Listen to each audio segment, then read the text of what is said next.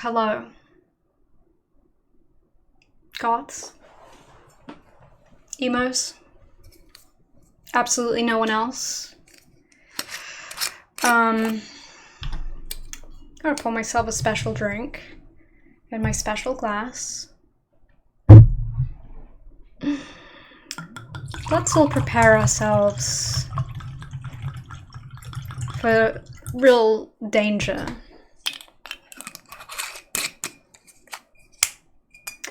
Danger and displeasure, if you will. For we are going to enjoy today the most disgusting and disturbing tale of our time. My Immortal. I don't think you're ready. I'm not ready. Who can really say?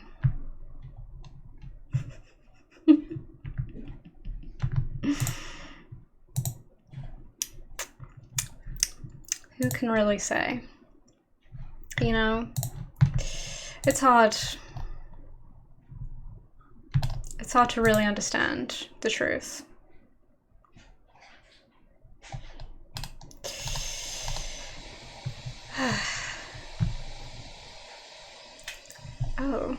Oh my god.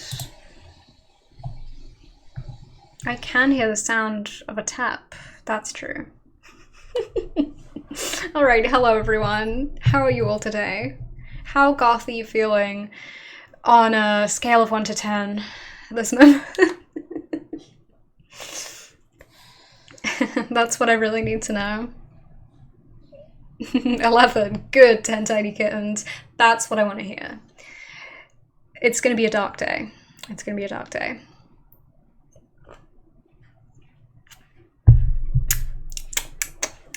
Moth cub, more like goth cub. That's right.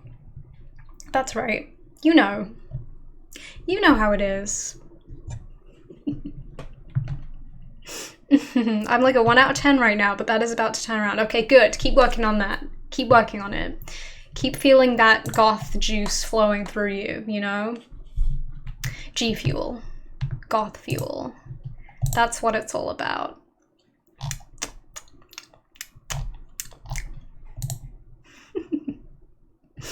One to 5 out of 10 is dangerously prep territory. Yeah, you want to watch yourself. If you are a prep, you will be banned from the stream.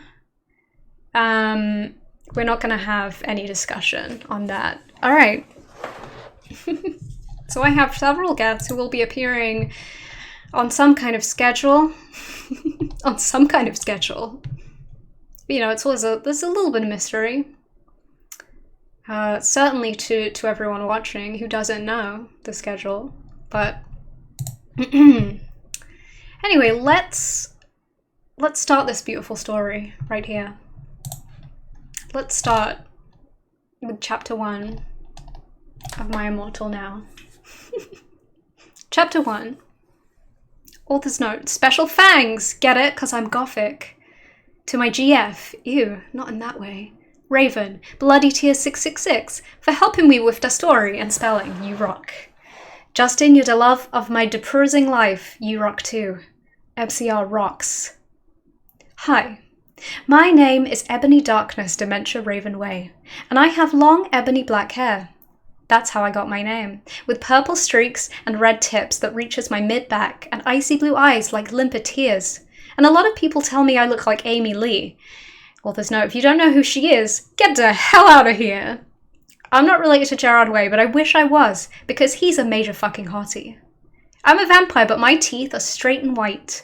I have pale white skin. I'm also a witch, and I go to a magic school called Hogwarts in England, where I'm in the 7th year. I'm 17. I'm a goth, in case you couldn't tell, and I wear mostly black. I love Hot Topic, and I buy all my clothes from there. For example, today, I was wearing a black corset with matching lace around it, and a black leather miniskirt, pink fishnets, and a black combat boots. Combat boots? That's not. Black combat boots. I was wearing black lipstick, white foundation, black eyeliner, and red eyeshadow. I was walking outside Hogwarts. It was snowing and raining, so there was no sun, which I was very happy about. A lot of preps stared at me. I put up my middle finger at them. Hey, Ebony, shouted a voice. I looked up. It was Draco Malfoy. What's up, Draco? I asked. Nothing, he said shyly. But then I heard my friends call me and I had to go away. Author's note, is it good? Please tell me, Fangs. That's chapter 1, baby. That's chapter 1, and in this chapter we really get a feel for the environment. Thanks for the subscription, Beef Tony. You're subscribing to real culture at this moment. Let's continue. MCR does rock. Yes, that's right. Let's continue with chapter 2 now. Author's note, thanks to Bloody Tears 666 for helping me with the chapter. BTW, prep, stop flaming my story, okay? The next day, I woke up in my bedroom. It was snowing and raining again. I opened the door of my coffin and drank some blood from a bottle I had. Just the blood bottle that I have. My coffin was black ebony and inside it was hot pink velvet with black lace on the ends. I got out of my coffin and took off my giant MCR t-shirt, which I used for pajamas. Instead, I put on a black leather dress, a pentagram necklace, combat boots, and black fishnets on. I put on 4 pairs of earrings in my pierced ears, and put my hair in a kind of messy bun.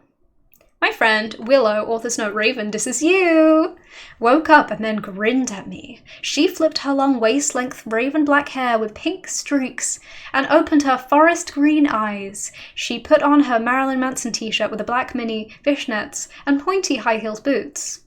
We put on our makeup, black lipstick, white foundation, and black eyeliner. OMFG. I saw you talking to Draco Malfoy yesterday, she said excitedly. Yeah, so? I said, blushing.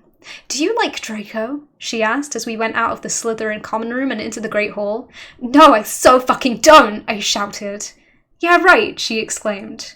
Just then, Draco walked up to me. Hi, he said. Hi, I replied flirtily. Guess what? He said. What? I asked. Well, Good Charlotte are having a concert in Hogsmeade, he told me. Oh my fucking god, I screamed. I love GC. They are my favourite band, besides MCR. Well, do you want to go with me? He asked. I gasped. And that's the end of chapter 2. Really leaves us on a cliffhanger. Really leaves us at a powerful moment, an emotional moment. I hope you're all feeling okay right now.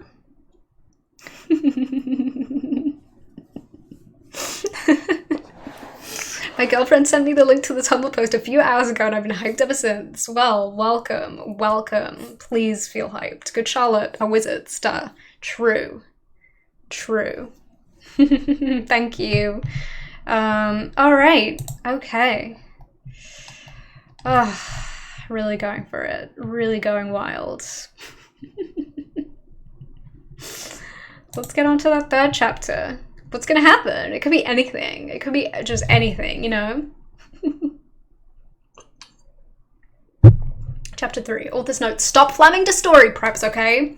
Otherwise, thanks to the Gothic people for the good reviews. Thanks again, Raven. Oh yeah. BTW. I don't own this or the lyrics for Good Charlotte.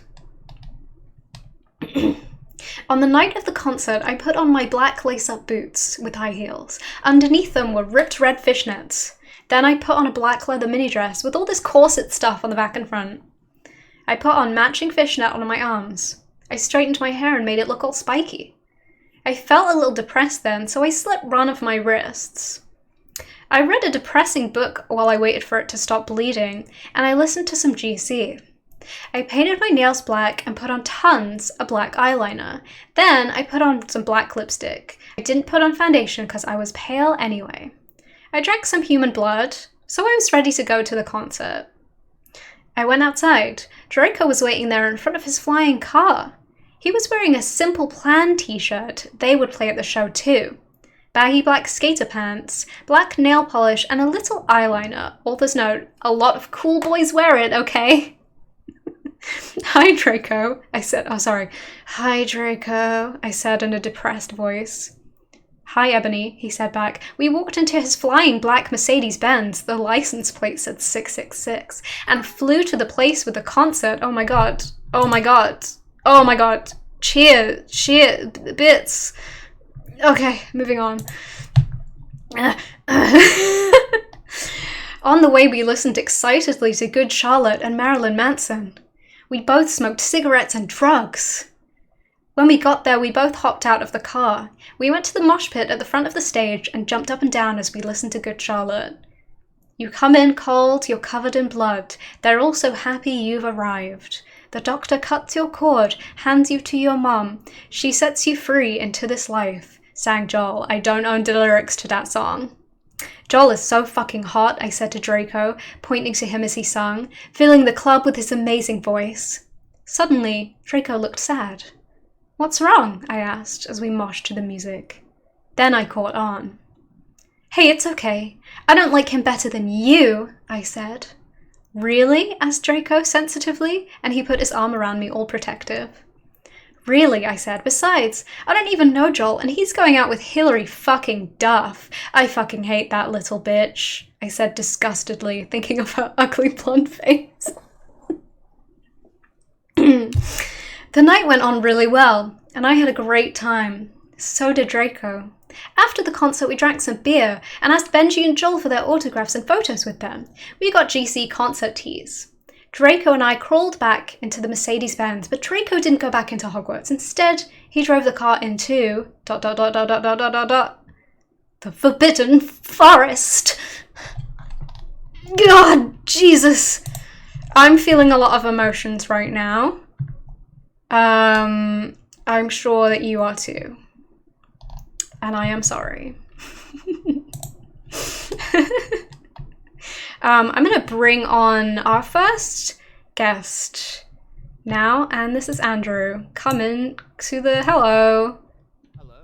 Hi. How are we feeling with all the emotions and the darkness and the MCR that's going on right now? I'm feeling a lot of things that I really can't untangle right now. My Immortal, we meet again. Hello, everybody. My name is Andrew. I'm known as Arkrat on Twitch and Twitter. I'm a theatrical streamer who specializes in storytelling and self-care. So this goes against everything that I stand for. But it's also a lot of fun to read with friends who are in on it. So this is going to be exceptional. It's a kind of painful bonding experience. Yeah, pretty much. Like, it's like all for one, one for all, as you sort of read through this literary slap in the face multiple times. God. Mm-hmm. But yeah, I can just dive straight into the chapter unless you want to. Oh, if you just keep talking for like a few minutes, Sure, I gotta test yours, see if I can make you louder. Oh, no worries at all. But hello to everybody. I hope everybody is doing well. I hope everybody's had a lovely week and is excited for the rip-roaring adventures of Ebony, Darkness, Dimension Raven. I had the pleasure, that's the word, of reading this for charity early in the year for the lovely Quarren stream that Jess and Curio and a few other people put together. So it's kind of a delight to be back doing this, I guess, is a way to look at it. Oh blimey, the text. Oh, you're in for a treat. You're all. Is everybody in chat, is Andrew sounding a bit louder for you? Am I sounding okay? Is this volume lovely? There will be some loud segments coming on, so I'll get a bit louder, and it'll be louder than this. I'll move back from the mic, but as an example, is that sounding okay for people? Testing 1, 2, 3, 4. Chapter 4. Ebony, Darkness, Dementia Raven. Draco Malfoy. MCR.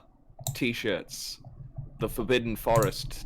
I'm just gonna a bit louder. I've made you a bit louder again, so hopefully this is better now. Have a little bit more. Lovely stuff. Oh blimey. Yes, okay, seems a lot better now. Perfect. Got there. All right. So if you'd like to take chapter 4.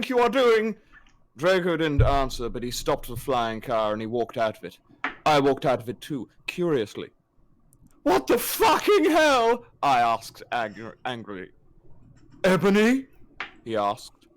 What? I snapped. Draco leaned in extra close, and I looked into his gothic red eyes. He was wearing color contacts, which revealed so much depressing sorrow and evilness, and then suddenly, I didn't feel mad anymore. And then... Pause.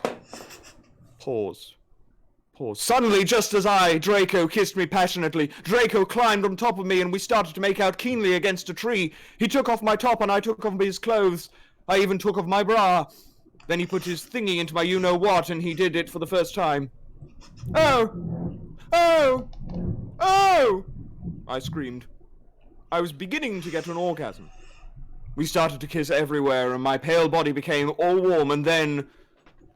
What the hell are you doing, you motherfuckers? It was... Dumbledore. Wow. A lot to process. Powerful stuff, indeed. I'm especially. I had no idea that Dumbledore was in fact from stereotypical oil baron country in the US. It's a real revelation that you come across. I think there's a lot you don't know about Dumbledore. Really, yeah, and like so much to unpack. Thanks for the subscription, Tommy. Oi lads, says Tommy. Thank you. Oi lads to you as well. Lovely stuff. Alright, so I think let's do a sort of taking turns thing with the next few chapters. Thank you, that is most kind. I'll relieve you from having to go on too far. Alright. Yeah. Chapter 5. Author's note, stop flaming. If you flam, it means you're a prep or a poser. The only reason Dumbledore swore is because he had a headache, okay? And on top of that, he was mad at them for having sex. P.S. I'm not updating until I get 5 good reviews. Dumbledore made and Draco and I follow him. He kept shouting at us angrily. You ludicrous fools! He shouted. I started to cry tears of blood down my pallid face. Draco comforted me. When we went back to the castle, Dumbledore took us to Professor Snape and Professor McGonagall, who were both looking very angry. They were having sexual intercourse in the Forbidden Forest, he yelled in a furious voice. Why did you do such a thing, you mediocre dunces? Asked Professor McGonagall. How dare you? Demanded Professor Snape. And then Draco shrieked, Because I love her! Everyone was quiet. Dumbledore and Professor McGonagall still looked mad, but Professor Snape said, Fine, very well, you may go to your rooms. Draco and I went upstairs while the teachers glared at us. Are you okay, Ebony? Draco asked me gently. Yeah, I guess, I lied. I went to the girls' dorm and I brushed my teeth and my hair and changed into a low-cut, black, floor-length dress with red lace all around it and black high heels. When I came out, Draco was standing in front of the bathroom and he started to sing I Just Wanna Live by Good Charlotte. I was so flattered, even though he wasn't supposed to be there. We hugged and kissed. After that we said goodnight and he reluctantly went back into his room. Wow. You really start to understand the power dynamic at Hogwarts here. Like Professor Snape apparently is the cool, calm one in charge of everything, and Snape is chill as hell, yeah. Snape's chiller, like, yeah, you know, go at it. It's like, oh, Sex in the Forbidden Forest? Oh, that's just so 90s. Oh, well, you know, just off you go. Ah. Okay. Oh, here we go. Chapter 6. Another author's note. Shut up, preps, okay? Please, I will not update up until you give me good reviews. The next day I woke up in my coffin. I put on a black miniskirt that was all ripped around the end and a matching top with red skulls all over it and high-heeled boots that were black. I put on 2 pairs of skull earrings and 2 crosses in my ears. I spray-painted my hair with purple. In the Great Hall, I ate some Count Chocula cereal with blood instead of milk and a glass of red blood. Suddenly, someone bumped into me. All the blood spilled over my top. Bastard! I shouted angrily. I regretted saying it when I looked up because I was looking into the pale, white face of a gothic boy with spiky black hair and red streaks in it. He was wearing so much eyeliner that I was going down his face, and he was wearing black lipstick. He didn't have glasses anymore, and now he was wearing red contact lenses, just like Draco's, and there was no scar on his forehead anymore. He had a manly stubble on his chin. He had a sexy English accent. He looked exactly like Joel Madden. He was so sexy that my body went all hot when I saw him, kind of like an erection, only I'm a girl, so I don't get one, you sicko. I'm so sorry. Oh, it's him. I'm so sorry, he said in a shy voice. That's all right. What's your name? I questioned. My name's Harry Potter, although most people call me Vampire these days, he grumbled. Why? I exclaimed. Because I love the taste of human blood, he giggled. Well, I am a vampire, I confessed. Really? He whimpered. Yeah, I roared. We sat down to talk for a while. Then Draco came up behind me and told me he had a surprise for me, so I went away with him. Oh, what could the surprise be? Oh, the tension. is it a Kinder Egg? Oh my god, if it's a Kinder Egg. Oh my god. No, that's a surprise. I wonder if they get the toys in this one. Oh. Chapter 7, Bring Me to Life. Author's note. Well, okay, you guys. I'm only writing this because I got 5 god reviews. And BTW, I won't write the next chapter till I get 10 god ones. Stop flaming or I'll report you. Ebony isn't a Mary Sue, okay? She isn't perfect. She's a Satanitz. And she has problems. She's depressed, for God's sake. Draco and I held our pale white hands with black nail polish as we went upstairs. I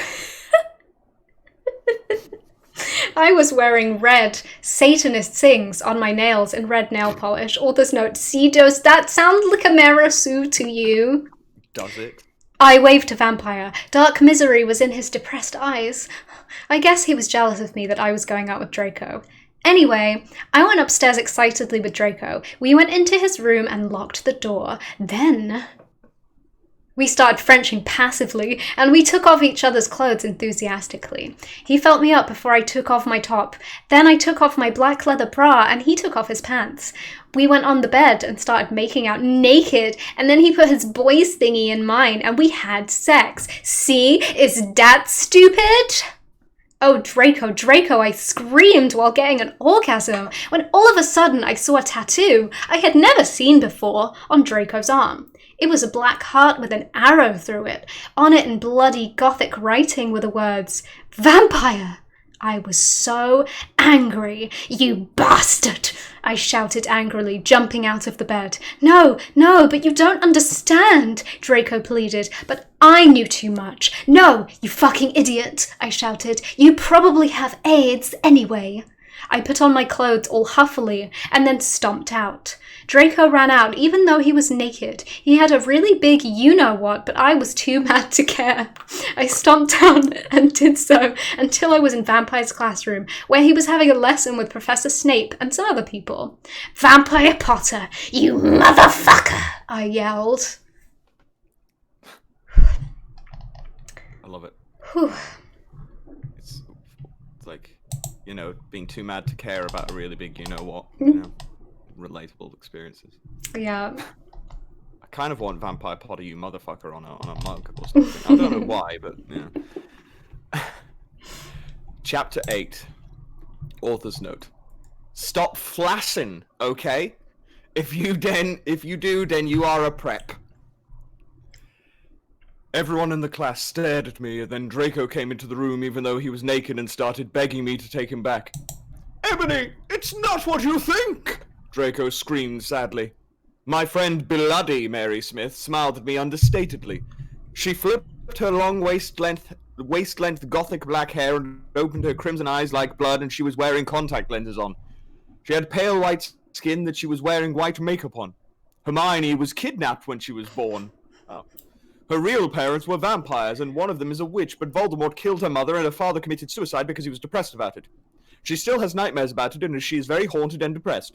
It also turns out her real last name is Smith and not Granger. Since she has converted to Satanism, she is a Slytherin, now not Gryffindor.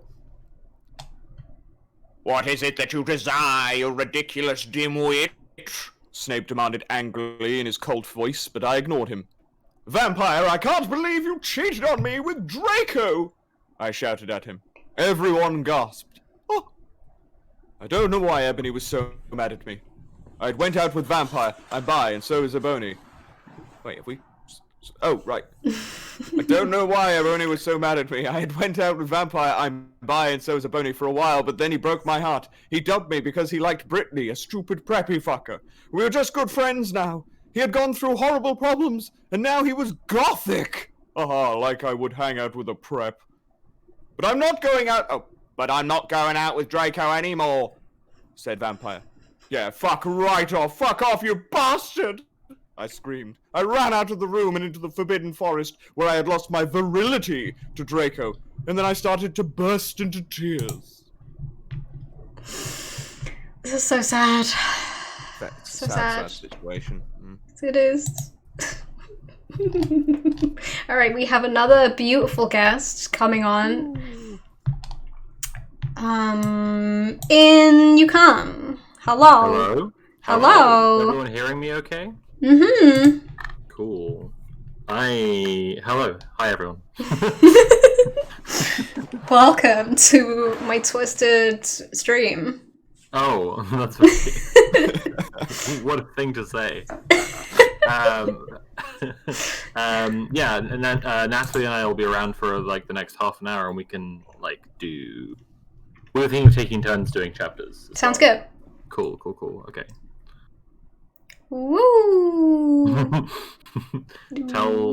Yeah, I mean, what's the plan? Where are we at? What's happening? We're at chapter 9 right now, so I'll read chapter 9, and then you can come in with chapter 10, and then 11. Oh, okay. Very cool. All right. And then we can just do that. Andrew, you can stick around for a little bit still? I will stick around, yes, because I'd love to hear the dramatic reading for the next couple, and then I will depart to allow you to carry Okay, on. sounds good. All right. So, chapter 9. Author's note. Stop Fleming, okay? I didn't read all the books. This is from the movie, okay? So it's not my fault if Dumbledore swears. Besides, I said he had a headache. And the reason Snap doesn't lick Harry now is because he's Christian and Vampire is a Satanist. MCR rocks. I was so mad and sad. I couldn't believe Draco for cheating on me. I began to cry against the tree where I did it with Draco. Alright, I'm going to have to get off because I'm going to end up laughing. That's okay. You can always mute if you need to. Alright. Then all of a suddenly, an horrible man with red eyes and no nose and everything started flying towards me on a broomstick. He didn't have a nose, basically like Voldemort in the movie, and he was wearing all black, but it was obvious he wasn't Gothic. It was Voldemort. No! I shouted in a scared voice, but then Voldemort shouted, Imperious! And I couldn't run away. Crookshanks, I shouted at him. Voldemort fell off his broom and started to scream. I felt bad for him even though I'm a sadist, so I stopped. Ebony, he yelled, Thou must kill Vampire Potter! I thought about Vampire and his sexy eyes and his comic black hair and how his face looks just like Joel Madden. I remembered that Draco had said I didn't understand, so I thought, what if Draco went out with Vampire before I went out with him and they broke up? No, Voldemort, I shouted back. Voldemort gave me a gun. No, please, I begged. Thou must, he yelled. If thou dost not, then I shall kill thy beloved Draco. How did you know? I asked in a surprised way. Voldemort got a dude you're so R-word look on his face. I have telekinesis, he answered cruelly. And if you doth not kill vampire, then thou know what will happen to Draco, he shouted. Then he flew away angrily on his broomstick. I was so scared and mad. I didn't know what to do. Suddenly Draco came into the woods. Draco, I said. Hi. Hi, he said back, but his face was all sad. He was wearing white foundation and messy eyeliner, kind of like a pentagram, get it? Between Joel Madden and Gerard Way. Are you okay? I asked. No, he answered. I'm sorry I got all mad at you, but I thought you cheated on me, I expelled. That's okay, he said, all depressed, and we went back into Hogwarts together, making out. Wow, moving stuff. Holy shit. That chapter contains my single favourite line from my Immortal, which is just, Voldemort gave me a gun. I'm so glad you said it, because the first time I read this story with a bunch of friends, the line "Voldemort gave me a gun" was the point at which there was no one in the room who was not crying with laughter. We were all just actually weeping. Beautiful. Okay, I'm going to take on chapter 10, and then we'll have Natalie for chapter 11. All right. Sounds beautiful. So, author's note: Stop it, you gay F words. If you do not lick my story, then fuck off. P.S. It turns out Bloody Mary isn't a muggle. Al and she and Vampire are evil. That's why they moved houses. Okay. Lots of X's, 666, lots more X's. Here we go. I was really scared about Voldemort all day. I was even upset. I was even upset. Went to rehearsals with my gothic metal band, Bloody Gothic Rose 666. I am the lead singer of it, and I play guitar. People say we sound like a cross between GC, Slipknot, and MCR. The other people in the band are Bloody Mary, Vampire, Draco, Ron, although we call him Diablo now. He has black hair now with blue streaks in it. And Hagrid. Only today, Draco and Vampire were depressed, so they weren't coming, and we wrote songs instead. I knew Draco was probably slitting his wrists. He wouldn't die because he was a vampire too, and the only way you can kill a vampire is with a CROSS. There's no way I'm writing that. Or a stake. And Vampire was probably watching a depressing movie like The Corpse Bride. I put on a leather shirt, a black leather shirt that showed off my boobs, and a tiny matching miniskirt that said "Simple Plan" on the butt. You might think I'm a slut, but I'm really not. We were singing a cover of Helena, and at the end of the song, I suddenly burst into tears. Ebony, are you okay? Bloody Mary asked in a concerted voice. What the fuck do you think? I asked angrily, and I said, well, Voldemort came and the fucking bastard told me to fucking kill Harry, but I don't want to kill him because he's really nice, even if he did go out with Draco. But if I don't kill Harry, then Voldemort will fucking kill Draco. I burst into tears. Suddenly Draco jumped out from behind a wall. I'm going to be reading Draco and Vampire Potter as English Shadow the Hedgehog. That's what's going on. Why didn't you fucking tell me? He shouted. How could you? You fucking poser muggle bitch. See, is that out of character? I started to cry and cry. Draco started to cry too, all sensitive. Then he ran out crying. We practiced for 1 more hour, then suddenly Dumbledore walked in angrily. His eyes were all fiery, and I knew this time it wasn't because he had a headache. What have you done? He started to cry wisely. Me when I'm crying. See, that's basically not swearing, and this time he was really upset, and you will see why. Ebony Draco has been found in his room. He committed suicide by slitting his wrist. Whoa, what the hell? Lots of big cliffhanger. There's some, if you've been really paying attention, some stuff going on there that, you know, some clues for like a really keen audience member. A little bit of subtext. Here's Natalie for chapter 11. You should start with the author's name. Hello. Hi. We've got another author's note.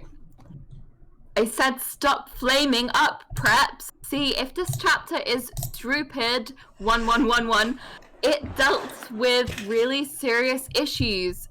But see for yourself if it's stupid. Brr, thanks to my friend Raven for helping me. No, I screamed. I was horrified.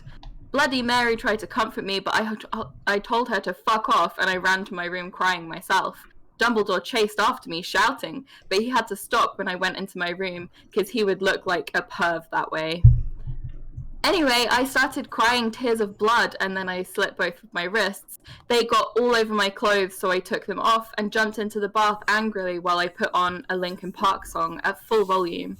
I grabbed a stake and almost stuck it into my heart to commit suicide. I was so fucking depressed.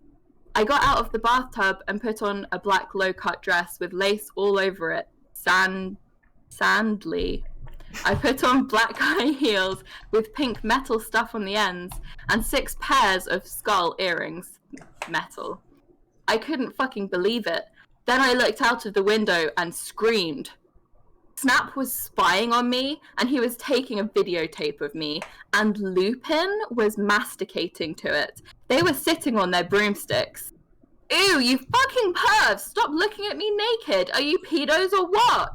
I screamed, putting on a black towel with a picture of Marilyn Mason on it. Marilyn Mason, like queen of the stonemasons. Suddenly, Vampire ran in. Abracadabra, he yelled at Snape and Lupin, pointing his womb. I took my gun and shot Snape and Lupin a gazillion times, and they both started screaming, and the camera broke. Suddenly, Dumbledore ran in. Ebony, it has been revealed that someone has... No! He shouted, looking at Snape and Lupin, and then he waved his wand, and suddenly, Hagrid ran outside on his broom and said, "Everyone, we need to talk."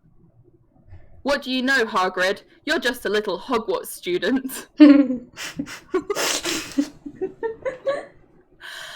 I may be a Hogwarts student, Hagrid paused angrily, but I am also a Satanist. This cannot be, Snap said in a crisp voice as blood dripped from his hand where Dumbledore's wand had shot him. There must be other factors.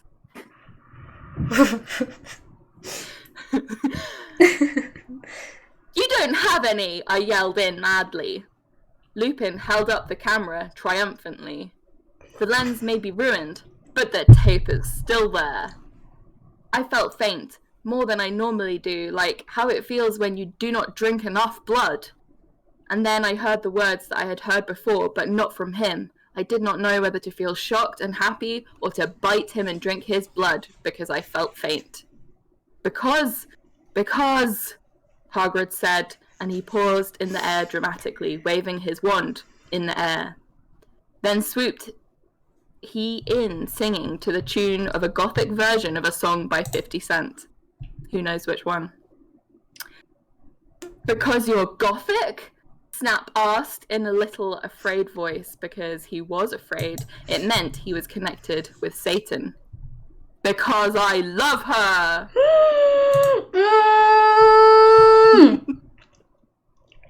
Oh my god. Oh my god. A lot of romance in this story. Beautiful. Absolutely stunning. A lot of romance. Alright. We do have one confirmed Sarah who will be on this stream, and that's Sarah Zedek. So Hell everybody yeah. appreciate and love that. Best Sarah IMO. A strong Sarah. A very strong Sarah. Anyhow, chapter 12. Author's note, stop fang, okay? Hagrid is a pedo too. A lot of people in American schools are like that. I wanted to address the issue. How do you know Snape isn't Christian? Plus, Hagrid isn't really in love with Ebony. That was Cedric. Okay. I was about to slit my wrists again with the silver knife that Draco had given me in case anything happened to him. He had told me to use it valiantly against an enemy, but I knew that we must both go together. No, I thought it was Hagrid, but it was Vampire. He started to scream, OMFG, no, my scar hurts! And then his eyes rolled up. You could only see his red whites. I stopped. How did you know? I saw it, and my scar turned back into the lightning bolt. No, I ran up closer. I thought you didn't have a scar anymore, I shouted. I do, but Diabolo changed it into a pentagram for me, and I always cover it with foundation, he said back. Anyway, my scar hurt and it turned back into the lightning bolt. Save me. Then I had a vision of what was happening to Draco. Voldemort has him bondage. Anyway, I was in the school nurse's office, now recovering from my slit wrists. Snap and Lupin and Hagrid were there too. They were going to St. Mango's after they recovered because they were paedophiles and you can't have those fucking pervs teaching in a school with lots of hot girls. Dumbledore had constipated the Cydio camera they took of me naked. I put up my middle finger at them. Anyway, Hagrid came into my hospital bed holding a bouquet of pink roses. Ennaby, I need to tell you something, he said in a serious voice, giving me the roses. Fuck off, I told him. You know I fucking hate the colour pink anyway, and I don't like fucked up preps like you, I snapped. Hagrid had been mean to me before for being gothic. No, Ennaby, Hagrid says. Those are not roses. What, are they goths too, you poser prep? I asked, because I was angry that he had brought me pink roses. I saved your life, he yelled angrily. No, you didn't, I replied. You saved me from getting a Paris Hilton pee video made from your shower scene and being viewed by Snap and Lupin, who masturbated, see is dat spelt wrong, to it, he added silently. Whatever, I yelled angrily. He pointed his wand at the pink roses. These aren't roses. He suddenly looked at them with an evil look in his eye and muttered, well, if you wanted honesty, that's all you had to say. That's not a spell. That's an MCR song, I corrected him wisely. I know, I was just warming up my vocal cords. Then he screamed, Petalas merengo mi cremi clearo maggio. For all you cool gothic MCR fans out there, that is a tribute, especially for Raven. I love you, girl. Imonoto kayo. And then the roses turned into a huge black flame floating in the middle of the air, and it was black. Now I knew he wasn't a prep. Okay, I believe you. Now, WTF is Draco? Hagrid rolled his eyes. I looked into the balls of flame, but I could see nothing. You see, Ennaby, Dumbledore said, watching the two of us watching the flame. To see what is in the flames, haha, you reviewers flames, get it? You must find yourself first, okay? I have found myself, okay? You mean old man? Hagrid yelled. Dumbledore looked shocked. I guess he didn't have a headache or else he would have said something back. Hagrid stormed off back into his bed. Okay, that's me going to bed. You are a liar, Prof. Dumbledore. Anyway, when I got better, I went upstairs and put on a black leather mini dress that was all ripped on the ends with lace on it. There was some corset stuff on the front. Then I put on black fishnets and black high-heeled boots with pictures of Billy Joe Armstrong on them. I put my hair all out around me so I looked like Samara from The Ring. If you don't know who she is, you're a prep, so fuck off. And I put on blood red lipstick, black eyeliner, and black lip gloss. You look kawaii, girl, Bloody Mary said sadly. Fangs, get it? You do too. I said sadly too, but I was still upset. I slit both of my wrists, feeling totally depressed, and I sucked all the blood. I cried again in my bathroom and put the shades on so Snap and Lupin couldn't spy on me this time. I went to some classes. Vampire was in the hair of magic creatures. He looked all depressed because Draco had disappeared, and he had used to be in love with Draco. He was sucking some blood from a Hufflepuff. I wish that was just a thing in Harry Potter, like just a casual, like someone's just sucking the blood right out of a Hufflepuff. All right. I kind of wish vampires were, just like there were just vampire students. Yeah. And every now and then there's a panning shot, and one of the students is just feeding on another one. Just feeding, and yeah. It's never addressed. We're fine with that, yeah. Hi, he said. Oh, sorry. Hi, he said in a depressed way. Hi back, I said in an equally sad way. We both looked at each other for some time. Harry had beautiful red gothic eyes, so much like Draco's. Then we jumped on each other and started screwing each other. Stop it now, you horny simpletons, shouted Professor McGonagall, who was watching us, and so was everyone else. Vampire, you fucker, I said, slapping him. Stop trying to screw me. You know I love Draco. I shouted, and then I ran away angrily. Just then he started to scream, OMFG, no, my scar hurts! And then his eyes rolled up. You could only see his red whites. No, I ran up closer. I thought you didn't have a scar anymore, I shouted. I do, but Diabolo changed it into a pentagram for me, and I always cover it up with foundation, he said back. Anyway, my scar hurt, and then I had a vision of what was happening to Draco. Voldemort has him bondage. Special thanks to Raven, my Gothic's blood sister. WTF, you're supposed to writ this. Hey Raven, do you know where my sweater is? This is the start of the author drama, I believe. What WTF, you're supposed to write this. The next chapter is really short, so if it's okay, I'm just going to go 13 and 14. Go ahead. Let's go back to back. Right? Chapter 13. Author's note. Raven, thanks for gelping me again. I'm sorry, talk your poster of Gerard, but that guy is such a fucking sex bomb. Perhaps stop flamgaming. Vampire and I ran up the stairs looking for Dumbledore. We were so scared. Dumbledore! Dumbledore! We both yelled. Dumbledore came there. What is... Sorry. What is it that you want now, you despicable snobs? He asked angrily. Voldemort has Draco, we shouted at the same time. He laughed in an evil voice. No, don't! We need to save Draco, we begged. No, he said meanly. I don't give a damn what Voldemort does to Draco, not after how much he misbehaved in school, especially with you, Ebony. He said while he frowned, looking at me.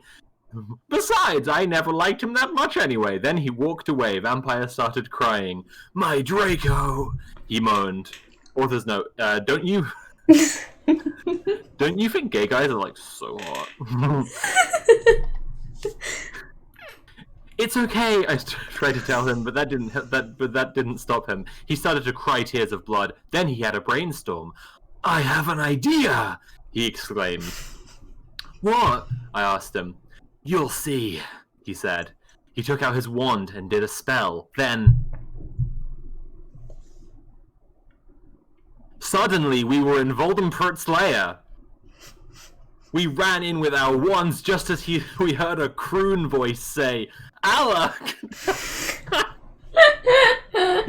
Just as we heard a croon voice say, Allah Kadavra! It was... Does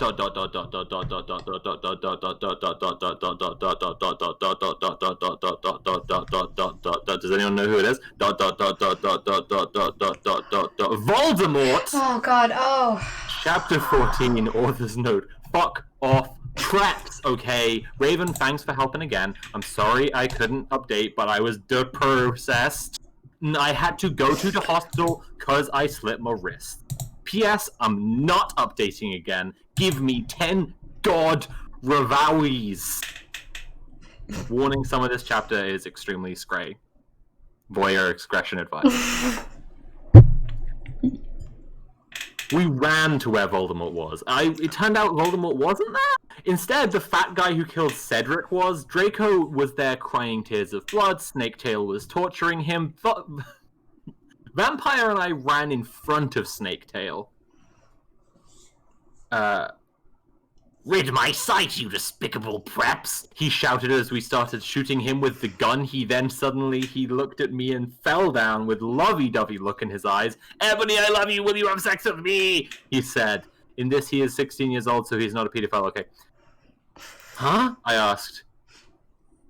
And Enemy, I love you, will you have sex with me? Asked Snaketail. I started laughing crudely. What the fuck? You torture my BF and then you expect me to fuck you? God, you are so fucked up, you fucking bastard. I said angrily. Then, I stabbed him in the heart. Blood poured out of it like a fountain. No! Go, boss. He screamed. He started screaming and running around, then he fell down and died. I burst into tears sadly. Snaketail, what art thou doing? Called Voldemort. Then... he started coming. We could hear his high heels clacking to us. So we got on our broomsticks and we flew to Hogwarts. We went to my room, Vampire went away, there I started crying.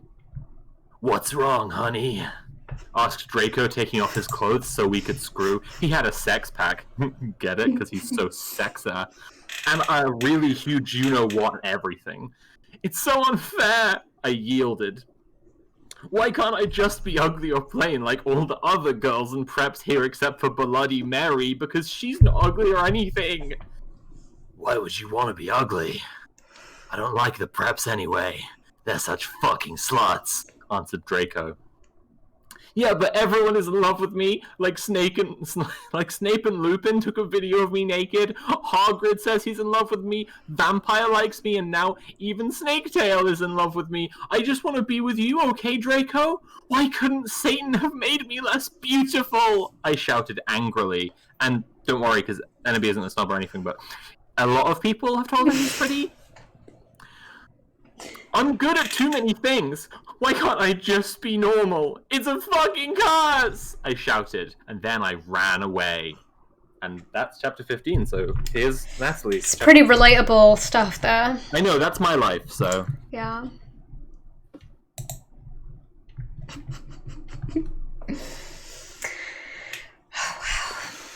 Wow, she's right. Exactly, Cosmopine. Exactly.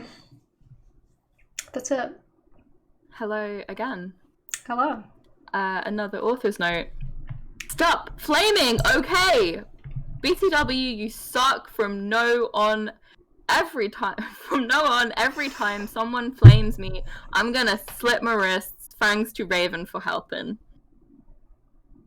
Ebony, shouted Draco sadly. No, please come back. But I was too mad. Whatever, now you can go have sex with Vampire, I shouted. I stormed into my room and closed my black door with my blood-red key. I had a picture of Marilyn Manson on it.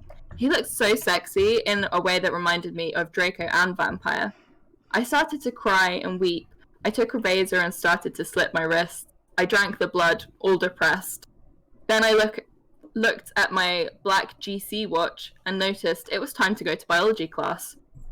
I put on a short, ripped black gothic dress that said Anarchy on the front in blood-red letters and was all ripped and a spiky belt. Under that, I put on ripped black fishnets and boots that said Joel all over them with blood-red letters. Same. Yeah. I put my ebony black hair out. Anyway, I went downstairs feeling all sad and depressed as usual. I did some advanced biology work. I was turning a bloody pentagram into a black guitar.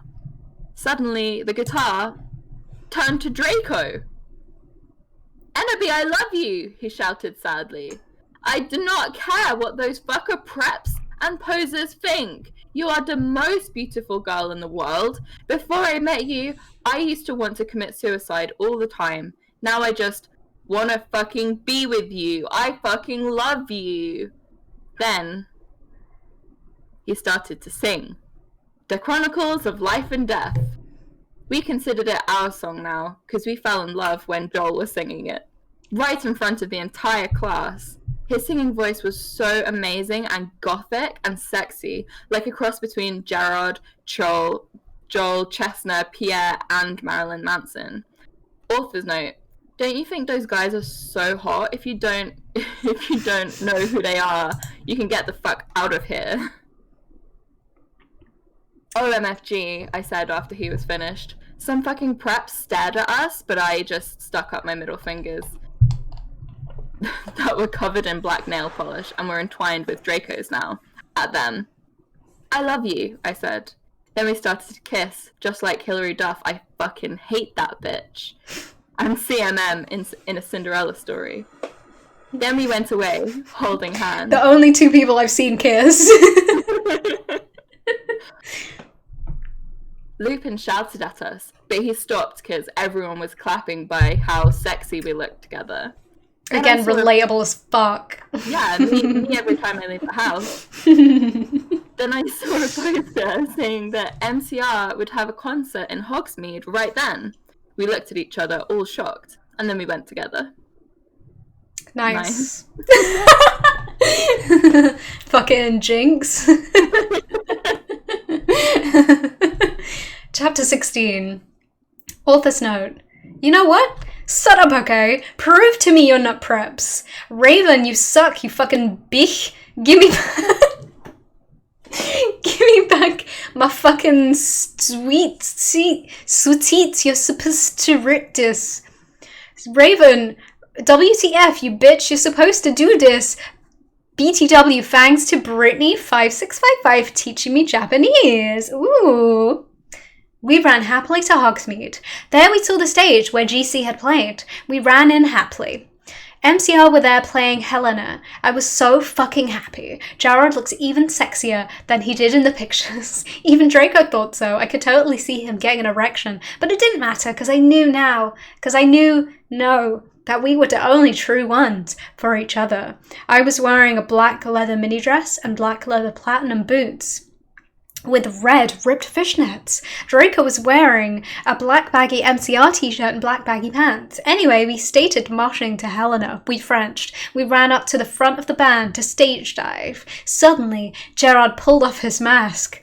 So did the others. We gasped. It wasn't them at all. It was Voldemort and the Death Dealers.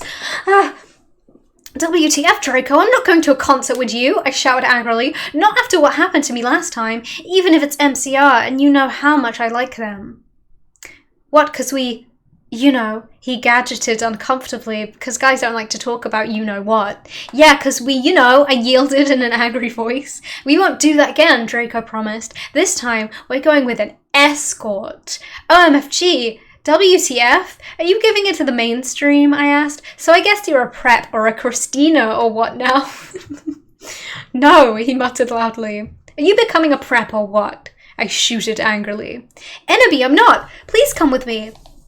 He fell down to his knees and started singing The World is Black by GC to me. I was flattened, because that's not even a single. He had memorized the lyrics just for me. Okay, then I guess it will have to, I said, and then we Frenched for a while and went up to my room. Bloody Mary was standing there.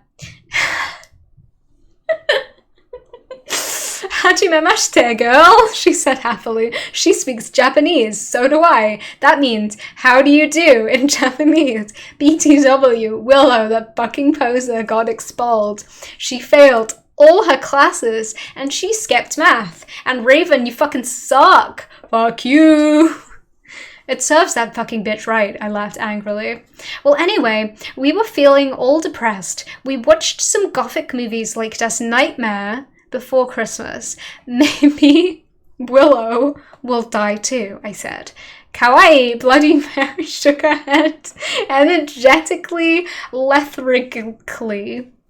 Oh yeah, I have a confession. After she got expelled, I murdered her, and Den Lupin did it with her because he's a necrophiliac. Kawaii, I commented happily. We talked to each other in silence for the rest of the movie. Oh hey, BTW, I'm going to a concert with Draco tonight in Hogsmeade with MCR, I said. I need to wear like the hottest outfit ever. Bloody Mary nodded energetically. OMFG, totally, let's go shopping. In Hot Topic, right? I asked, already getting out my special Hot Topic loyalty cards. No, my head snapped up.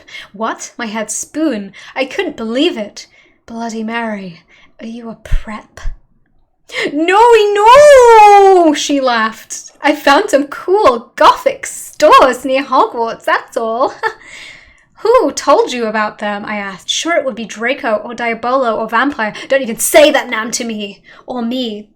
Dumbledore, she said. Let me just call our Broms. OMFFG, Dumbledore? I asked quietly. Yeah, I saw the map for Hogsmeade on his desk, she told me. Come on, let's go. We were going in a few punk goth stores, specially for the concerts in Hogsmeade. The salesperson was OMG, hotter than Gerard, except not, because that's impossible. And he gave me a few dresses. We only have these for the real goths. The real goths? Me and Bloody Mary asked. Yeah, you wouldn't believe how many poses there are in this town, man. Yesterday, Lupin and Snap tried to buy a gothic camera pouch. He shook his head. I didn't even know they had a camera.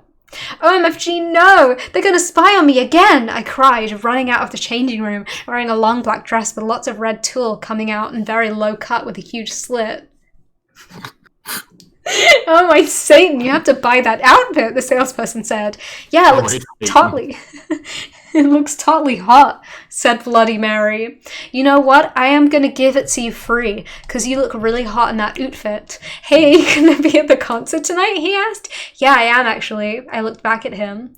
Hey, BTW. My name's Ebon D. Darkness Dementia Taraway. What's yours? Tom Ridd, he said, and ran a hand through his black-dyed hair. Maybe I'll see you there tonight. Yeah, I don't think so, because I'm going there with my BF Draco, you sick perv, I yelled angrily. But before he could beg me to go with him, Hagrid flew in on his black broom, looking worried. OMFG, Ebony, you need to get back to the castle now. Ebony. Oh my god. Okay. Show you chapter 17. Hold on, we have another gorgeous guest to join us. Oh, Here shit. comes Splendidland. Hello. Hello. Hey, good evening, everyone. How's it going? Going pretty Good. amazingly. Pretty amazingly, I would say. I feel like I'm learning a lot. If you would like to take chapter 17, then absolutely be my guest. Let me just organize my thing so I can read it properly, and then I will absolutely go hog. I'm posting a link to it for you. Oh my god, oh, there's an image to that I haven't seen. So 17, you say? Yes. You just finished a chapter, right? I just finished chapter 16. Okay, cool. Shall I get going? A lot's going on. Yeah. Wait, someone in the chat saying, remember when I showed you Doug Walker? I don't remember ever being shown Doug Walker, but I can... Wow. That's beautiful. Remember it, so you don't have to! There. Okay. I will start reading. Okay, author's note. I said stop filming the styro. If you're a prep, then do not read it. If you can tell whether you're a prep or not by my quiz, it's on my homepage. If you're not, then do rock. If you're not, then fuck off.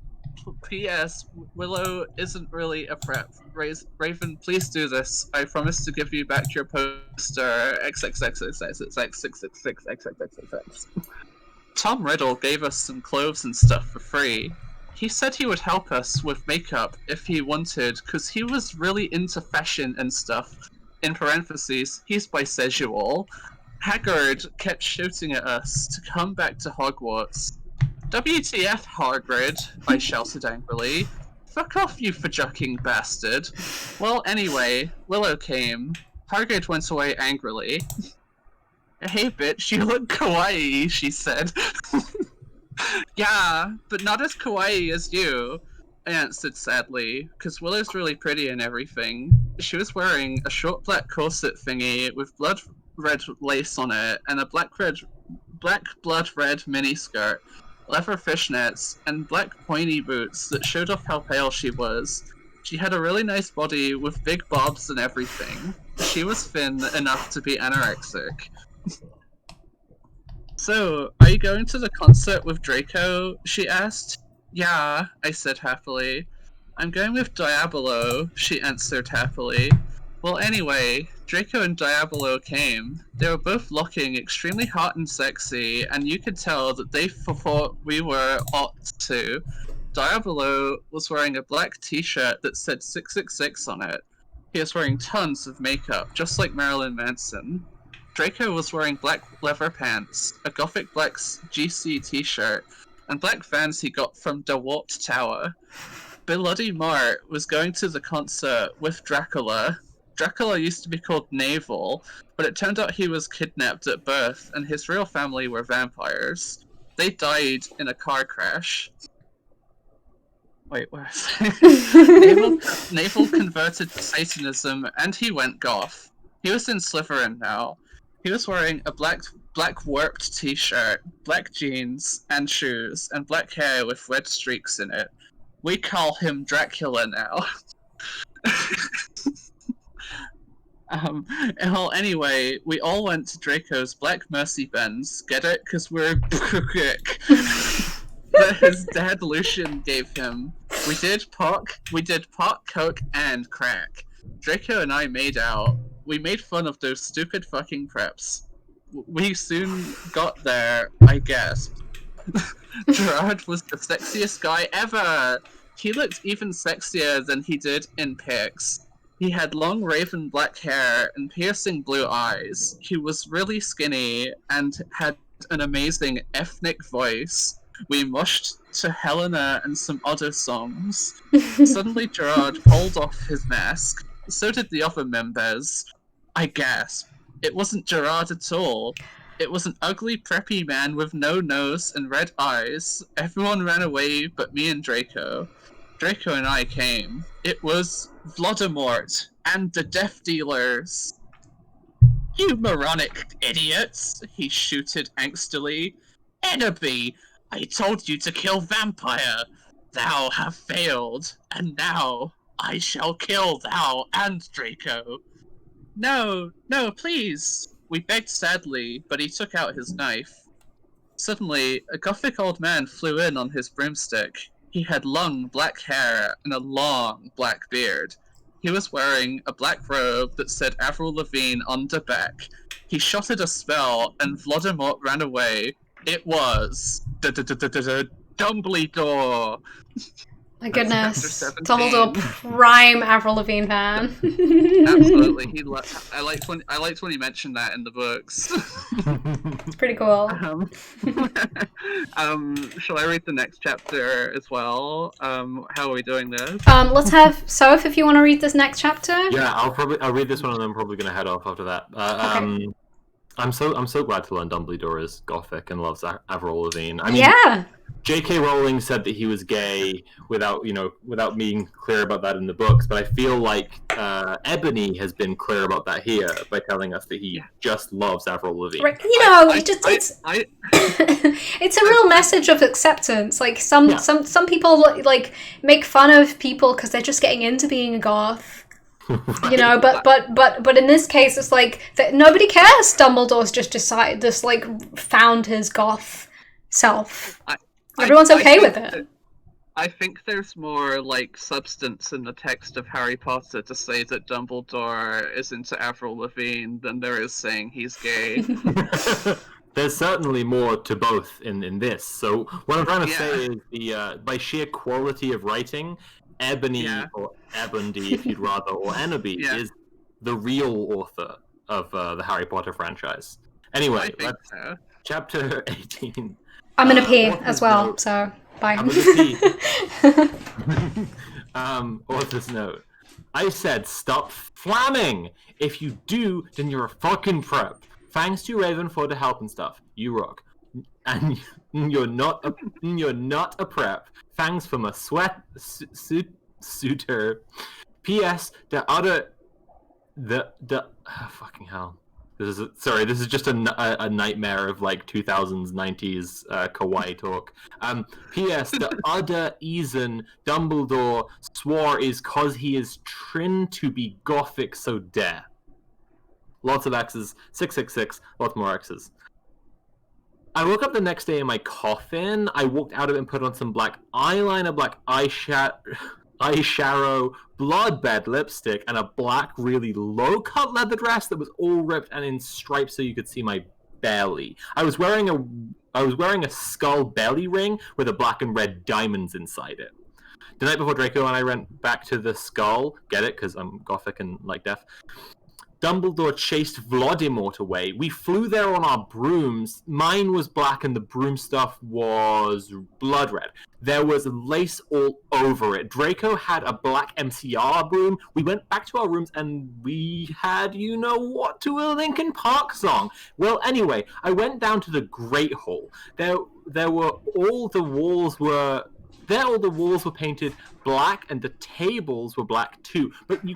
But you could see that there was pink pant underneath the black pant, and there was pastors of poser bands everywhere.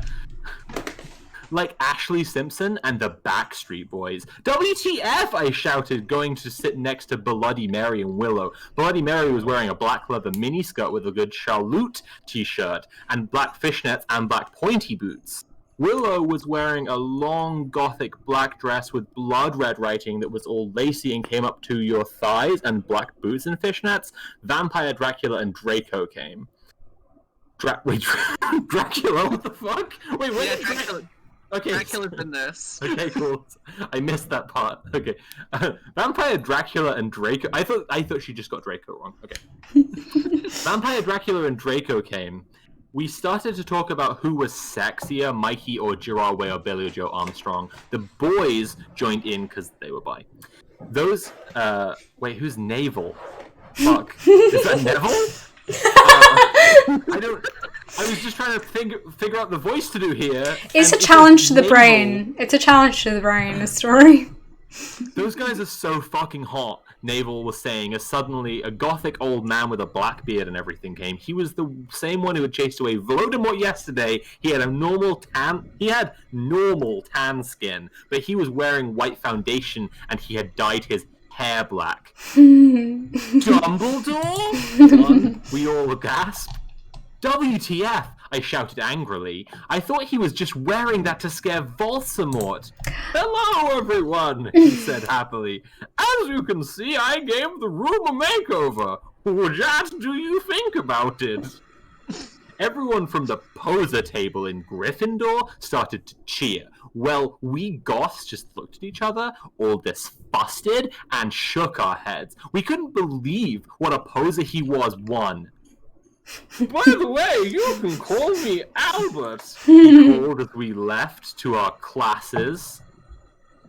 What a fucking poser, Draco shouted angrily as we went to transformation. We were holding hands. Vampire looked really jealous. I could see him crying blood in a gothic way. Get it way like Gerard.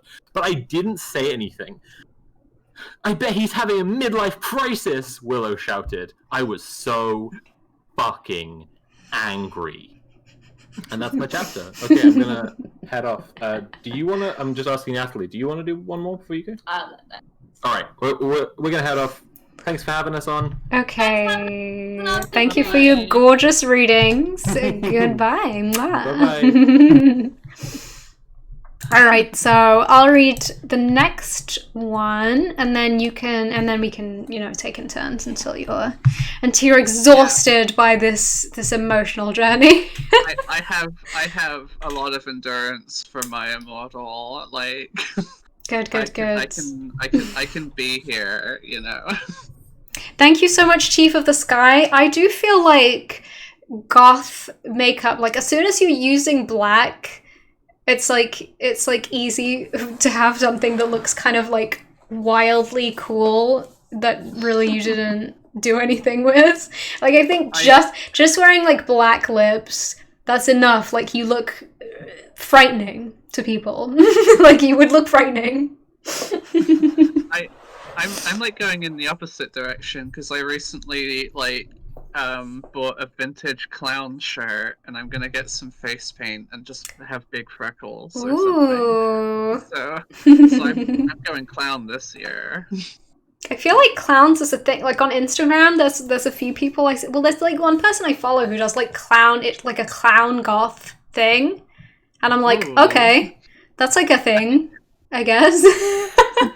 I think clowns and goths go hand in hand. So I guess so. Thanks for the follow, Moth Milo.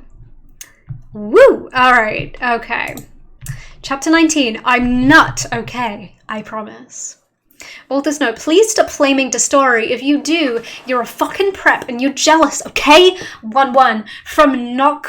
I'm gong to dealt your men reviews. BTW ever needs a poor blood, so dare, one thanks to Raven formed our help. All day we sat angrily thinking about Dumbledore. We were so fucking pissed off. Well, I had one thing to look forward to. The MCR concert. It had been postponed so we could all go. Oh, one thing I want to note is, the like parts where she talks about Gerard Way taking his mask off, that really hits different during a pandemic. I'm like, oh, okay. That means something very different to me right now. Anyway, I went to the common room sadly to cut classes. Draco was being all secretive. I asked what it was and he got all mad at me and started crying all hot and angsty. Aren't sensitive bi guys so hot? No one fucking understands me, he shouted angrily as his black hair went in his big blue eyes like Billy Joe in Boulevard of Borken Dreams. He was wearing black baggy pants, a black MCR t-shirt and a black dye. Get it? Instead of tie, because I'm gothic. I was wearing a black leather low-cut top with chains all over it, a black leather mini, black high-heeled boots, and a cross-belly thing. My hair was all up in a messy, really high bun like Amy Lee in Gong Under. Email me if you want to see the pic. Accuse me? What about me? I growled. But, he grunted. You fucking bastard, I moaned. No, wait, it's not what it fucking looks like, he shouted. But it was too late. I knew what I heard. I ran to the bathroom, angrily. Cring. Draco banged on the door. I whipped and wept as my bloody eyeliner streamed down my cheeks and made cool tears down my feces like Benji in the video for Girls and Boys. Raven, that is so our video. I took out a cigarette and started to smoke pot. Suddenly, Hagrid came. He had appurated. You gave me a fucking shock, I shouted angrily, dropping my pot. WTF do you think you're doing in the girls' room? Only it wasn't just Hagrid. Someone else was with him too. For a second I wanted it to be Tom Ridd, or maybe Draco, but it was Dumbledore. Hey, I need to ask you a question, he said, pulling out his black wannabe gothic purse. What are you wearing to the concert? You know who MCR are? I gasped. No, I just saw there was a concert that a lot of goths and punks were going to, he said. Anyway, Draco has a surprise for you. I'm so excited to find out what the surprise is. Kinder Egg. Shall I go right in? Absolutely. Okay, author's note. I said I do not care what you think. Stop flaming, okay, preps? Thanks to Raven for the help. Oh yeah, by the way, I'll be on vacation in Transylvania for the next 3 days, so do not expect updates. All day, I wondered what the surprise was. Meanwhile, I put on a black leather mini, a black corset with purple lace stuff all over it, and black gothic compact boots. MCR were gonna do the concert again, since Voldemort had taken over the last one. I slit my wrists while I moshed to MCR in my bedroom all night, feeling excited. Suddenly, someone knocked on the door while I was trying on some black clothes and moshing to Fangyu for the venom. I got all mad and turned it off, but secretly I hoped inside that it was Draco so we could come again. What the fucking hell are you doing? I shouted angrily. It was Lupin. Are you gonna come rape me or what? I yelled. Okay. I was not allowed to say that because Dumbledore had told us to be careful around him and Snap since he was a pedo. No, actually, get it? Hell? Wait. Get what? Oh, actually, yeah. It really doesn't work when you're like saying it. No, I get it. It makes complete sense. Can I please borrow some condoms? He growled angrily. Yeah, so you can fuck your 6-year-old girlfriend, huh? I shouted sarcastically. Fucker, he said, going away. Well, anyway, I put on some black eyeshadow, black eyeliner, and some black lipstick and white foundation.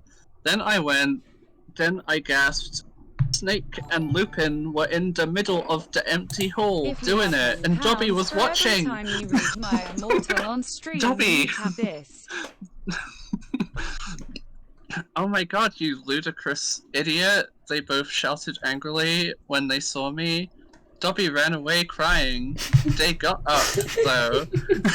I'm sorry, this is the introduction of Dobby. This is Dobby's day.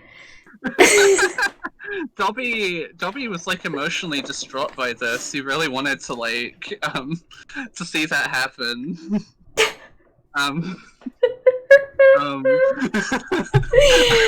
Let me just thank Nick Schwartz for the donation there. Thank you for that.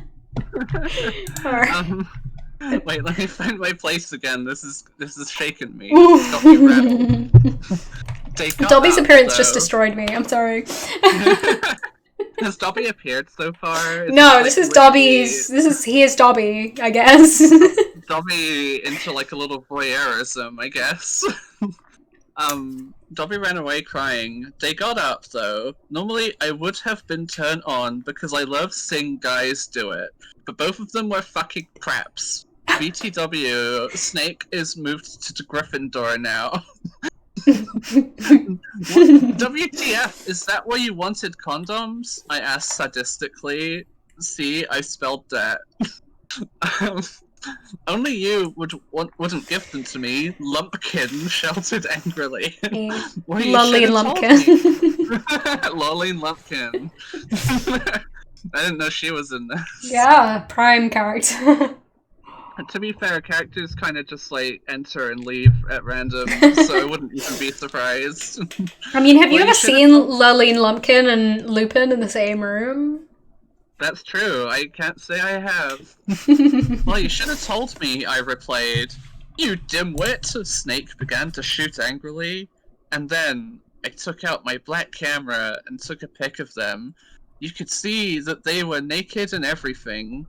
Well, excuse me, they both shouted angrily. What was that all about? It was to blackmail you, I snarked. So now next time you see me doing it with my boyfriend, you can't fucking rat me out or I'll show this to Dumbledore. So fuck off, you bastards. I started to run. They chased me, but I threw my wound at them and they tripped over it. Well, anyway, I went outside and there was Vampire, looking extremely fucking hot. Who is Vampire? Oh, that's Harry Potter.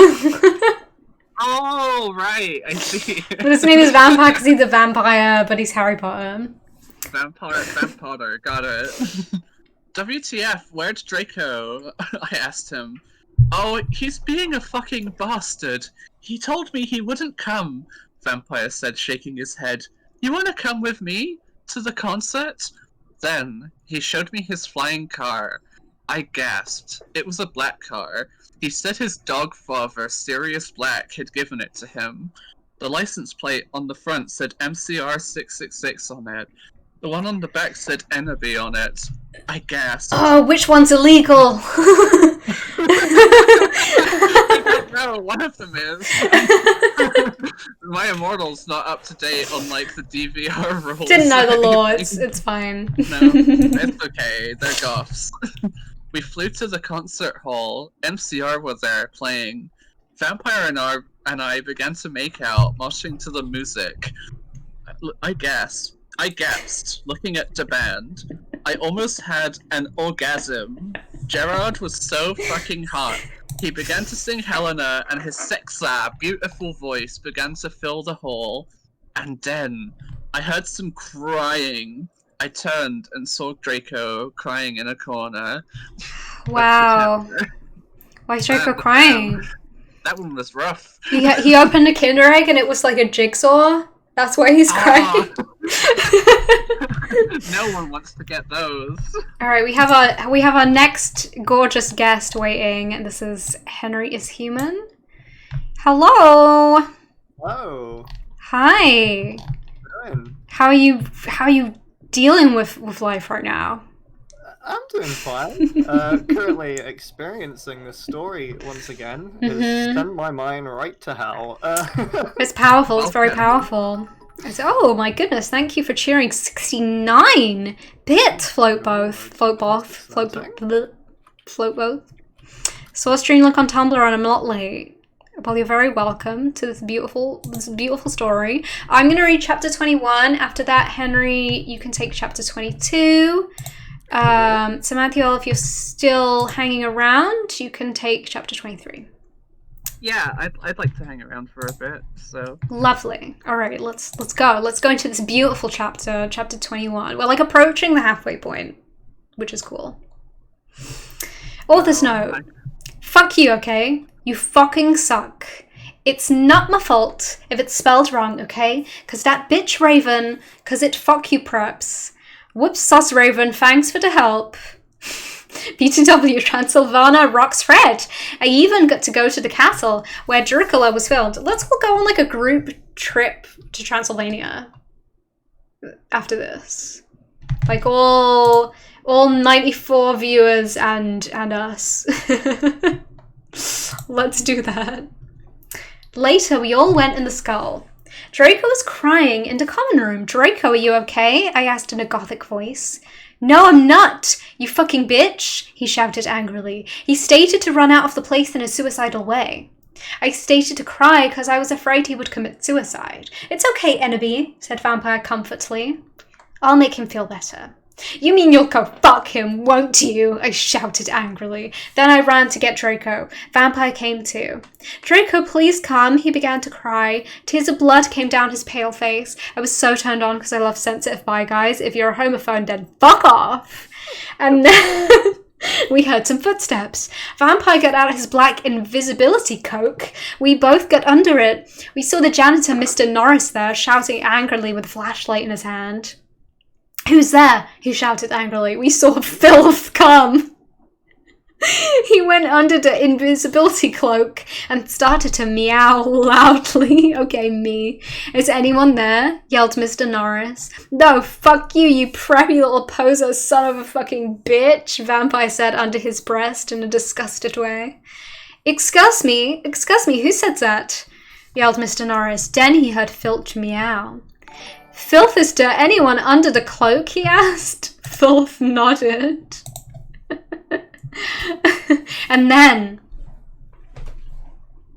Vampire Frenched me. He did it just as Mr. Norris was taking off the cloak. What the? He yelled, but it was too late, because now we were ruining away from him. And then we saw Draco crying and busting into tears and slitting his wrist outside of the school. Draco, I cried. Are you okay? I guess, though, Draco wept. He went back to our coffins, Frenching each other. We went back to our coffins, Frenching each other. Draco and I decided to watch Lake Placid, See Isn't That Depressing, on the gothic red bed together. As I was about to put in the video, my eyes rolled up, and suddenly I had a vision of something that was happening now. There was a knock on the door, and Fug and a mystery of magic walked into the school. One... Oh my lord. so many twists and turns. I don't think I'm going to be able to follow that one with chapter 22, but I'll give it my best shot. Reading those author notes is going to send my mind straight to hell, so I'll try this. Author's note. Perhaps stop flaming, okay? If you do not like it, fuck off. I know it's Mr. Norris. It's Raven fault, okay? 1-1. You suck, 1. No, just kidding, Raven. You're a fucking rock. Perhaps that 1. Wowzers. Okay, cool. Oh my god, this is a big chapter. Okay. You can do it. All day, everyone talked about the misery of magic. Well, anyway, I woke up the next day. I was in my coffin, so I opened the door. I was wearing black lacy leather pajamas, and then I gasped. I'm sorry, leather pajamas? Yeah, that's leather pajamas. Especially in a stuffy My favorite texture. Oh. That's it.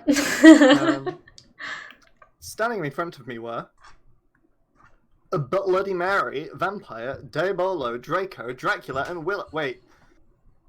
Okay, who is Dracula? I think I'm confused already. I don't know who Dracula is. I thought Cool, Diabolo was also like another name for Draco, so I don't know. See, Diabolo is Ron.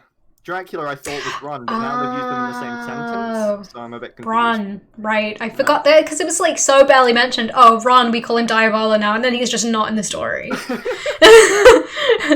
So I was like, oh, okay, what? I opened my crimson eyes. Willow was wearing a tight black leather top with pictures of bloody roses all over it. Under that, she wore a black poofy skirt with lace on it and a black gothic boots that was attached to the top. Vampire was wearing a baggy Simple Plan t-shirt and baggy black pants and Vans.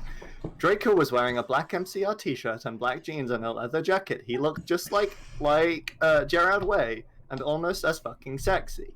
Vampire looked like Joel Madden, but Bloody Mary was wearing a light black puffy gothic dress that she had ripped, so it showed all of her clearage, with a white apron that said big and other swear words and MCR lyrics on it, like one of those dresses I had seen Amy Lay wear once. Darkness, who is Jenny, was there too. She was weaving a ripped gothic black dress with ripped stuff all over it and lace-up top thing with black pointy boots. So were Crab and Goyle. It turns out that Darkness Diabolo, Crab and Goyle's dad, was a vampire. He committed suicide by slitting his wrists with a razor. He had raped them and stuff before. Wowzers, Enemy. This is why we need like the content warning. Yeah. Like it gets pretty serious. Tara just going for it. We don't take responsibility for the text. We're just giving it a huge platform. Yeah. Everyone knows it already. They all got so depressed that they became gothic and converted to Stanism. On the figure, I yielded as I jumped up. Why the fuck are you all here? Oh my god, of course, she's just woken up and that whole passage was just what they look like. Enemy something is really fucked up, Draco said. Okay, but I need to put my fucking clothes on first, I shouted angrily. It's alright. We have to go now, and you look kawaii anyway. You're so fucking beautiful, Draco said in a sexy voice. Oh, alright, I said, smiling, but you have to tell me why you're all being erective. I will, he said. So I just put on some black eyeliner, black lipstick, and red eyeshadow, and white foundation, and then we all went outside to the great hall, and looked in from a widow. A fucking prep called Brittany from Gryffindor was standing next to us. I like to imagine this is Brittany from Glee, for anyone who knows what I'm talking about. Yeah, it Spears every time I see the word Brittany, so... That's fair. Yeah, Brittany Spears, yeah. She was wearing a pink mini and a Hilary Duff t-shirt. This is a Hilary Duff hate stream, so we put our middle fingers at her. Inside the Great Hall, we could see Dumbledore. Cornelia Fudged was there shouting at Dumbledore. Doris Rumbridge was there too. This cannot be, she shouted angrily. The school must be closed. Oh my the God. Bark Lord is planning to kill The Bark Lord. yelled Cornelia. You are not fit to be the principal any longer, yelled Rumbridge. You are too old and your Alzheimer's is dangerous. You must retry or Voldemort will kill your students. Very well, Dumbledore said angrily. But we cannot do this. We can't close the school. There is only one person who is capable of killing Voldemort and she's in the school and her name is... Enemy Darkness, Dementia Ravenway. Draco, Crab, Goyle, Darkness, Willow, Vampire, and Bloody Mary looked at each other. I gasped. Ooh. You are too old and your Alzheimer's is dangerous. Wow, weirdly like election talk, isn't it? Yeah, God. Weirdly. Alright, Shield is not- we're officially halfway through, and it's exactly half of the time I estimated the stream to take, so I'm pumped about that. The time management, mwah. Oh, Yes. Shall I go on? Chapter 23? Absolutely. Yeah. Let's do this. Ooh. Okay, author's note. Nut the fuck up, bitches! You're just jealous because I got 10,000 reveals. One thanks for Raven for the help and not telling me about the books. Girl, you rock. Let's go shopping together. The door opened, and Professor Rumbridge and Cornelia Fudge stomped out angrily. Then Dumbledore and Rumbridge sawed us. Mr. Way, what the beep are you doing? Rumbridge shouted angrily. Dumbledore blared at her. Oops, she made a mistake. He corrupted her. Corrected or corrupted? She means hi, everyone come in. Then we all came in angrily. So did all the other students.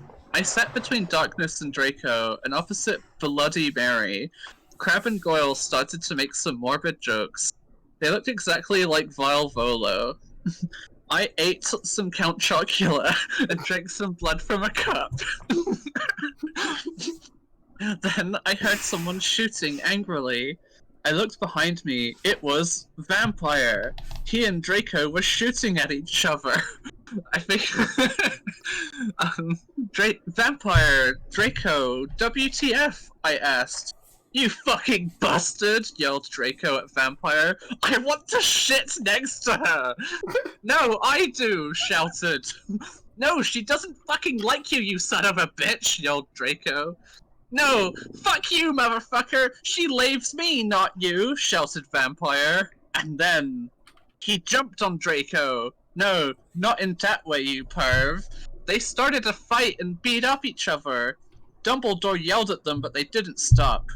All of a sudden, a terrible man with red eyes and no nose flew in on his broomstick. He had no nose and was wearing a grey robe. All of the glass in the window he flew through fell apart. Brittany, that fucking prap, started to cry. Vampire and Draco stopped fighting. I stopped eating. Everyone gasped. The room fell silent. Voldemort! Ebony! Ebony! Wait. Ebony, Darth Vader said evilly in his raspy voice. Darth Vader's here? Okay, fair enough. Thou hast failed your mission. Now I shall kill thou, and I shall kill Vampire as well. If thou does not kill him before, then I shall kill Draco too. Darth Vader is meant to be Voldemort, right? I don't believe they have a nose. I didn't think they clarified that, though. Please, don't make me kill him, please, I begged. No, he laughed crudely. Kill him, or I shall kill him anyway. Then he flew away cackling. I burst into tears. Draco and Vampire came to contort me. Suddenly my eyes rolled up, so they looked all cool and gothic. I had a vision where I saw some lighting flash, and then Voldemort coming to kill Draco, while Draco slit his wrists in a depressed way. No! I screamed sexily. No! No! Suddenly, I looked up and stopped having the vision. Ebony, are you alright? Asked Draco in a worried voice. Yeah, I said sadly as I got up. Everything's alright, Enderby, said Vampire, all sensitive. No, it's not, I shouted angrily. Tears of blood went down my face. What if I'm getting possessed like in the Ring too? It's okay, girl, said Bloody Mary. Maybe you should ask Professor Sinister about what the visions mean, though. Okay, bitch, I said sadly, and then he went. Wow. Okay, bitch! Okay, bitch. So sad. Me at any of my high school teachers. I put my finger up at it. Can I just say, whenever I watch movies, I am like, I have such an eye for like costume design. I just love to see that stuff. So this fanfic is like delivering on that front. Right, you know what you're seeing. You don't have to put that together. I don't know who all the characters are, but I do know what they look like. Yeah. So I don't. I like that Neville is Dracula now. Right, yeah, I couldn't even piece that shit together. I'm glad that you noticed that as well, because I was struggling before. It's tough, it's I tough. only know because of the chat, so. The chat can really help you in these moments. Yeah, it's kind of like having like a conference on hand. Yeah. So I've noticed as well, the fandom as well gives you really handy yellow links to other pages to tell you a bit more about each of the characters. So I had to click on Professor Sinister to know who the fuck that was. Who is that? It does help you out. That's true Professor if you're Sinister reading. is the deviation teacher at Hogwarts. Oh. Oh, so like, wait, so like that would be equivalent to divination, right? Which would be Professor Trelawney. Yeah. Okay.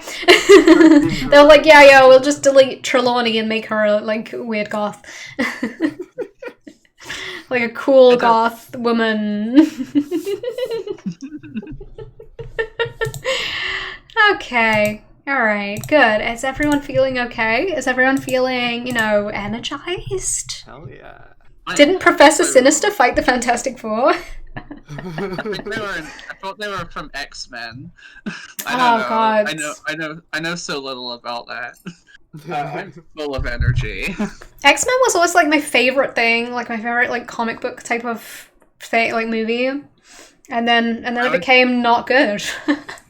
I liked the cartoon. The cartoon was good. I don't remember. I got really into X-Men Evolution. That was good. As well. And it has that intro that's like... Absolutely. The original 90s X-Men cartoon is what turned me by. Because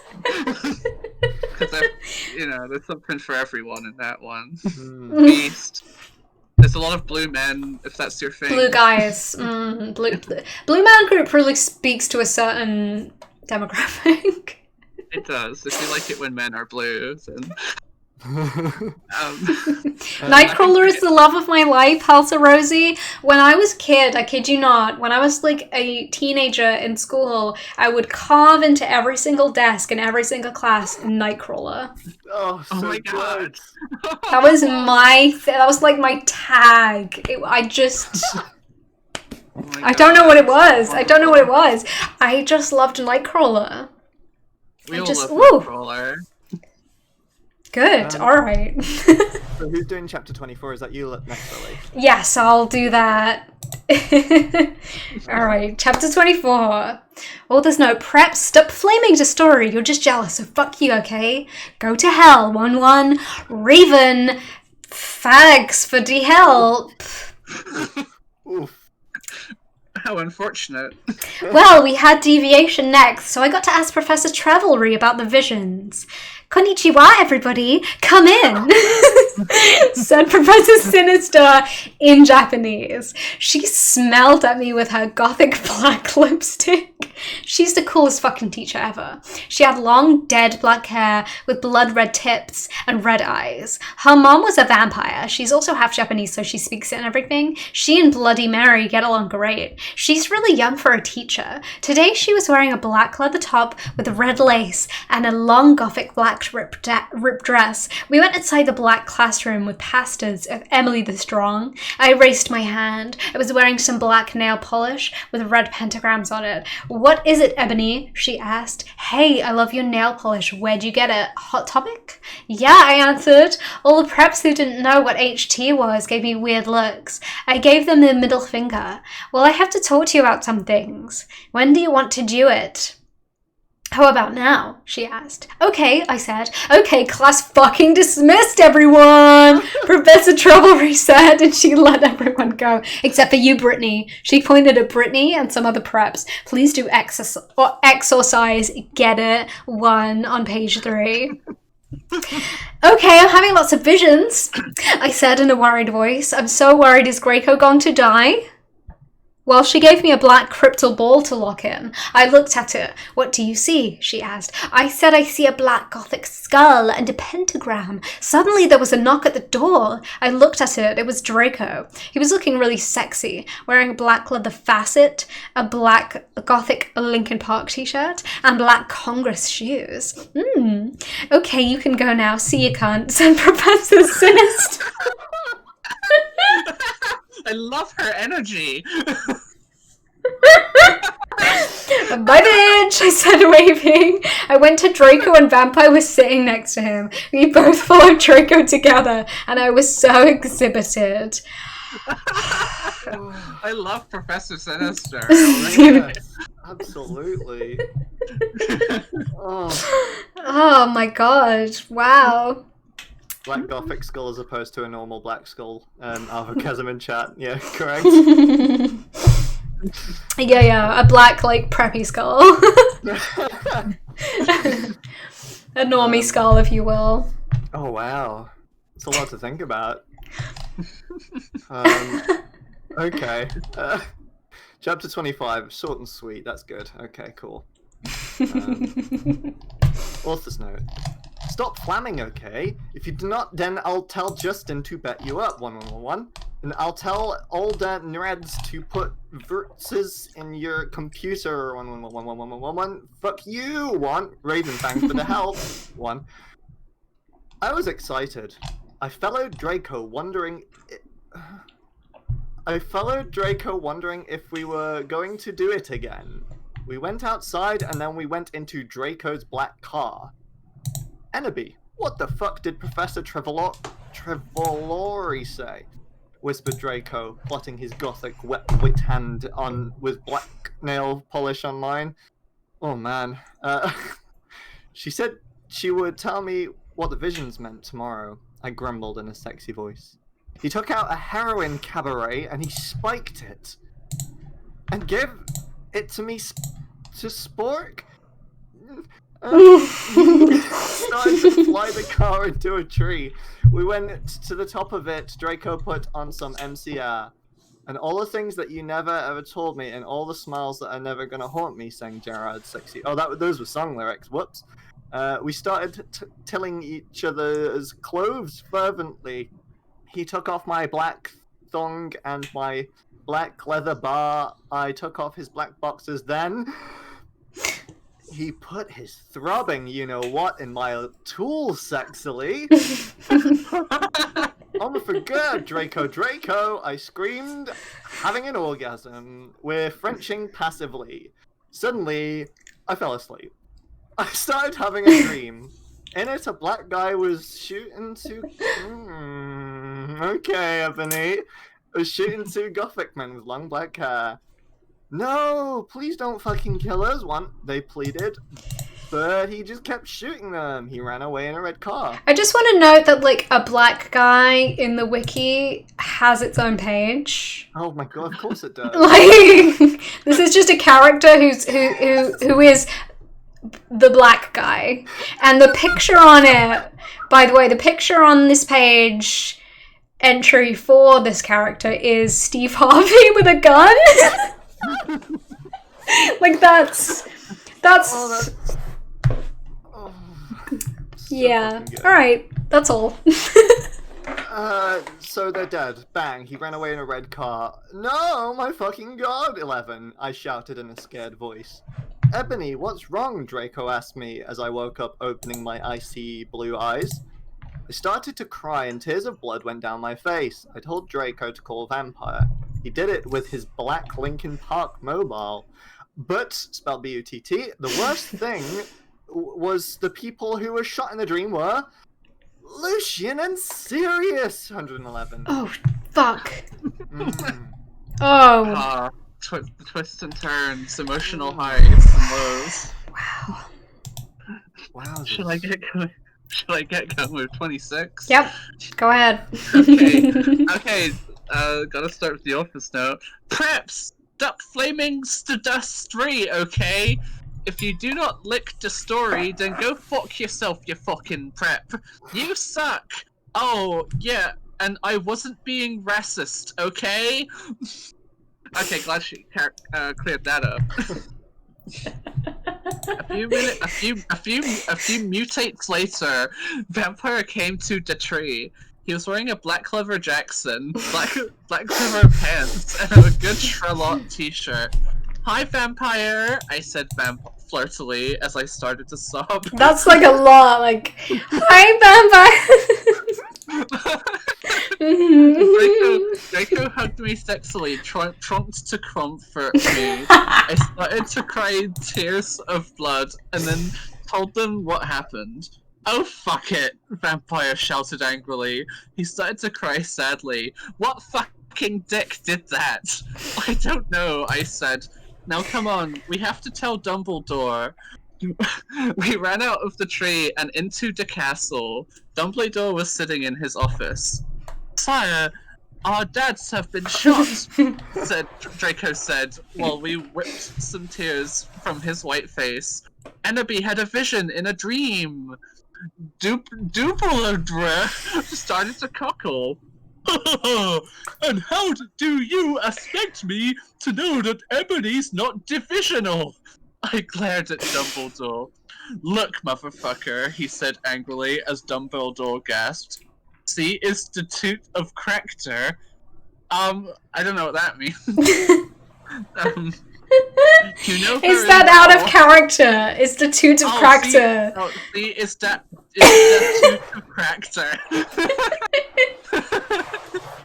You know very well that I'm not decisional. Now get some fucking people out there to look for Sirius and Lucian. Pronto! I love that, like, I just love the level of, like, making you think, like, you have to, there's so many moments in this fanfiction where you read something and you have to think for, like, a full 20 seconds to understand what the fuck it means. C is the toot of character, like, it's like doing a fucking cryptic crossword puzzle. You're, like, looking at it like, what does that mean? But you know that in 15 seconds, you're gonna know what that shit means, and it means C is that out of character. Like, you're gonna get... It's really like a brain teaser. It's really satisfying in a horrifying way. No, it's like a way that you, like, engage with the work, you know? Yes, very good. Yeah. Oh, okay, he said in an intimated voice. Where are they? I thought about it. Then all of a sudden, London! London! London! London! I told him which streets. He went and called some people and did some stuff. After a few mistunes, he came back and said people were going out looking for them. After a while, someone called him again. He said that they had been found. Draco, Vampire, and I all left to our rooms together. I went with Draco to wait in the nurse's office while Vampire went to slit his wrists in his room. We just so casual. Yeah.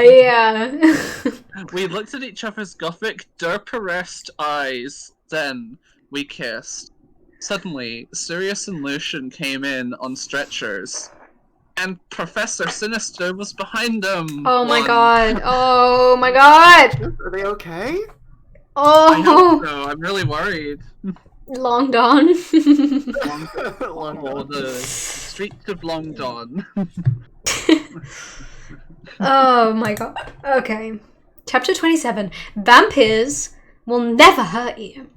Author's note. You know what? 111. I do not give a fuck what you preps think about me. 1111. So stop flaming the fucking story, bitches. Thanks to Raven for your love and support and help. I love you, girl. So as I couldn't update, Lola was really depressed. I sold my wrists. I had to go to the hospital. Raven, you rock, girl. 1111. This is the first chapter so far to have like a subtitle, right? Oh, there's been quite a few, but yeah, it's kind of interestingly rare. Like, some of them have had a subtitle, but it's not too common. Okay. Everyone in the room stated to cry happily. I had saved them. Draco, Lucian, Sirius, Bond, Vampire all came to me to hug me. The nurse started to give them medicine. Come on, Ennaby, said Professor Sinatra. She was wearing a gothic black leader dress with a corset top and real vampire blood on it, and fucking black platinum boots. I have to tell you the fucking perdition. I looked at Lucian, Seraphs, Drake, and Vampire. They nodded. I smelled happily and went into a dark room. I had changed. Professor Sinister took out some black cards. She started to look into a black crucible ball. She said,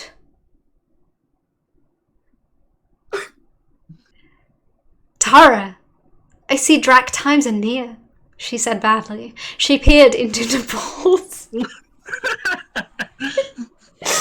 You see, you must go back in time. She took out a time toner like Bloody Mary had. When Voldemort was in Hogwarts, before he became powerful, he got his hearth broken. Oh no.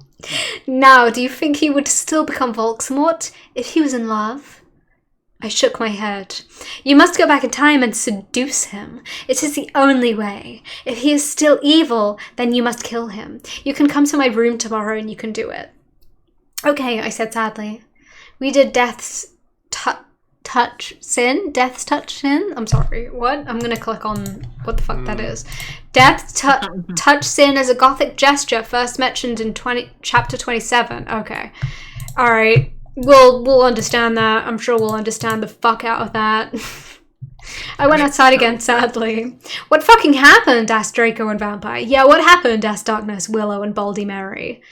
I was about to tell them, but everyone was there. They were celebrating Lucian and Sirius being fond. Everyone was proud of me, but I just wanted to talk to Draco. They were cheesing my name and some reporters were there trying to interview Dumbledore. A banner was put up. Lots of fucking preps were there, obviously trying to be gothic, wearing the him sign on their hand, despite them not having actually heard of him. Even Mr. Norris looked happy. A black and red cake had been brought out. Crab and Goink set up some fireworks in the shape of skulls from Wesley's Wizard of Wises. I put on my invisibility cloak when Vampire and Draco and we sneaked outside together. Wow. I can't believe there's branding in this. Sponsored. Sponsored content. The amount of like levels on it, on which it like for those of you watching who were not say 15 in 2006 like me, it might not be apparent. There's just a level of like specificity and accuracy with which the story gets upon the life of like a 15-year-old in 2006 who is like a goth or grunger. It's just some of the references is like, oh, things people have kind of forgotten about. Like even him, I don't see him as a band mentioned that often, but they were my favorite band at the time. And everybody in my school really knew me as the person who was into him, like very, very specifically. Absolutely no way. That's like literally the same. Right? Like... And that was a big thing, and it's like after like him are not. I don't feel like him are really, really well known to people who are outside of that very precise time period in the culture. You saw people flashing the heartogram. Heartogram, exactly. And stuff. But yeah. Never much more than that. Yeah, I was like 14 in 2006, and I was like really into that stuff, but I wasn't like open about it, so. I was like a full, like, that was my entire thing at my high school, was everybody knew I was obsessed with him. Like, I had the backpack with, like, him badges. I would have, like, I wore a blazer to school and I had, like, a heartogram on it. It was, you know, that was, if you knew anything about me, that was what you knew about me. For a while, my Facebook profile photo was a heartogram with a blue starburst pattern behind it, and my initials in between it. Instead of HIM, it was my initials, and I thought that was cool as fuck. That's cute. I remember something from back then, actually. So I was like more into this stuff like online than I was in person. And back then I like drew myself with like emo hair with like a red streak in it. I never had that. That's not something I ever had, but it's how I drew myself. So God, I remember the girls. Okay, so I'm thinking of me being 15, being in year 10 in school, and the girls 2 years below me, who would have been in like year 8 at the time. Or year 9, there was like year 9s and year 8s, anyways. So there was like this little year 9 group that was called we called them the Weemos, because I'm not sure, I have no idea even why. I remember Weemos. Was that a thing? Because I just, like, it was basically just emos, but I assume it was based on them being younger that they were called Weemos, right? But I remember them all, there was this group of girls who, I went to a girls' high school, all girls' high school, and there were the Weemos who were all just this group of girls who were like kind of scene, kind of emo, and they were every single one of them so cute, It's weird remembering them. Like, I feel like we didn't really get to know each other that much based on the fact that we just had like a little bit of an age divide. But they were all just like a cute little tight knit group that a cute little like some of them wore like leopard print pajama top like spaghetti strap tops as their like tops, and then they they backcomb their hair, and they were the Weemos, and it was like they just were kind of cute. Powerful. I remember what Wemo was at my school, and it was like wannabe emo, so they shortened it to Oh, I see. Wemo. That wasn't the case at all for my school. It was. I don't know why they were called Weemos, because they were really they were just the age group that picked up on emo the most, I think, and like seen an emo. That was just in their age group. Nah, I'm not. I just have no idea. I mean, I don't know that there's like really that much of a barrier to entry to be like an emo. Like, I could do it right now if I wanted. So. Well, do it. Yeah, Do it. No, I certainly was like, at least in part, an emo was the kind of thing where, well, I didn't feel like I could call myself a goth. It was more like you were kind of either like a townie, aka like a normal person, or a grunger. Hearing these, and I was a words grunger, blowing my I mind. guess. About all of this. It's taking chunks out of like time itself. And then there was like really two girls who were friends of mine who I would have called at the time goth, because they had a certain kind of aesthetic and interest that was a bit more than grunge. It was a bit more like classically goth. So I considered them more goth. But for everyone else who was not like a grunger at all, they would consider me and my friends as goth. So it was like an interesting like, oh, goth means a different thing clearly to people who are outside of this vague area where, like, for me and my friends, it was always, we were like the misfits. We were like the kind of grungers and the people who were kind of where goth was. But I wouldn't have called myself a goth because it felt like I wasn't quite where that was. It's interesting. See, I literally was a wannabe emo because I just like drew myself as an emo, but I wasn't one in real life. Same, so. like literally the same. I'd wear like a bright orange Gap hoodie and be like, yeah, I'm an emo. Yeah. Like, I would be called emo by a lot of like my friends and other people, but I wouldn't call myself emo. But I was like, I would wear the skinny jeans. I would wear skinny jeans that me and my friend like painted to have like silver little flames on them, and like belts, and like I functionally was kind of emo, but it was more like. For me, I would say it was like a grunge and emo mix. Like, it was never really 100% emo. It was like slightly too old for it in some ways and not in others. I don't know. It's a little bit confusing because there is some strictness with it that in retrospect is kind of funny, Yeah. That was the thing.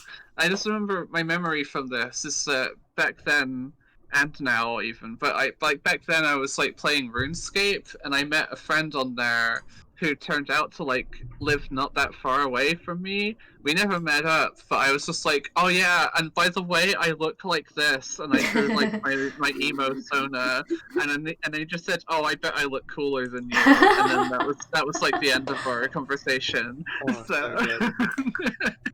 I just had like a few friends who fully shaved their eyebrows off and like drew in these really thin, like high goth eyebrows, and I was like, okay, well that's kind of like the marker of a real goth. And I'm never in my life going to shave off my eyebrows.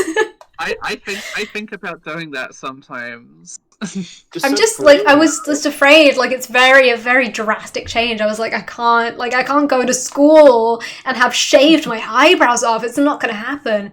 Although I did almost shave my head. I had like really short hair that I did, but I wasn't willing to sacrifice eyebrows. No. That was my limit. All right. Let's read some more chapters. Is this one me? Yeah, you want to take... I think I'm slowly eating into Sarah's time, so I'll blast through this. Oh yeah, we gotta... Okay, so we'll introduce Sarah at some point soon, but feel free to just chill, take it easy, read that chapter. Let's go for it. I am gonna pee, so... Enjoy. Blast through this. Author's note. I said stop. Wow. Wow.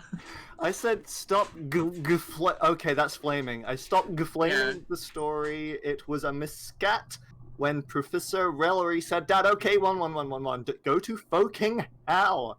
You suck. Thanks for Philly to the help. Raven, have fun with Kiwi. 11111. We went into a black room. The walls. So this is one thing I'm noticing. Early chapters, the author's notes were hell on earth, and the text was fairly. It was there, and now that the author's notes and the text seem to be blending together in terms of like how they're written. There's not much of a divider anymore. Yeah, it's very interesting, and I'm sure we'll learn more about all these fun characters as we go in. We went into a black room. The walls were black with portraits of gothic bands like MCR, GC, and Marilyn Mason all over them. A big black coffin was in the middle. Red velvet lines the black box. There were 3 chairs made of bones with real skulls in them. I was wearing a black corset with purple stuff on it, fishnet suckings, and a black leather flowing underneath. Fishnet suckings, wowzers. I sat down on one of da chairs dispersedly. So did Draco and Vampire. Are you okay? Go on. No, if you sit on a chair dispersedly, is that like man spreading? No, I like to believe you just evaporate on the spot as you disperse. Are you okay? Vampire asked, potting his bastard hand on mine. Alabaster hand on mine. He was wearing black nail polish. I was wearing black nail polish with red crossings on it. Yeah, I guess, I said sadly. Draco also put his hand on mine sexily. I smiled sadly with my black lipstick. The problem is, I have to seduce Volksamort. I'll have to go back in time. Draco started to cry sadly. Vampire hugged him. It's okay, Bobby. He said finally. But what about me? You're not gonna break up or anything, are you? Of course not, I gasped. Really? He asked. Sure, I said. We French sexily. Vampire looked at us longingly. Now that is how you spell that word. Real words don't look right anymore, right? No, it changes your brain. It's like, if you say like a word over and over, it doesn't really sound like anything anymore. It's like that, but for all words. The real art is Ennaby's words slowly sinking into your skull and rewiring everything. you really enter like the world of this novel. Then I took off Draco's MCR shrift and seductively took off his pants. He was hung like a Stallone! He had replaced the vampire tattoo that said Ennaby on it. Black roses were around it. I gasped. He looked exactly like Gerard Way.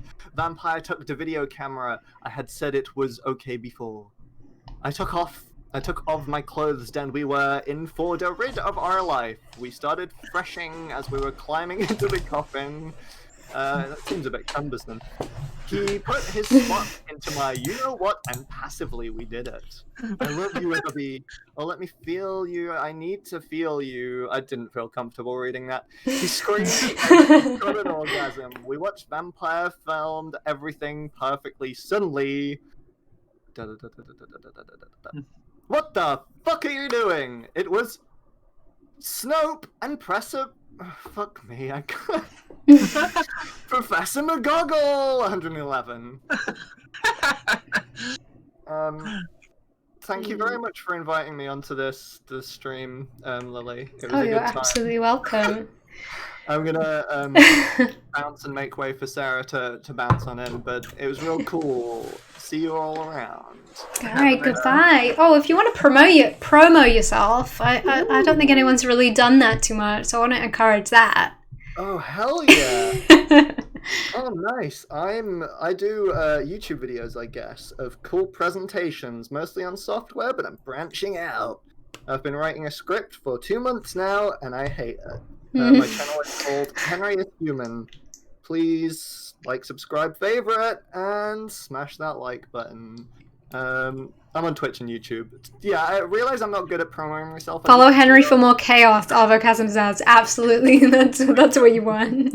Just kind of throwing information out there. You guys can piece that together. We'll see what's what. I know you've but been yeah, streaming a little bit Tony Hawk's recently, which seems like a lot of fun. it is real fun. It also sucks. Those games are bad. I certainly remember Tony Hawk's Underground and Tony Hawk's Underground 2 having a lot of like on the weird edge. stuff going on in them. There's a lot of But very, they're really fun games. Oh yeah, for real. How do they stack up to the skateboard minigame from Spyro 3? Spyro 3 will always blow out any Tony Hawk game completely out of the water. Can you be a dragon in Tony Hawk's Underground? Not really. So You can be like Django Fett though, I think. In one that of is them. true. You can be Django Fett in Tony Hawk's 4. Yeah. And Daisy Dukes as well if you complete the entire game, which I did and was really upset. Yeah, anyway, I'm going to bounce. Thank you loads again. See you all. Alright, and bye. In the wise words of Empathy, bye bitches.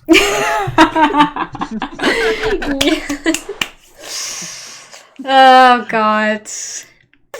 Hell yeah, Underground 2 was a big thing in my childhood. Hell yeah, Float Both. I remember, yeah, for me it was like a big, yeah, Tony Hawk's Underground was like a big, like, oh, this is a game I have, like, when I was like 15 or something. Ah, hell yeah, so good. So good. Should I read the next chapter? I'm gonna bring in Sarah Zagos now, because I know she's waiting, so, Okay. hello! Hey. Hello. Can you guys hear me okay? Absolutely. Yeah. Loud and clear. How are you doing? Oh, I'm doing good. I'm living life, living, you know, Love and love it. lessing this meth every single day. It's soothing to hear your voice, I gotta tell you the truth.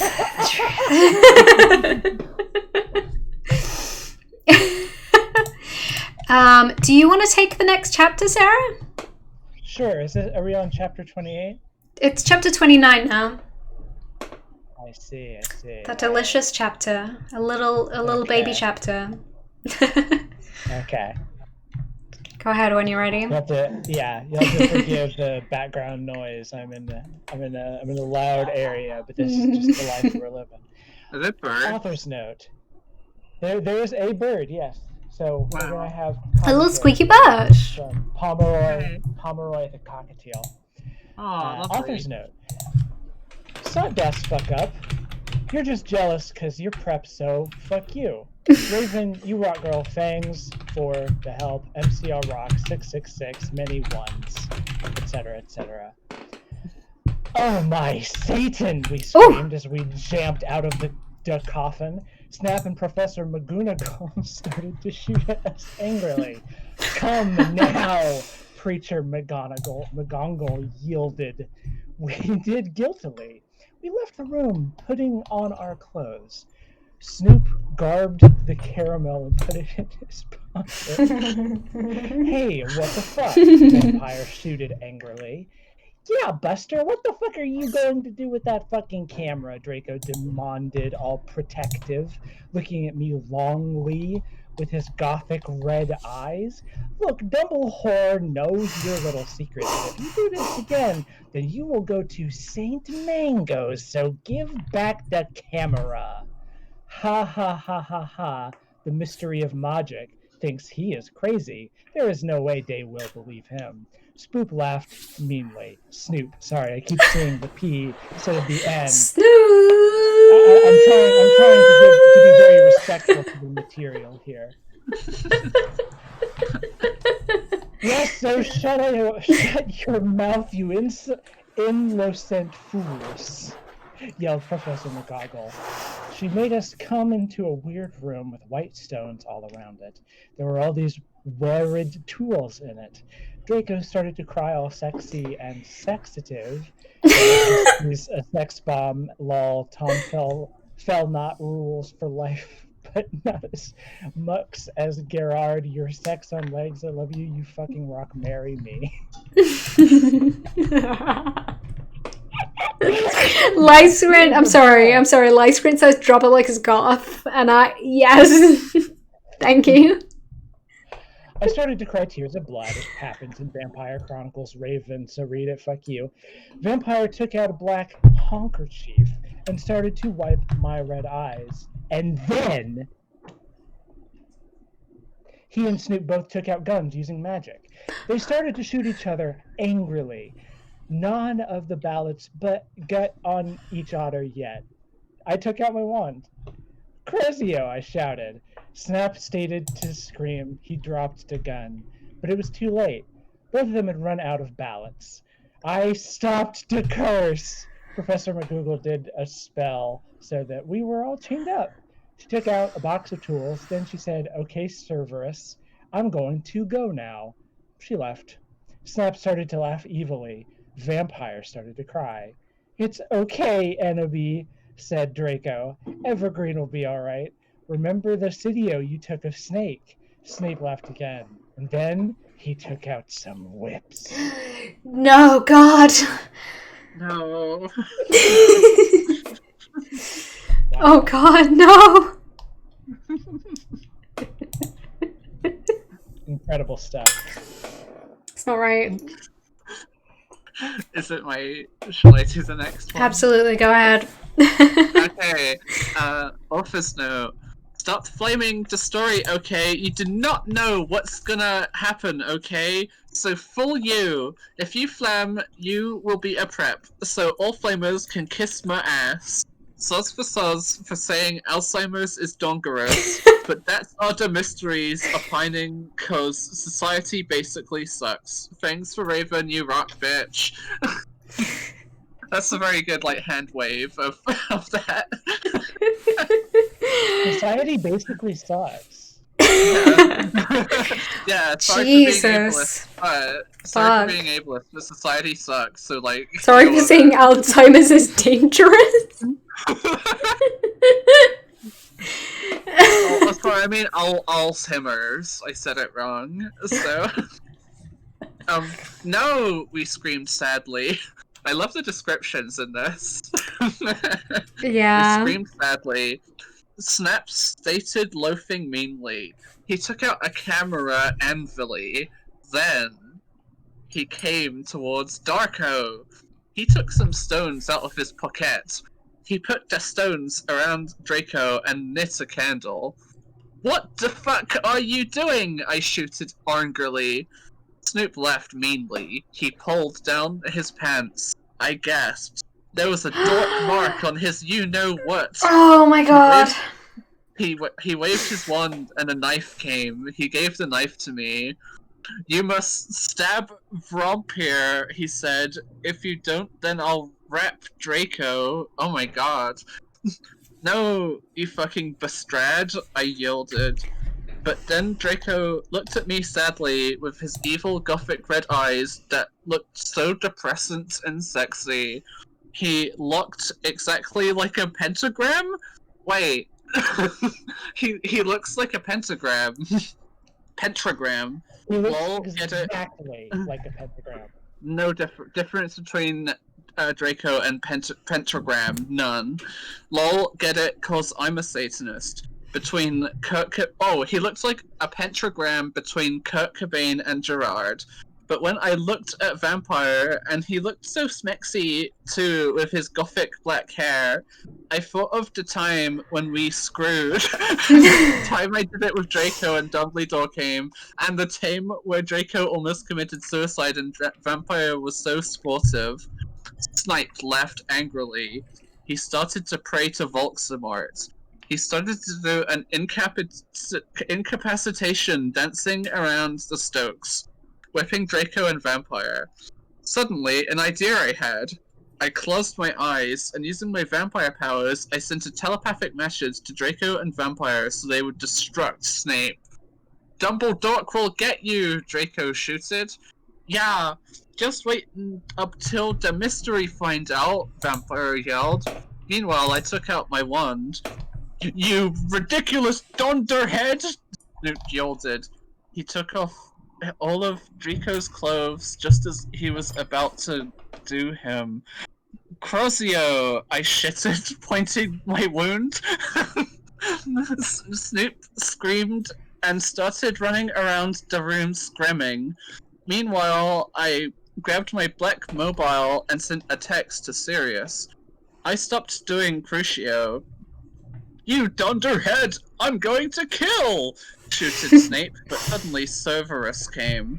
Snape put the whip behind his back. "Oh, hello, Sev! I was just teaching them something," he lied. But suddenly, Lucian and Professor Trevelry came into the room, and they and Sirius unlocked the chains and put them around Snap. Then Professor Trevelry said, "Come on, Ebony, let's go." How a lot going on. What? There's so much fucking happening in this one. McRib says, "I'm going to kill." Ugh, same. Yeah. Nothing says goth quite like Kurt Cobain. Honestly, like, you know, I read that. I know someone earlier was like, Billie Joe Armstrong, goth icon. But like that again really very much speaks to me as like a teen goth adjacent person. I'm going to describe myself as during the mid 2000s. Yeah. Like, I think that's like, yeah. I remember us talking specifically about Kurt Cobain and Billie Joe Armstrong. I remember a friend of mine constantly mentioning Kurt Cobain and Billie Joe Armstrong as like, you know, interesting guys for us to talk about. Like, there were like these are like genuine icons for the I think, not necessarily goth as much communities. I think that varies so much, but like certainly the goth adjacent community, if you will. For ages there's always been like a debate as to whether this is like a troll fiction. It definitely is, but it's made by someone. It's made by someone with a lot of like familiarity. I certainly believe. Yeah, I believe it's a troll fic by someone who, you know, is a teen at the time and who knows. Yeah. Goths from the time. Yeah. Because it speaks to, I don't think you could write this and be from a different era in terms of just the things that it talks about and the way it talks about them. It's like, it knows, it's a person who's the right age at the right time for it. But it's making fun of it. It definitely, it sounds like it's making it for like, you can't, there's so many things where it's like the specific, way that it discusses them is like trolling. It's like the kind of stuff that me and my friends would post on what was the website that was not MySpace, it was not Facebook, it was like the other one, Bebo. That's it. On Bebo, there would be to make fun of people, and like, you know, we would make like quizzes to like, you know, joke around. It's that vibe. It's that exact vibe where it's like, you know what you're talking about, but you are making this to make fun of people. People. That's my interpretation of by Immortal. People made a Beefo page to make fun of me, where they said I was into like Christian rock. I do not to this day know where that came from. Like Seether? It seems so arbitrary. That's so funny. The thing that I remember from Bebo most prominently is the fact that I made a GIF. This was really like one of the earlier like, oh, we're just doing like stupid GIF things. And I made a GIF of me like pretending to pick my nose. I put my finger in my nose. Yeah. And like it comes out of my nose, it goes into my nose, whatever. That's the GIF, right? Which was my profile picture on Bebo. And I got like chavs or like chav type, like people that would have been called chavs, I guess, commenting on my account telling me how disgusting I was for picking my nose. It was the funniest thing of all time. I was like, okay. Like I'm joking. I'm kidding. Yeah. It's a fun, like it's gross. It's a gross joke. It's a, you know, I'm being gross. It's the fact that they took it dead seriously, so funny. Because I think Bebo was like an interesting. Whether you like it or not, I'm gonna start calling you like Snot Muff from now on. So. Bebo was just so funny. It was like very, I don't know, it was like kind of full of people who had already decided their identity in some way. So it was like there was a bit of a goth chav divide that was happening where you would get that like comment on your profile from someone who was, you know, the divided person from you, I guess, which is kind of funny. Because now, like I think of chav, like even just saying the word chav, it feels mean. It feels like, why would I ever say that? And like, of course, it was mean at the time. It was like calling someone a chav would be an insult. Yeah. But now it's like there's a level on which it's like it's just wrong. Yeah. It's just like, you know, who is like no one is a chav. We live in a post Jeremy Kyle world now. It's different now. Yeah. Yeah.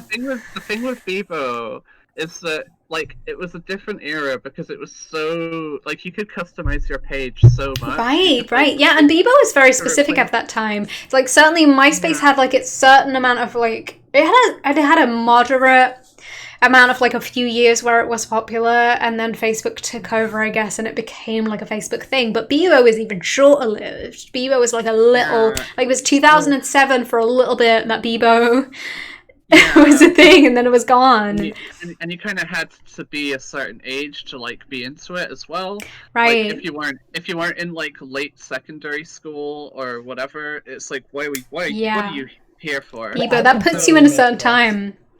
I got fed up with it, and I like this was like mean of me, but like because you could replace every single element of your Bebo page. I just replaced all of it with like a GIF that like flashed loads of colors really quickly. Oh, I remember that. I remember that.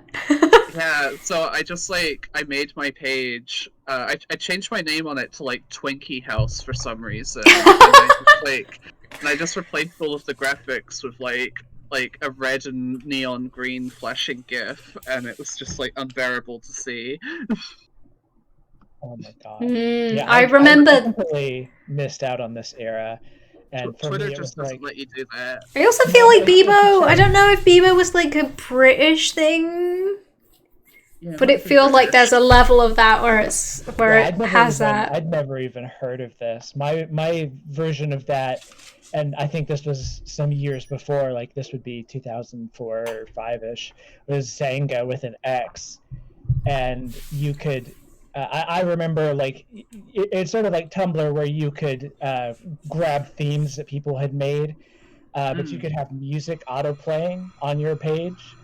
And for the longest time, I had one particular song from Cowboy Bebop playing. Oh, wait. It was like the cat song.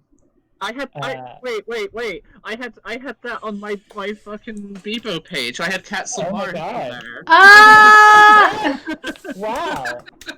I just the only thing I remember having on my MySpace page was Venus and Furs from the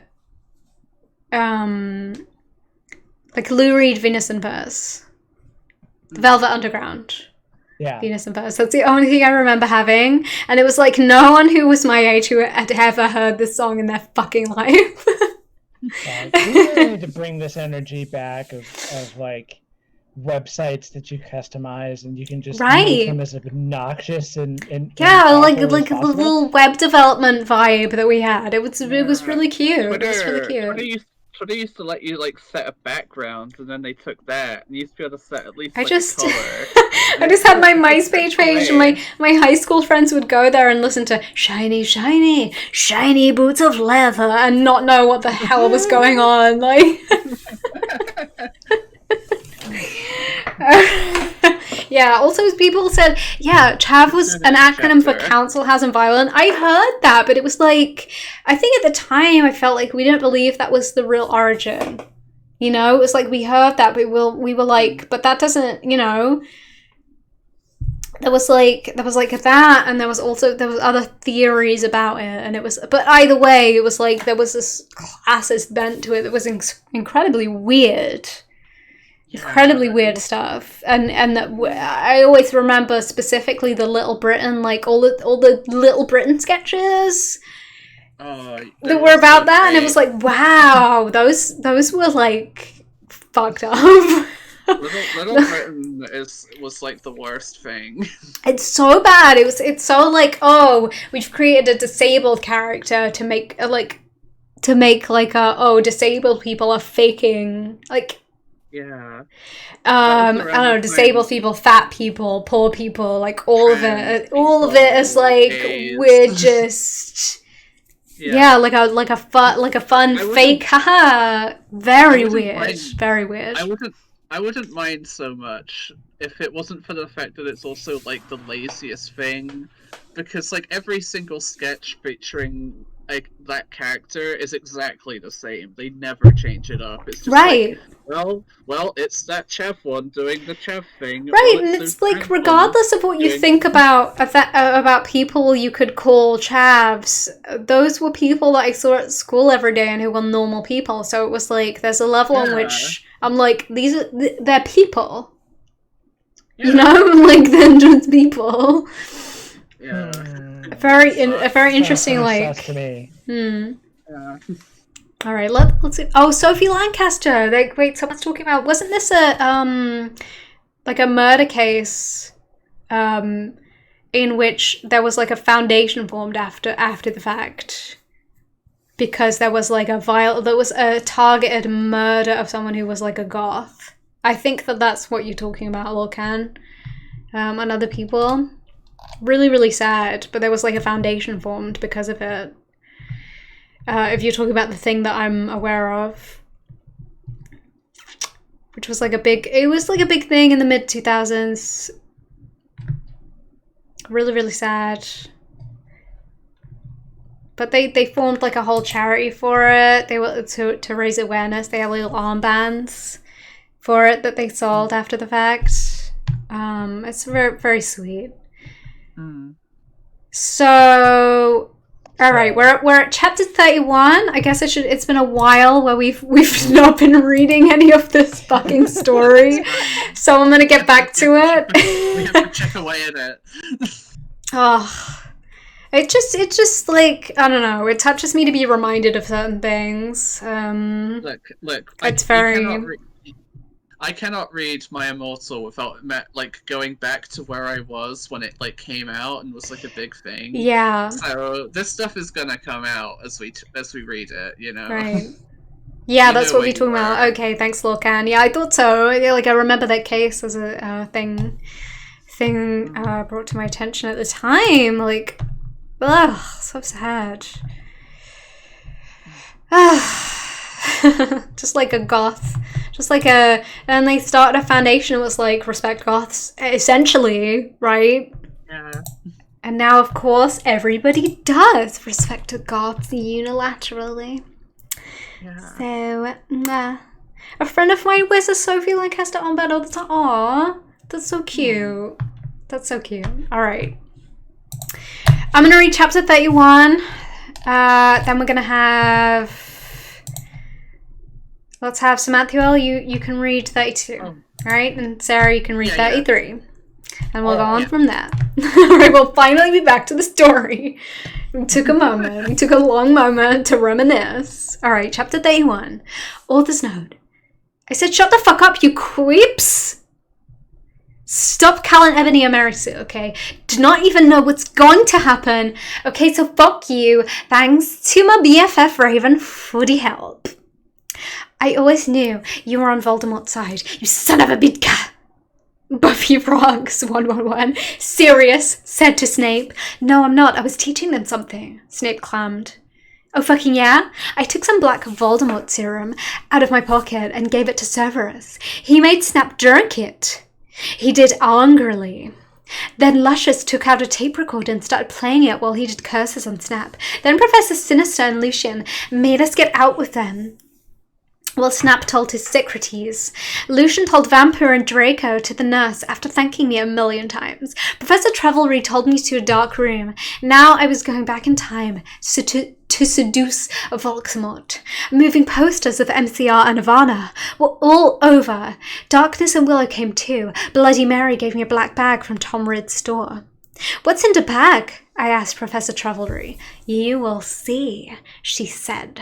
I opened the bag. It was a sexy, tight, low-smut, black leather gothic dress. It had red corset stuff, and there was a slit up the leg.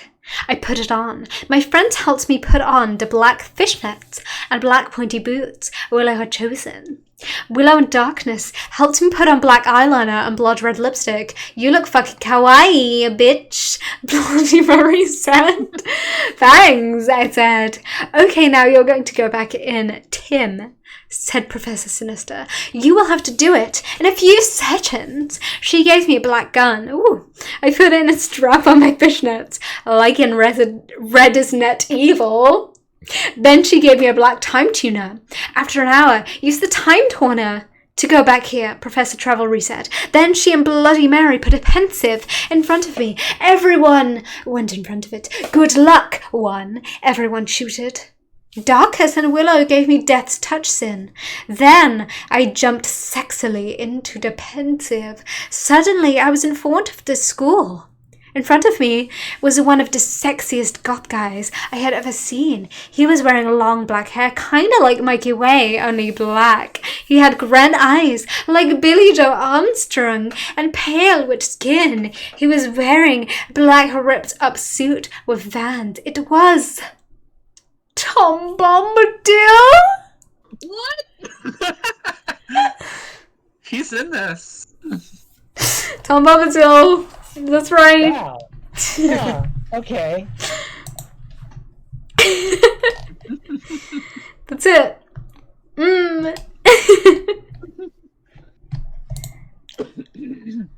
Wow. Oh my lord. Oh, good times. Sarah, you up next for Okay. chapter 32. Okay. Author's note. I said stop flaming. I know his name isn't Tom Buddill. That was a mistake. If you don't like the story, then you can go screw yourself. You suck. Hi, I said flirtily. I'm Anobi Wade, a new student. I shook my pale hands with their black nail polish with him. The name's Tom, he said, but you can call me Satan. Oh. That's my middle name. Tom Satan. We shook hands. Well, come on, we have to go upstairs, Satan said. I followed him. Hey, Satan, do you happen to be a fan of Grende? Since MCR and Evanescence don't exist yet then, I asked. Oh my fucking god, how did you know? Satan gasped. Actually, I like GC a lot too, get it? Because GC did that song, I Just Want to Live, that's sounded really 80s. Oh my god, me too, I replied happily. Guess what? They have a concert in Hogsmeade, Satan whispered. Hogsmeade, I asked. Yeah, that's what they used to call it in this time before it became Hogsmeade in the year 2000, he told me all secretively. And there's a really cool shop called Hot Topic, I finished, happy again. He frowned confusedly. No, it's called Hot Issue. He smiled skirtively again. Then in 1998, they changed it to Hot Topic, he moaned. Oh, everything was making sense for me. So is Dumbledore your prince pill? I shouted. Shouted? Uh-huh, he looked at his black nails. I'm in Slytherin. OMFG, me too, I shrieked. You go to the school, get it, because I'm Gothic, he asked. No, I actually don't get it. No, yeah, that's why I'm here. I'm new. I smelled happily. It's just out there emitting her pheromones. Suddenly Dumbledore flew in on his broomstick and started shredding at us angrily, like on a guitar. No talking in the halls. He had short blonde hair and was wearing a polo shirt from American Ogle Outfitters. Stupid goths! Satan rolled his eyes. He's so mean to us, goths and punks, just because we're in Slytherin and we're not preps. I turned around angrily. Actually, I think maybe it's because you're the Dark Lord. WTF, he asked angrily. Oh, nothing, I said sweetly. Then sudden line, the floor opened.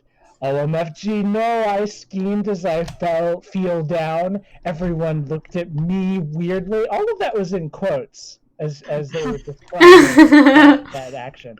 Hey, where are you going? Satan asked as I fell. That's how you react when a pit opens up under a friend of yours as you're like having a conversation. A pit Hey, where are opens you up and going? they fall. Hey, where are you going? I got out of the hole and it was back in the pensive and Professor Travelry's classroom. Dumbledore was there. Dumbledore, I think I just met you, I said. Oh yeah, I remember that, Dumbledore said, trying to be all gothic. Minister came in. Hey, this is my classroom. Wait, what the fuck? Envy, the hell are you doing? I looked at her. Oh yeah, I forgot about that. What the hell? How? I screamed, forgetting she was a teacher for a second, but she's a goth, so it's okay. Minister looked sad. I was drinking Voldemort serum. She started to cry black tears of depression. Dumbledore didn't know about them. Hey, are you crying tears of blood? He asked curiously, touching a tear. Fuck off, we both said, and Dumbledore took his hand away. Professor Sinister started crying again in her chair, sobbing limpid tears. OMFG, Envy, I think I'm addicted to Voldemort serum. Author's note, see you fucking preps, go fuck yourselves, that's serious, so go to hell! Oh my god. Oh my goodness. Oh. Oh my god. That's Oh. back, everybody. Wow. Chapter 33.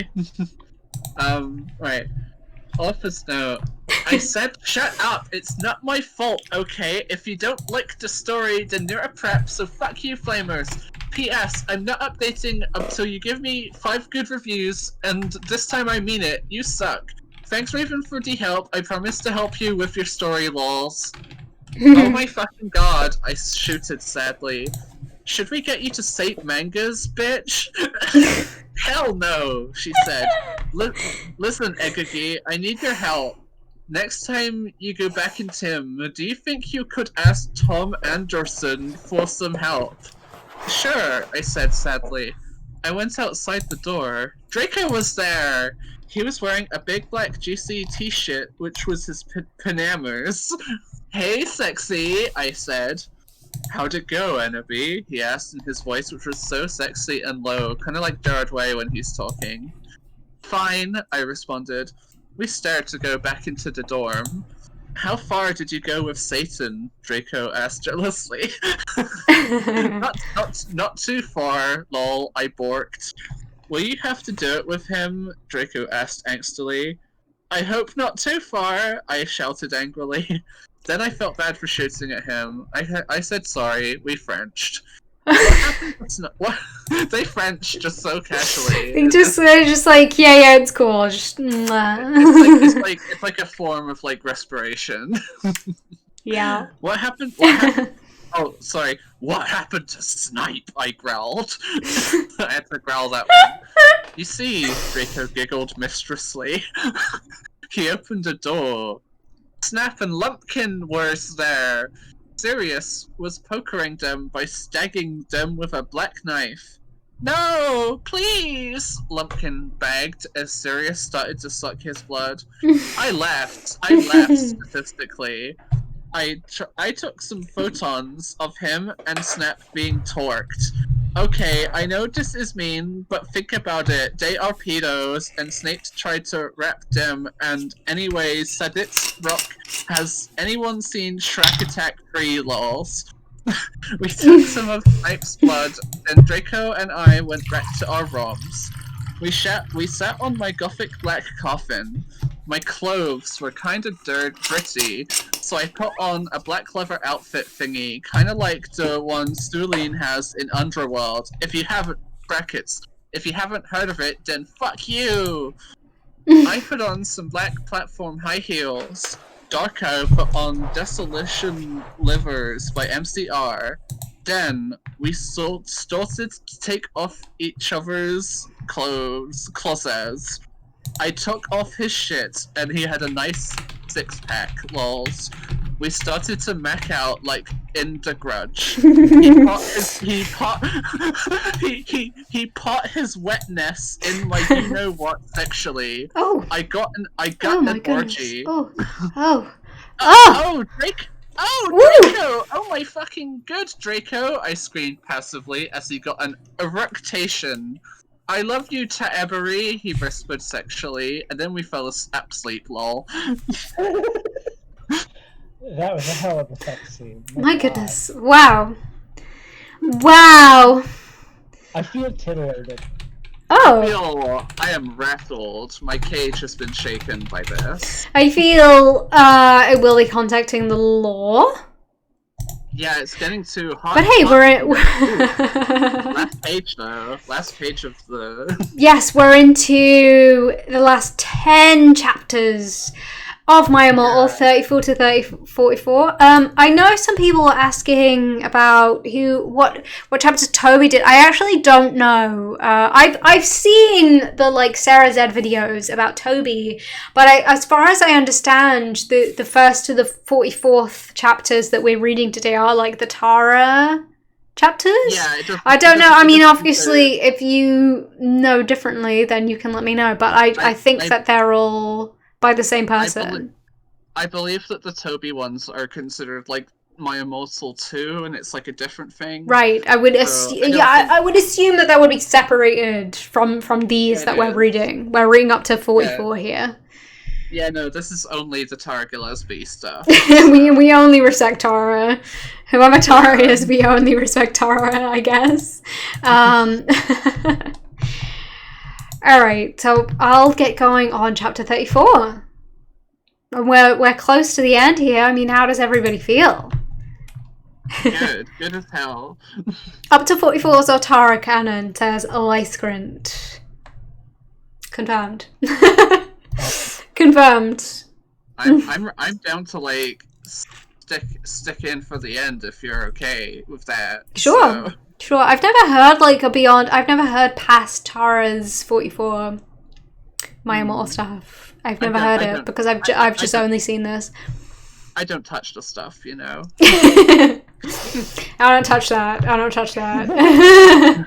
I don't know that. Yeah. All right. Let's go. Chapter 34. Author's note. Shut the fuck up, preps. Have you even read the story? You are probably all just preps and posers, so fuck you. Thanks to Raven for the help. I woke up in the coffin the next day. Draco was gone.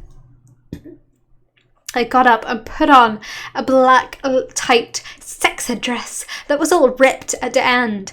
There was a red corset stuff going up to front and the back, and it came up to my knees. There was a slit in the dress, like in Mr. and Mrs. Smith.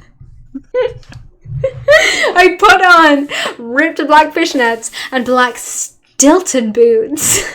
Suddenly, Sorius cocked on the door. I opened it. Hold on a moment. What is the corset stuff they keep referring to? Honestly, I'd love to know. Like, I need a specific diagram to understand corset stuff. Like, what is that? It's like shoelaces? I don't know. Like, just shoelaces, that's it. I love the like shamelessness it gets in later chapters as well. Like just the level of like black Stilton right next to you, cocked on the door, opened. Like it seems to get much more like I'm going to say these things that are fucking stupid. Yeah. Shakespeare coined an awful lot of words, but not as much as Tara. Right, exactly. That's it. Alright. Hi, Ebony, he said.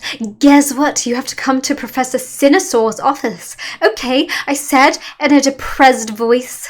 I had wanted to fuck Draco or maybe listen to MCR or Evanescence. I came anyway. So what the fuck happened to Snipe and Lupin? I asked Thorius flirtily. I fucking tortured them, he answered in a statistic way. They are an Abkhazian now, lol. I laughed evilly. This actually reminds me of a guy. I've been watching a dude called Deviant Olam lately, who makes a lot of like lockpicking and pen testing videos because he's a pen tester, and it's really, really interesting and cool. But he constantly, in his like, most of the videos, it's like he's giving a presentation and stuff, and he constantly says like lol and like lols out loud, and I'm like, okay. He's great, but it's very distracting, you know. Yeah. Like he's like lols us, and I'm like, all right, okay, continue. Anyway. Wait, can you hear me? Yeah. Hi. Hello. Hello. Hey everybody. Hi Sarah. Hi Splendid Lab. Hi. Hello. What's your name? I'm sorry, I forget. Splendid Queen. You're Splendid Queen. I'm just cement fuel. Samanthuel. Yeah. Oh, Samanthuel. Okay. Yeah. Oh. How's it going? No, I'm good. I'm vibing. I'm chilling. I'm ready to hear some My Immortal. Did you just wake up? Yeah. Sleepy. Sleepy. What's the word for it? Could you give me a little bit of like a plot, like, you know, what's happening in the chat? I don't even know at this point. I don't even know. I'm on chapter 34. How many chapters are there? That's 44 total. Oh, Yeah, wow, we're coming to the we're in end, the home stretch. baby. Home stretch. Uh-huh. Okay. Let me just finish this. No prep, no exceptions. What if I am in fact a prep? Ah, well then you're gonna have to leave. Oh. Yeah, are you a prep or? I mean, There are too many sweaters to be a prep. If you're a prep, you are gonna have to leave. So. I've got some prep in my step. What do I do? Oh, that's not appreciated. Just a bit. You have to not do that. All right, I'm gonna finish this chapter. Okay. Yeah. Where are Draco and Vampira? I muttered. They are excused from school today. Sodomize moaned sexily. Right now, they are watching The Nightmare Before Christmas. We went into the office. Professor Sinister was there. She was wearing a gothic black dress that was all ripped all over it, kind of like the one Amy Lee wears in this fic. There's no picture. HTTP/. She was drinking some Volximort serum. She took out the pensive and the time torner. Ennaby, you will have to do another session now. Also, I need you to get me the cure for being addicted, she said sadly. Good luck. Thanks. And then I jumped into the Princeve again. Suddenly I looked around. I was in the Great Hall, eating Count Chocula. It was morning. I was sitting next to Satan.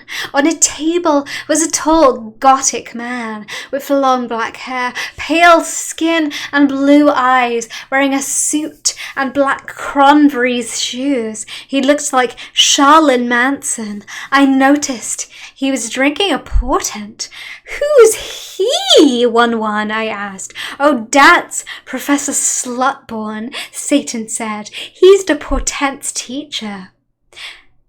Ebony? Yeah? I asked. Did you know that Marilyn Mason is playing in Hogsmeade tonight? And they are showing The Exercise at the movies before that. Yeah? Well, want to go to the contort and the movie with me? That's the end of chapter 34. Oh my god. Oh my god. The narrative heights and lows of this story. Yes. Quite amazing. Quite amazing. How are you feeling? How are you feeling right now? Good. Good. Entirely positive and good.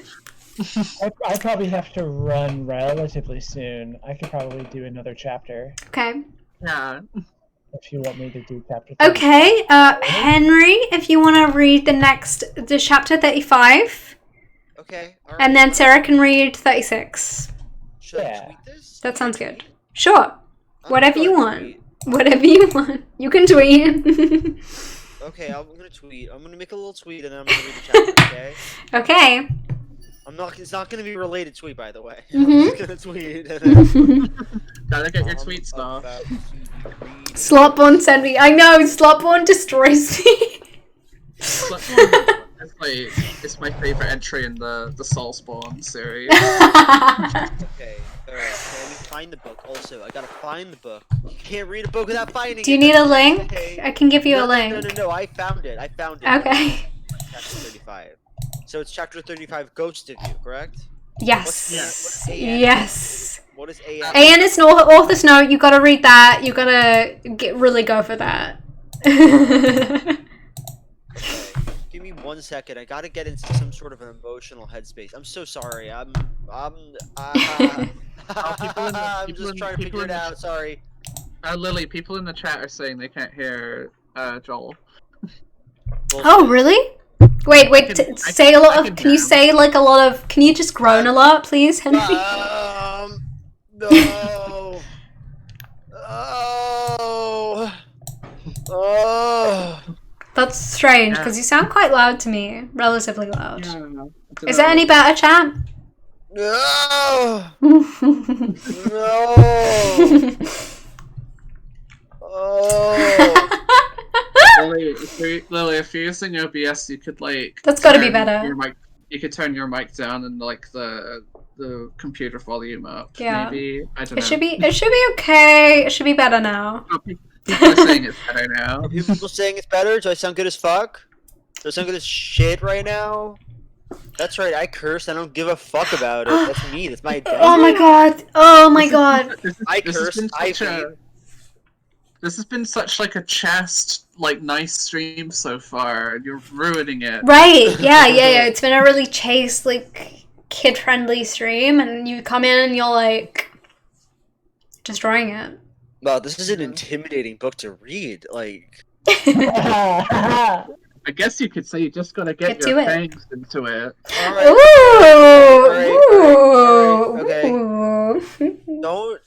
Don't make any sort of vampiric jokes. I understand this is a My Immortal stream, but this really is funny stuff. Oh, Okay, hydration. alright. Thank you, Robert89. I'm gonna get started right now. Chapter 35, Ghost of You. Author's note. Thanks to Susie for the idea. You rock! Fuck off, preps! Thanks to Raven for the help. You rock, girl! P.S. I'm going to end the straw really soon, so fuck you. I don't know, do you like reread it in a way that makes sense, or do you really lean into it? Oh, I read it like how it says. Like, so if it says like a weird spelling, I read that spelling. Okay. You know alright. what I mean? Oh yeah, and if you know any Gothic name, please tell me because I need one for serious. Fangs. I went into the common room thinking of Satan. It sort of makes me think of English people. Okay, sorry. What? What do you what? I don't know. Some of the way it's written makes me feel like the person who wrote it was English. I haven't watched the Sarah Z video yet. Was this an English person? I don't know. Like, Sarah Z kind of mentions that a little bit, but it doesn't really make a lot of sense. But I think I know what you mean, because I have the same, like, I'm like, oh, this sounds like an English person could have written it, like... I mean, I'm just saying this probably because of the thinking, and then, But then some things stuff. feel like they're not, like, even just the level of Hot Topic reference, it feels like that would be more appropriate for not an English person. Right. So it's hard to tell, but some things I'm like, oh, this does kind of sound like English. So I get I feel like there's a level in which that makes sense. Do we have Hot Topic anywhere in England? As far as I know, only it's online. Oh, like my mum was really into Hot Topic in the 2000s, and that was a purely online thing. There was we had like Blue Banana here, which is kind of the same thing. Well, I remember there being like I live kind of near Kingston, I guess, and there was like some goth stores or like goth alternative stores there, but it was never like a big mainstream store. Like Hot Topic was just not a thing that I'm aware of ever existing in England. Okay, alright. But yeah, maybe, I mean, McRib says it sounds English because it's set in Harry Potter, I think, and that kind of makes sense. If it's, like, drawing from Harry Potter, then it could make sense that it's doing, like, English stuff I just keep wanting to from go there, into ridiculous, terrible Cockney to read it more properly. Like that, right, like, but it sounds like reading certain things from me, it sounds like a very American, like, oh, we have these things, right. and... yeah. Alright, okay. It's certainly like a kind of capitalist story, like a fun kind of like, oh, we have these stores. I mean, if it was English, it would mention Claire's accessories. Right? And I know that you have Claire's accessories in the US, but I feel like there's a difference with Europe and Claire's accessories. And the fact that my Immortal doesn't mention Claire's accessory once, I'm like, that's not an English story. English then, right? I mean, who knows? Alright, Who knows? Alright. I'm gonna read this book now. I'm gonna read chapter Hello, 35. Jack. Do it. Jack, come on and do a Cockney accent, please. Oh, hell yeah. Okay, wait. Okay, everybody shut up. Everybody needs complete silence for this. Absolute silence. Please. Okay. Oh my god, Cyberdog, sorry. Alright. Are you kidding me right now? I was just about to start. I went into the common room thinking of Satan. Suddenly I gasped. Draco was there. I grasped. He locked his hood as ever, wearing black leather pants, a black Lonkenbrack t-shirt, and black eyeliner. Draco, what the fuck are you doing? I gasped. Huh? He asked. Then I remembered. It wasn't Draco. It was Lucan. He still had 2 arms. Oh my god. Oh, hi, Lucian, I said. I'm Ebony, the new student, lol. We shook hands. We shook hands, excuse me. Yeah, Satan told me about you, Lucian said. He pinted to a group of sexy, gothic guys. They were sitting in the corner cutting. It was serious. Vampire's dad and snap! All of them were wearing black eyeliner and black Charlotte band shirts. Listen, I'm in a goth band with these guys, he said.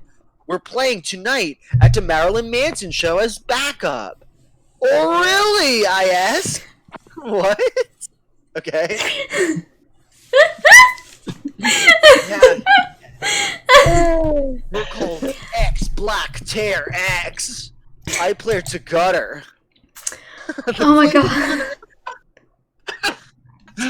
Sorry, Spartacus plays the drums. He said, pointing to him, Snap plays the bass, and Jamez plays the guitar. To even foe, we call him Samaro, after Samara in the ring. Hey, bastards, I told them. They gave me deaths to sin. Suddenly I gasped again. But don't you have a lead singer? I asked. Lucian looked down, sadly.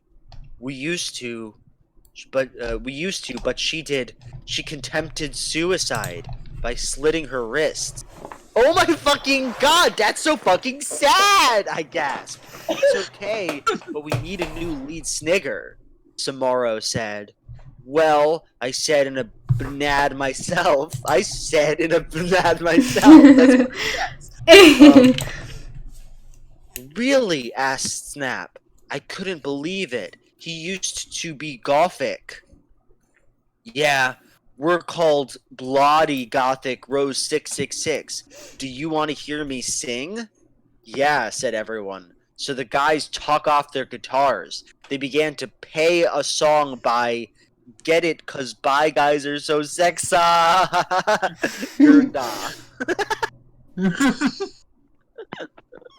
Okay. Alright. How could chat enjoy this? Do they have any idea what's going on? Like, chat, They one love second. it. They Do love you have it. any They idea what's happening? They understand everything.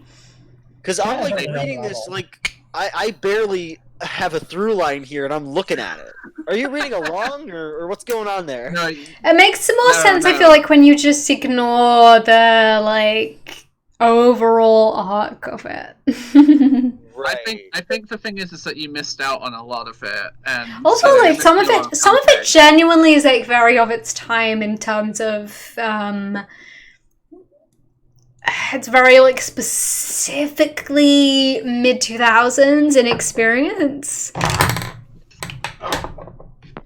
Right. And you just Yeah. kind of have to ignore that. This is a work of satire, right? Did seriously Yes. discover that? Absolutely. Well, I don't know. I don't think it's. Well, it's the kind of thing where it's like absolutely in the cusp of being believable to many people as a. Could have written this by mistake, but like 100% to me, 100%. Of course, it's satire. Like, of course, it's like written purposely as a troll fic. Like, there's certain lines where it's like you would not write this by mistake. Right. You of course wouldn't. You just wouldn't. No. But I like that it has that something allure you're as like reading as a almost legitimate. And I also want to address that, like, I know a few people, not many people, but a few people have asked, you know, get Sarah Z on this stream, and it's like I pretty much asked very casually for people to come on the stream in my existing stream Discord, and Sarah Z is in that Discord, but I'm sure she's busy with her life. You know what I mean? And I just wanted to say, like, try not to ask people to feature people in their stream, because you can really It's so funny that you're like. You can "Yeah, you I can asked," and really. That's what you're responding to right now. No, I just Okay, like alright, people. fine. No. I feel like it's really, really common to ask for someone to, and I'm sure this happens a lot more often with someone who's a very specific, like, known person, understandably. But people will ask, get this person on your stream because they're relevant in a way where it's like it doesn't allow for people to have a, like, separation of, like, you know, if you ask of someone to come on your stream, what if I fully hated this person that you're asking to come on my stream? You know what I mean? I was not prepared for this mind that has. I just befallen me. like, I was not prepared for this at all.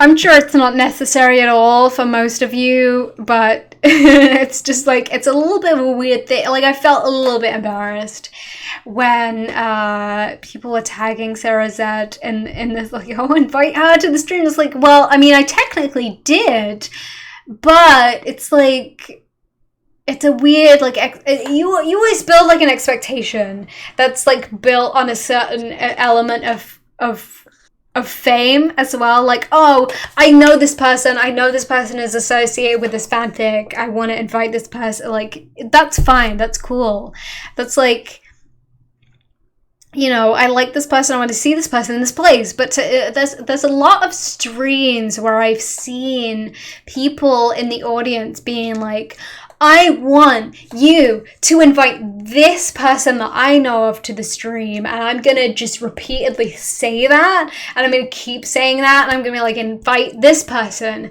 to the stream, and it's like, creates like an awkward situation. Like, if you know, there could be, I don't know, imagine the most famous person that you know, imagine that they're like a dickhead.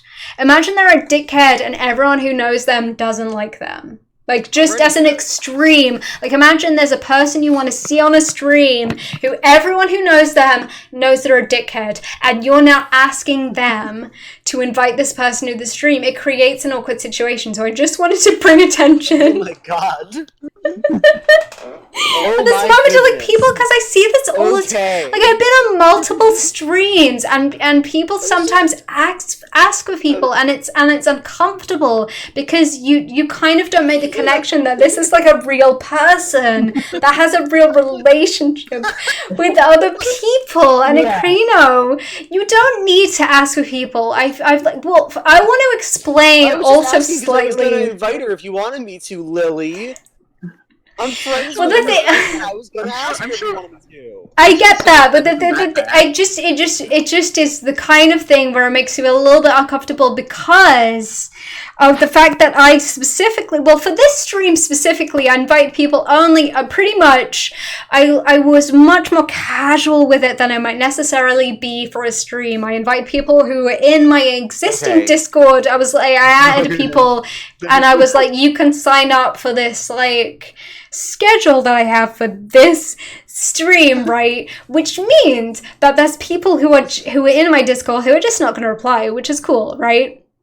But I think Okay. that people have this idea that I don't know. People have an idea with like, oh, I have this famous person in mind that you should invite. That you has to be like. There's this level of like not. Stream. There's this level of like genuinely not seeing people as human beings. We're just like, there's a lot of people who I know kind of, right? Who are like internet personalities who I know kind of, but I wouldn't necessarily always invite to something I don't know super well.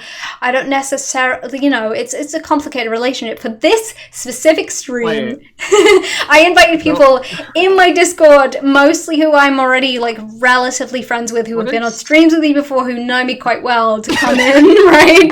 And I wanted specifically for it to be like a chill. That's the thing where like expectations make it into something that is not chill.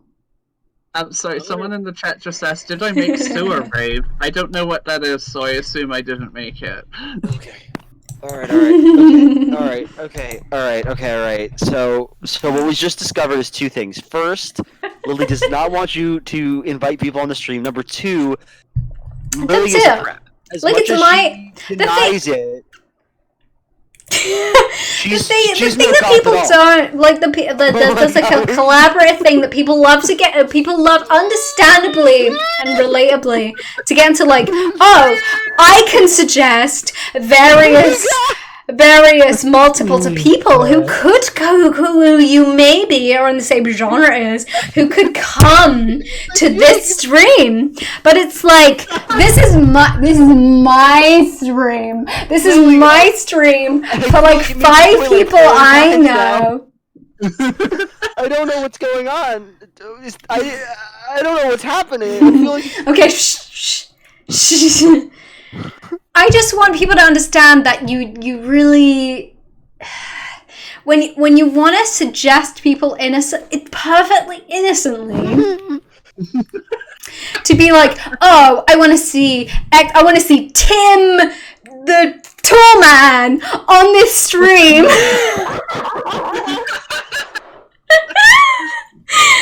And like, what am I gonna do in that situation where I kind of know Tim the Toolman, but maybe I don't like Tim the Toolman. Maybe I know things about Tim the Toolman that would make him undesirable if you knew them, and so on.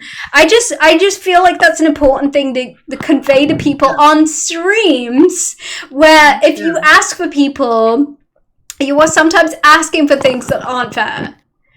I mean, I'm Alright. sure Parasite isn't that bad. Oh no, right. In full clearness, I really love Sarah Zed, and I just felt kind of a little bit bad that a few people wanted to see Sarah Zed, and it's like, I can't do that.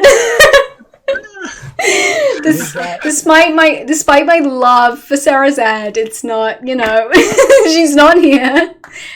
Okay, Such a strange conversation. But it just makes me mad as fuck. I know they're not her, but I'm going to read more of my Immortal now.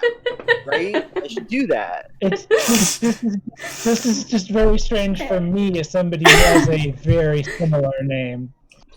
I mean, Right. Anyway. Let's eventually move on. I got too involved in this because I see it too much. I see it too much in streams where people are like, I want this person. It's like, I don't know, this person, like, you don't need this person. You don't know this person. You don't need, you know. That's all. All right, I'm sorry. That's all. Let's move. Let's finally move on to chapter 36. I'm sorry. Okay. All right. Did you finish that chapter? Oh wait, no, I'm not quite done yet. I don't think. Oh wait, were you in the middle of a chapter and I just fucking? Yes. Wait, where were you? Okay, so I'll just start a little earlier. I just was like, oh, I have to impart this. We used you, but she did. She contempted suicide by. I'm so sorry. Okay. Oh my fucking god, that's so fucking sad, I gasped. It's okay, but we need a new lead singer, Samaro said. Well, I said I'm gonna band myself. Really? Asked Snap. I couldn't believe it. He used to be Gothic. Yeah, we're called Bloody Gothic Row 666. Do you want to hear me sing? Yeah, said everyone. So the guys took out their guitars. They began to play a song by Get It, cause Bye Guys are so sexy. Burn day. I walk this empty street on the boulevard of broken dreams. I sang sexily. I don't know the lyrics to that song. Everyone gasped. And Oppie, will you join the band, please? Begged Lucy and Samaro, Sirius, and Snap. Okay, I shrugged. Are we going to play tonight? Yeah, they said. Okay, I said. But I knew that I had to get a new outfit. I walked alongside wondering how I could go forward in time. Suddenly, someone jumped in front of me. It was Morty McFlea! Oh my god, fuck! Oh my god! Oh my god! Oh my fuck! He was wearing a black Banaj t-shirt and black baggy jeans. What the hell are you doing here? I asked. I will help you go forward in time, Inobi, he said seriously. Then he took out a black Tim machine, and I went into it, and suddenly I was forward in Tim. That's the end of chapter 35. when Marty McFlea shows up, I imagine him getting like a Smash Brothers style splash screen. Same with Tom Bombadil earlier. Literally, how long did I just go fully off It was like course? 7 minutes, I feel like. Oh, that's not too long. Okay, if it was not longer than 10 minutes, I'm okay with it. Sometimes you get in a mood where something's like so important to you to convey that you're like, I'm God, gonna say this. it's just say the this 6 times. right, but it's just the fact that I've seen it on multiple streams where people just boop boop boop boop boop, and not that that's happening on this stream because it's not at all, but it's so influenced by people on previous streams that I've seen going boop boop boop, like, oh, invite this person, and it's like, I don't know, fuck off. Like, who cares about this? It's just something you really wanted to talk about today. I don't know, the fact that people concentrate on one person so much, and it just clearly went into my mind so much that because no one in this chat said that. Nobody in this chat said that. It was just in my own mind, like, oh. Just because they said, do you have her? Have you had her on yet?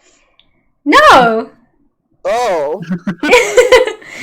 No, and it's just, you know, it's just sad. It's just it's just a level of like associating people with certain things, and you know, but like also that I've witnessed several streams beforehand where people like, oh, you have to have this person. And it's like it's a stream. Can we not just relax? You know what I mean? You should get Symmetrical on. She's so hot. I'm sorry. I just alright. Well, you guys had Shrek on the stream? Huh? Oh. Yes. Yeah. I'm Shrek. Donkey. Get out of my swamp. Get out of my swamp. Oh, I'm a big stupid ogre. I'm an ogre, and I want you to leave me swamp right now! Oh, donkey. You know, the good thing about Shrek is that he's a voice, he's voiced, so that could really be Shrek. Like, Shrek could really be here right now, you wouldn't know. Shrek. I feel like I legit went into like a fucking trance. I went into like a My Immortal infused trance. It happens. You sometimes just do that. That's like a thing about you. That's like a personality trait of yours. You just go. I'm mad. I don't know even what. Like, I don't even understand it. But you know, I hope that everyone watching you understand. You relate. Yeah. The other day my mom like came up to me and she said something like, I saw a Shrek movie on TV the other night, but I didn't watch it. I turned it off, and I felt really bad because I don't like to do that to Shrek. Thank you, Hasadius. I appreciate that very much. Thank you for the sub. Lily, for the upcoming Rhapsody Nesbit remake, please. Thank you. Yes, I am Rhapsody Nesbit. I wear a string vest. Don't worry about it. All right, which... Oh my god.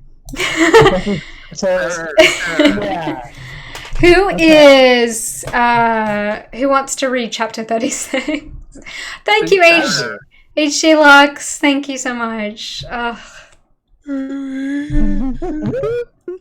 Okay, chapter 36. Chapter 36.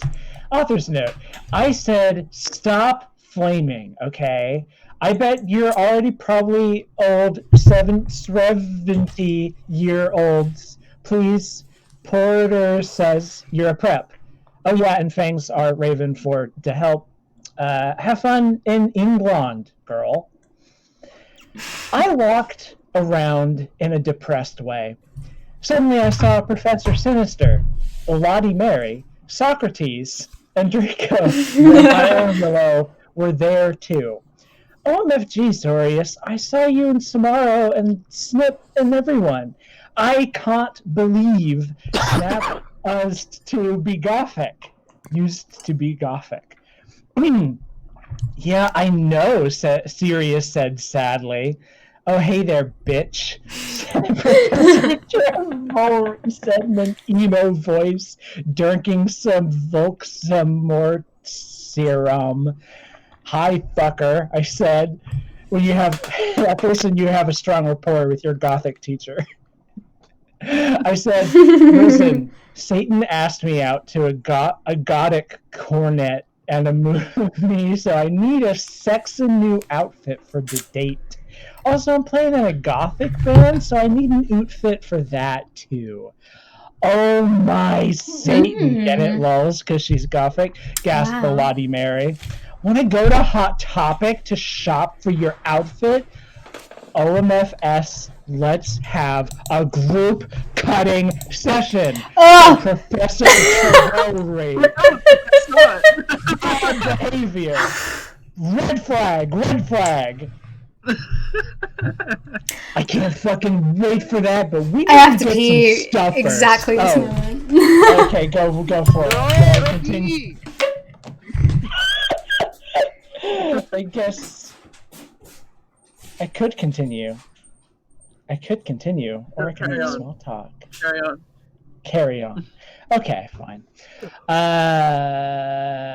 We need to get some stuff first, said Willow. Yeah, we need some potions for Professor Trevori so she won't be addicted to Volksmort serum anymore, and also some love potion for Enobi, Darko said resultantly. We have potions class now, Willow said, so let's go. We went sexily to potions class. Snap wasn't there. Instead, there was...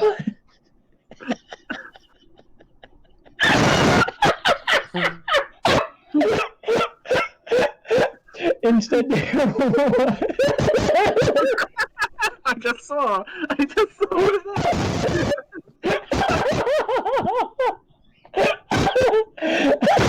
Okay, I'm sorry. We went secondly to potions class, but Snap wasn't there. Instead, there was... Come on,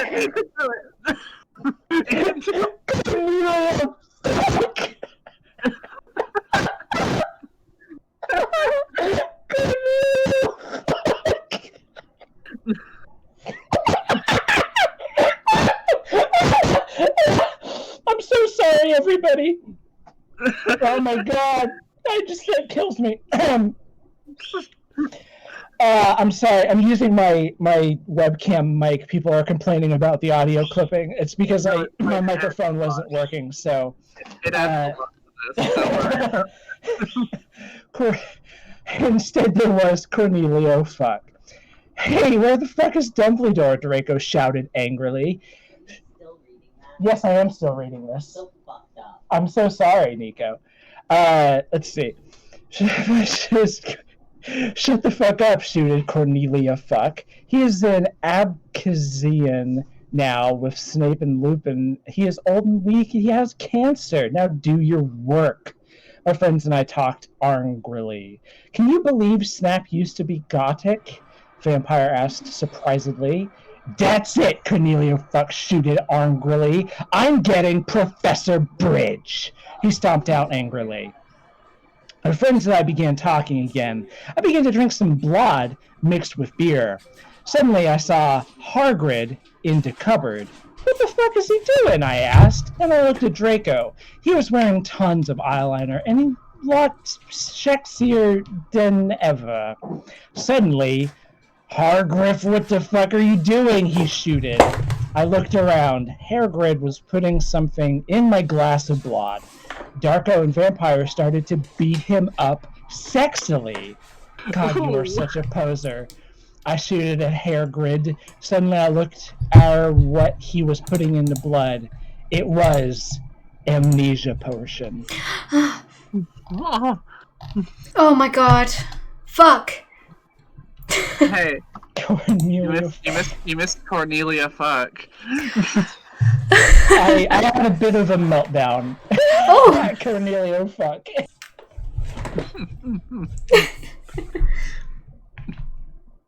Am I up next? Or Who knows? Sure. alright, cool. Oh, Chapter. sorry. I have to run now. Oh. So Oh yeah. Bye, Sarah. I just Bye. wanted to say goodbye. Thank you for joining us. Thank you. This was Plug your stuff. something. Plug your stuff. You're the Yeah, best. yeah. Yes, you can find absolutely. me- yeah, you can find me on Twitter at HMSNoFun. My YouTube channel is Let's Talk About Stuff. I just released a 2-part video essay about the Rian Johnson film Knives Out, which you should go check out. It's a good movie and also a good video essay. Oh my goodness. I also have to say that McRib redeemed evil at some point recently, so that means Oh. we're gonna have to have some evil in here. Oh.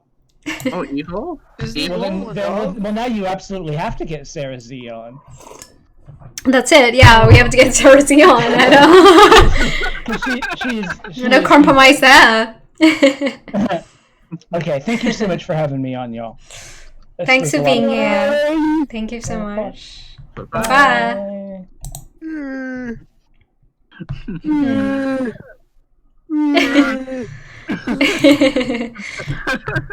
Alright, chapter 37.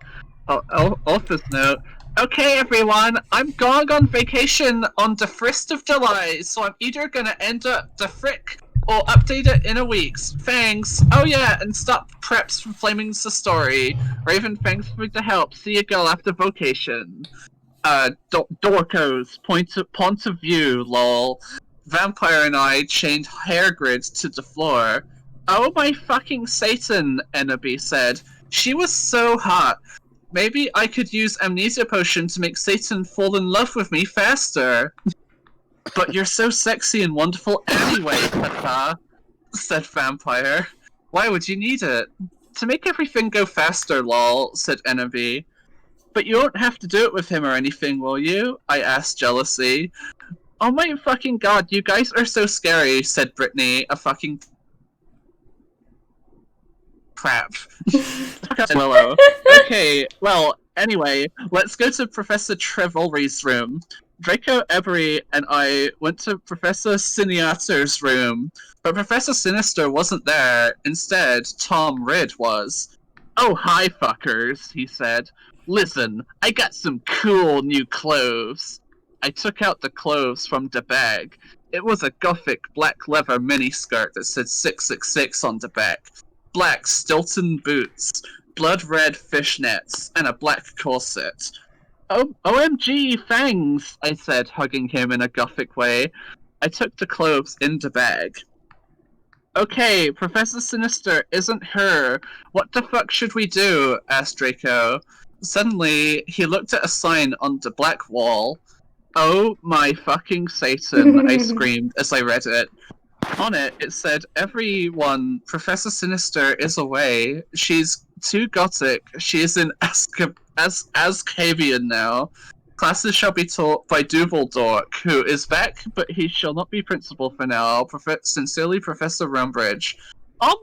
I shouted angrily. "How could they do that?" Suddenly, Dumbledore came. "What the hell are you doing in my office?" He began to shoot angrily. Suddenly, I saw Morty McFly's black Tim machine. I jumped seductively into it, leaving Draco and Vampire. Vampire is Harry Potter, if you don't know. Suddenly, I was back in Tim. I looked around. It was Professor Slutborn's face. I sneaked around. Suddenly, I saw the amnesia potion on his desk. It was black with blood red pentagrams in it. It was the shape of a cross. I put it in my pocket. Suddenly, the door opened. It was Professor Slutgorn. "What are you doing, fucker?" He shouted angrily. "I don't know what the fuck you are doing," I shouted angrily. I don't know who's talking. The tense changes on a whim. "Oh, sorry, I was just looking around because I thought it was class," you said, finally hoping he couldn't see the potion in your pocket. "Oh, okay, you can go now," said Professor Slutborn. You went into the conmen room after putting on my clothes. Celeste, Samaro, and Snap were there, practicing Vampires Will Never Hurt You by MCR. "Oh, hi, you guys," I said seductively. "Where's Satan?" "Oh, he's coming," said Sirius. "By the way, you call me Hades now." Suddenly, Satan came. He was wearing a smexy black leather Jackson, black Congress shoes, Slipknot t-shirt, and a black tie. "Okay, I will see you guys at the concert," I said, and then I went with Satan. That's that one. Wow. Woo! Almost done. Pretty crazy. Pretty crazy stuff. Twists and Pretty turns edgy, at every honestly. corner. Like, honestly, this shit is fucking edgy, dude. Yeah, it is. It's pretty hardcore. It's so pretty fucking, like, oh my god, right? Like, yeah, it's gonna offend and shock most people. Satan is Tom Bombadil's middle name. So yes, he's a Well- Harry Potter / Lord of the Rings character. I think he's Voldemort. I don't know. Yeah, he's Voldemort, and Ennaby is going back in time to fuck him. So Pretty cool. it's pretty easy. It's a pretty straightforward plot. I don't know why you're so lost. So it happens in every. It's like It's pretty part of the great, right? It's part of the hero's monomyth. It happens in every story. Do you want to read the next one, Lily? Should I? Anyway, chapter 38. I guess I could do it. Alright! That's my impression of the. Oh! Oh my god, okay. Right, you have to do the next one. Chapter 39. I am a trolling genius. Lols. Disclaimer. I do not own the HP series, and I am not... What's up? 38 is the next one, I think. Wait, Not 39. really? Yeah. 38? You're gonna skip important plot beats. Oh my Yeah, goodness. 38's the next one. Author's note, what does everyone think if I end a story and then I add some more to it after vacation? Oh yeah, and perhaps stop claiming if you do not like the story, then take my quiz, okay? Then you will see if you're gothic or not. Satan and I... Wait, is there any quiz? I don't know. Is there a quiz we can take? Because I mean, I would do it. I would do it. Maybe end the video in the stream by taking the Gothic quiz. Like, is there a quiz? Let's take the quiz and see who's the most. Satan and I walked to his car. It was a black car with pentagrams all over it. On the license plate said 666, just like Draco's car. I went in it seductively. Stan started to drive it. We talked about Satanism.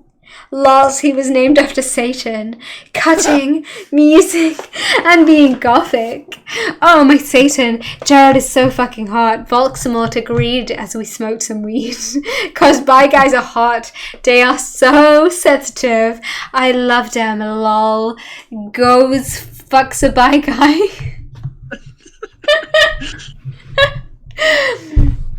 Well, he thought, I think you have to drink vampire blood. Suddenly, Volksamort parked a car behind a black movie theatre. Satan and I walked inside. We went into the movie theatre and we were showing The Exorcist. In it, a boy and girl were doing it. Suddenly, a serial killer came, lol. Satan and I laughed at the blood because we're sadists. While Satan was watching the movie, I had an idea. I took Satan's gothic Black Nightmare Before Christmas cigar. I'm sorry. A Nightmare Before Christmas cigar. That's like a mass-produced. Everyone fucking... That's Goth's favorite thing, Nightmare Before Christmas. That's Goth's favorite thing, yeah. Sexually from his pocket and put some amnesia potion in it. I put it back in his black Emily the Strange bag. Satan turned around and started to smoke it. Black clouds with red pentagrams in them started to fly around everywhere. OMG, 1111. Satan said, jumping up. I gasped because I was afraid he'd noticed. Enemy, guess what? I knew that the amnesia had worked. Amnesia potion has not been invented yet, so it will not work, he said. Too bad, because I wanted to use some on you. I love how it's like a consistent character trait that he just knows what things are time appropriate. Satan has his finger on like the pulse of anachronism. He sees that shit. It's like, doesn't work right now. It hasn't been invented yet. Yeah. The idea that like Advil wouldn't work in the Middle Ages, you know? Like it just wouldn't have the same effects. Hasn't been invented yet. Wouldn't have the same effects. Cool, I raised my eyes suggestively, and then he took off my clothes sexily, and we started to make out. I took off his shit.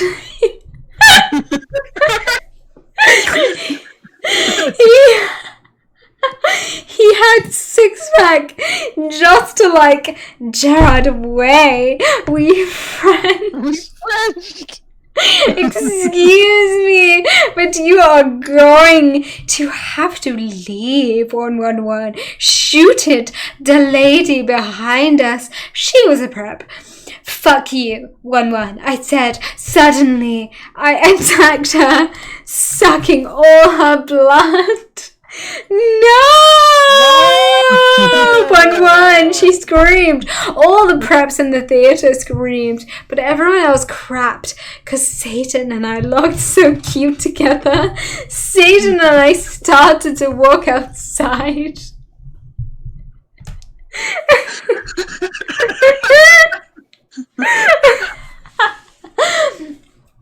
ZOMG, how did you do that? Voldemort asked in a turned-on voice. I'm a vampire, I said, as we went to the cow. Seriously? He gasped. Yeah, seriously, I said, drinking some beer. Satan started to drive the car. I smelled happily. It's too bad we didn't get to the rest of the movie, don't you think? Yeah, I said as we kissed passively.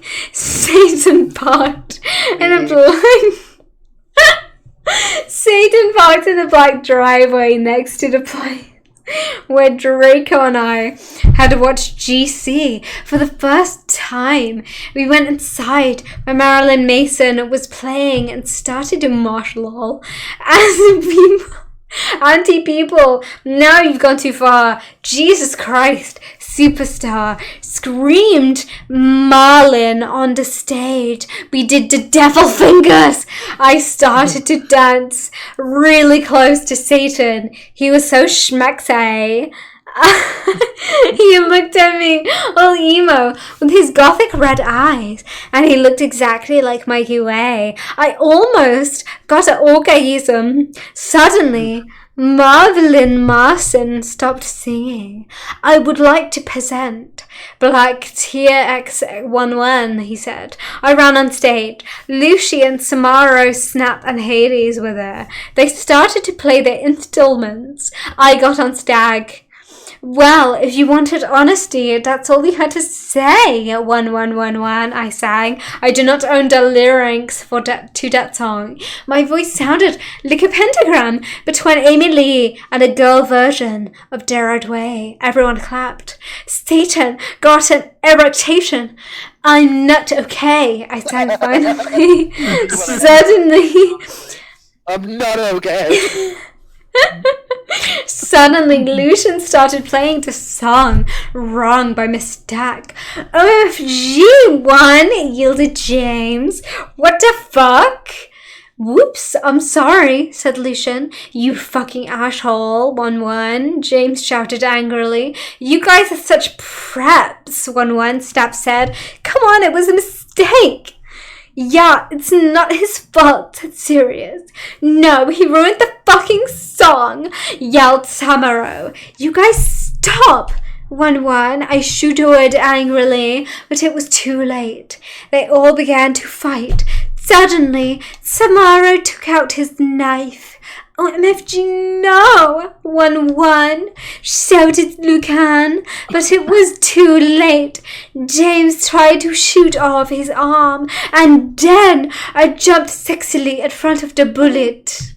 No! 1-1-1, yielded everyone, but it was too late. Suddenly, everything went black. Wow.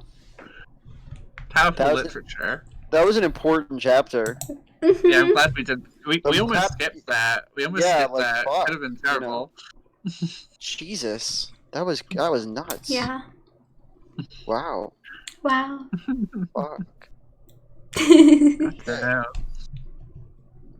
Holy crap. Someone in the chat just said, "Oh no, now we're getting to the bad chapters." I don't know where that cutoff point is, but. Boop boop boop boop boop boop boop. Houston to 39. Read more, please, to entertain me. What? Read more, please. Okay, you said sexily. I like the word sexily. I'm gonna start using it more to describe every action I take. Okay. Same. Instill yourself with a bit of confidence. Chapter 39. I am a trolling genius, lols. Disclaimer. I do not own the HP series, and I am not the real XXX Bloodthirsty 666 XXX. Wait, what the bloody wrist? Excuse me. What the fuck? It's not the real author of the fanfic? The fuck does that mean?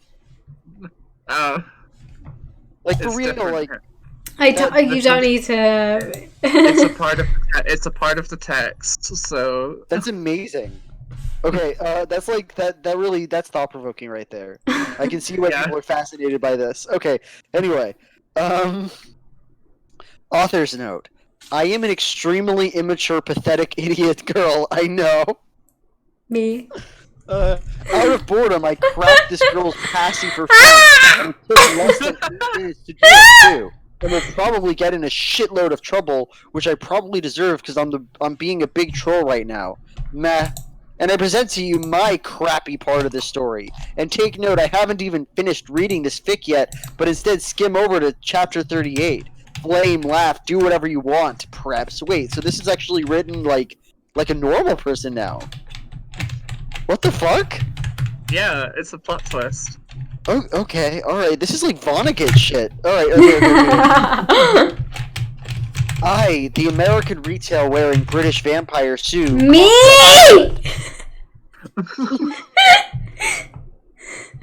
Satan kneeled down beside me. No! Don't die!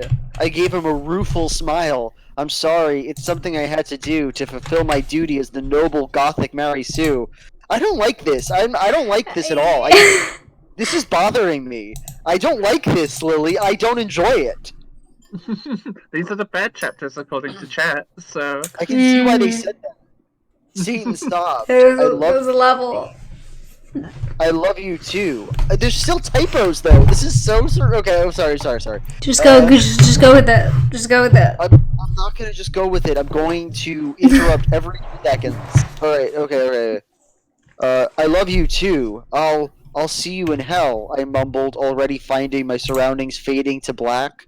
Bloody Mary Smith suddenly popped into the room for no apparent reason. She frowned when she realized the room was oddly quiet, but at the sight of Ebony's lifeless body, she screamed. Her face became pale with horror. She screamed for the healers, Dumbledore, McGoogle, and every single gothic person you could think of. Suddenly, a glow started to surround the body of Ebony. Everyone stared in shock. Her body started to lift ever so slowly, and then, to everyone's shock, it started to incinerate. When everyone realized what was happening, they rushed over to try to rescue the body, but it was too late. The Sue became nothing more than a pile of ashes. A loud, resounding of everyone bellowing, "No! No! No!" Oh my goodness, thank you for the sub, Evan J. James. A flash of white from the ashes then started to bounce around the room. Everyone cowered in fear and were temporarily blinded. When it was all over, things changed. All the silly goth clothes dropped from everyone's bodies. Author's note, I will refuse to explain how the hell that happened. And in their place, clothes the character would normally wear in canon appeared on their bodies. Canon, that's awesome. Okay, sorry. When everyone got over the shock of becoming free of the gothic power, everybody cheered. Everyone started singing, "Ding dong, the Sue is dead." Well, that is until all the HP characters realized the true implications of becoming more canon-like again. All the characters who were supposed to be dead fell to the floor, their bodies cold and lifeless. Harry and Voldemort started dueling. On the left side of the two, the battle of the light side and the dark side were reaching a climax. And, because the replacement author also likes to screw around with canon, Draco and Hermione fled the scene and got married. Meanwhile, is that the end of the chapter? Do I keep going? I don't think that's the end of the chapter, but it's like there's no more chapters. It's Oh no, there are. It is like end of the. There's a divider there. I guess it's not technically the end of a chapter because you're not at chapter 40. It's still chapter 39 until. Oh, that's like. So you can keep going. You can keep going. Yeah. Meanwhile, down in hell, Ebony shed a single tear because of her current situation, a situation that would live on for all eternity, or at least until the end of fanfiction time. She lost it all, but she knew she had to remain strong. Nothing would ever break her down. She looked down over her pale body and frowned. Me, where are my emo clothes? She asked herself in confusion, and then it occurred to her. For her shirt, she was wearing a bright pink polo with a little seagull on the right or left, I can't remember, side. Below that, she was wearing a denim miniskirt with a destroyed look God. on it. Paired underneath that skirt were leggings with a little moose at the bottom. And then Ebony realized on her shoulder she was carrying a pretty bag with an eagle on it that said, "Live your life," written all over the bag. Live your life. My God, she's become a prep. She's become a brat! Ebony suppressed the urge to scream. Here she was decked out in clothes prepped to the extreme, wearing stuff from Abercrombie and Fitch, American Eagle, and Hollister. Panicked, Ebony hastily tried to take off her Hollister polo, but underneath it, there was another Hollister Oh polo my God. underneath. Ebony frowned and looked under her shirt. All she saw was a bra underneath. Dare I point out it's from Aerie line, available at American Eagle? Ebony tried to remove the shirt again, but to her frustration, there was yet another polo shirt to replace it. "This is illogical and does not make any sense!" Ebony bellowed out to the air. She failed to see the irony in her statement, how hypocritical her words were, seeing as she was practically calling the kettle black here. Ebony still slit her wrists and mumbled to herself, "Oh my God." And crapfic. Author's note. Oh yeah, if you want to see the original content this chick had for this chapter, I accessed it through the document manager thingy, which I copy and pasted so you can read it here. Author's note. Shut the fuck up, preps! Get a life, you suck! Oh, and from now on I'll be on vacation in England until like August, so I won't be able to update for a while, lols. Thanks to everyone who revowed expect to preps who flamed "Fuck you! MCR rules 666." Oh my God! Should I read? What the fuck is going on? There's X's. Yeah, there's X's. Should I read this bit, or does this count as a chapter? Oh no, go ahead, yeah. Okay. I woke up in the Norse's office in a special gothic coffin. Hagrid was in the bed opposite me in a coma because Vampire and Draco had bet him up. Mr. Norris was cleaning the room. "Oh my Satan, what happened?" I screamed. Suddenly Voldemort came. He looked less mean than usual. "Get the fuck out, you fucking bastard," I yielded. "Thou have not killed Vampire yet," he said angrily.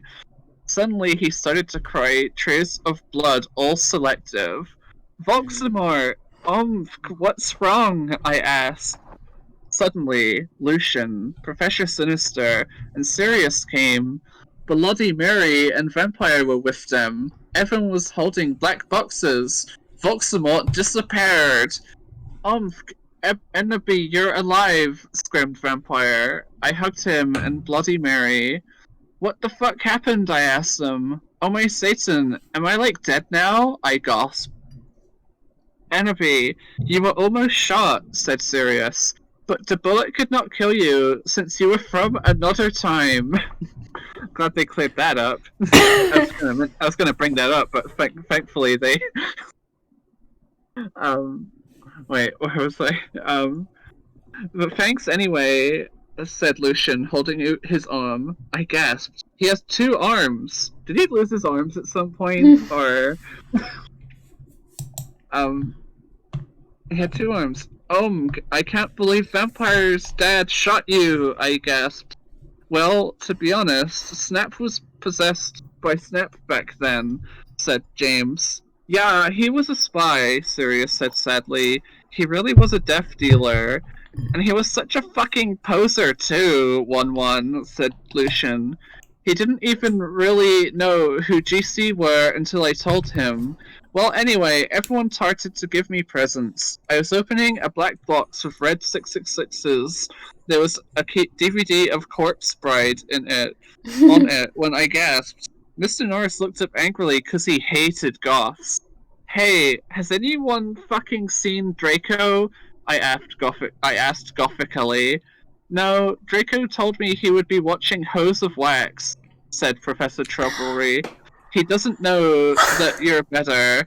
Anyway, the Norse said you could get up. Come on! I got up suicidally. Lucian, Sirius, and Professor Sinister left. I was wearing a black leather night gun. under that, I had on a sexy black leather bra trimmed with black lace, with a matching thong that said "Gothic Girl" on the butt, and sexy fishnets that kind of hooked onto my thong. If you don't get the idea, message me. I'll tell you. Oh man, I wish. I wish I could just message her and get the idea. I want to know. I want to know what's going on here. Explain the situation.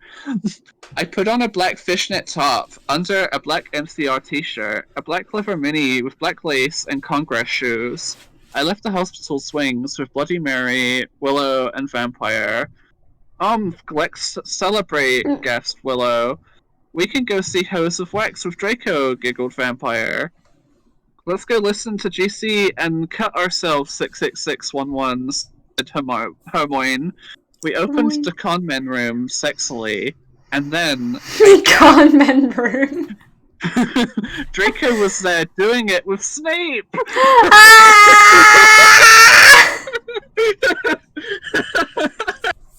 He was wearing a black t-shirt with 666 on the front and blacky jeans. You fucking prep! We all yielded angrily. You betrayed us! Shooted Vampire angrily as he took out his black gun. No, you don't understand! Screamed Draco sadly as he took his thingy out of Snape. No shit, you fucking suck, you preppy bastard! Said Willow, trying to attack him. In parentheses, you rock, girl! I ran suicidally to my room. I sexily took a stake out. Enderby! No! Screamed Draco. It was too late. I had slipped my wrists with it. Suddenly everything went black again. No. Sincerely, an anon author who will silently not reveal her ID entity because she's a coward. Tongue out face, aka just a troll with rocks for brains. Holy shit, these fucking plot twists. It's too much for me. And in fact, I think I have to go.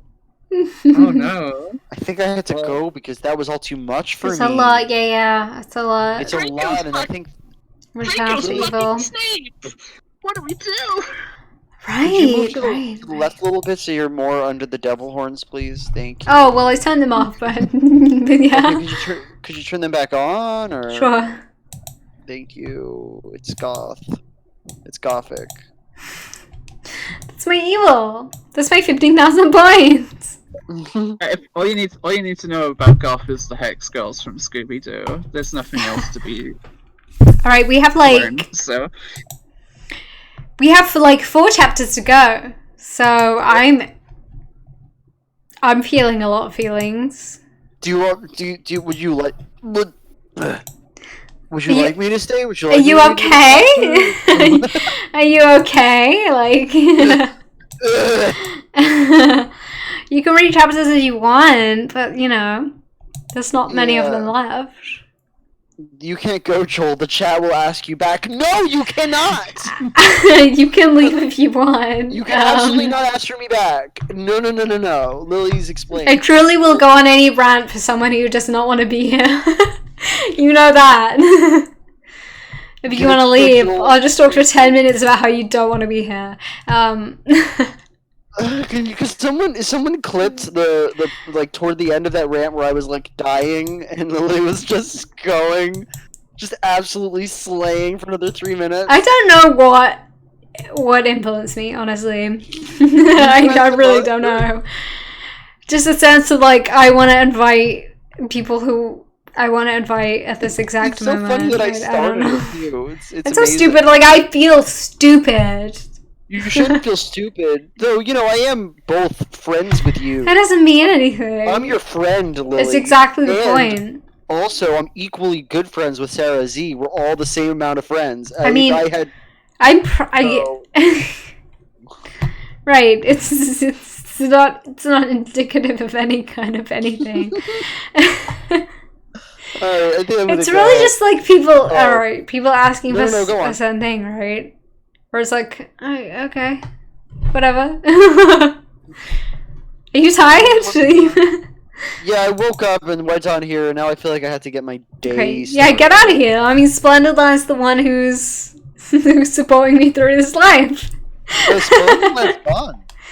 Splendid Line's my life. But they're gone. And I'll be, well, okay, but I'll be introduced by Spawn Alarms every moment. Hello? Hello. Hey! Oh, thank God she's back. Oh my fucking God. I hurt my leg. No! No! No!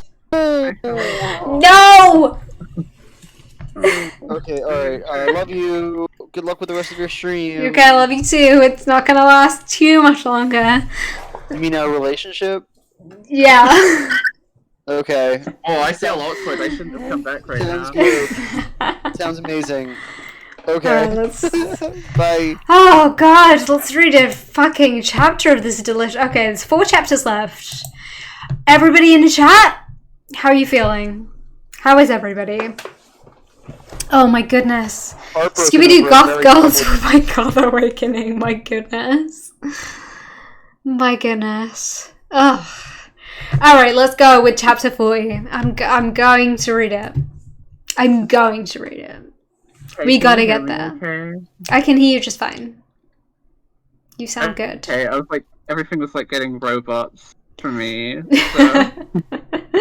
You sound good. Big Joel's a prep confirmed. Oh my god. Alright, let's go. Let's go. Chapter 40. LOL, someone has taken my account over. The idiot's note. Well. Hey Lily, if you should go the stream, that would be a good idea. What?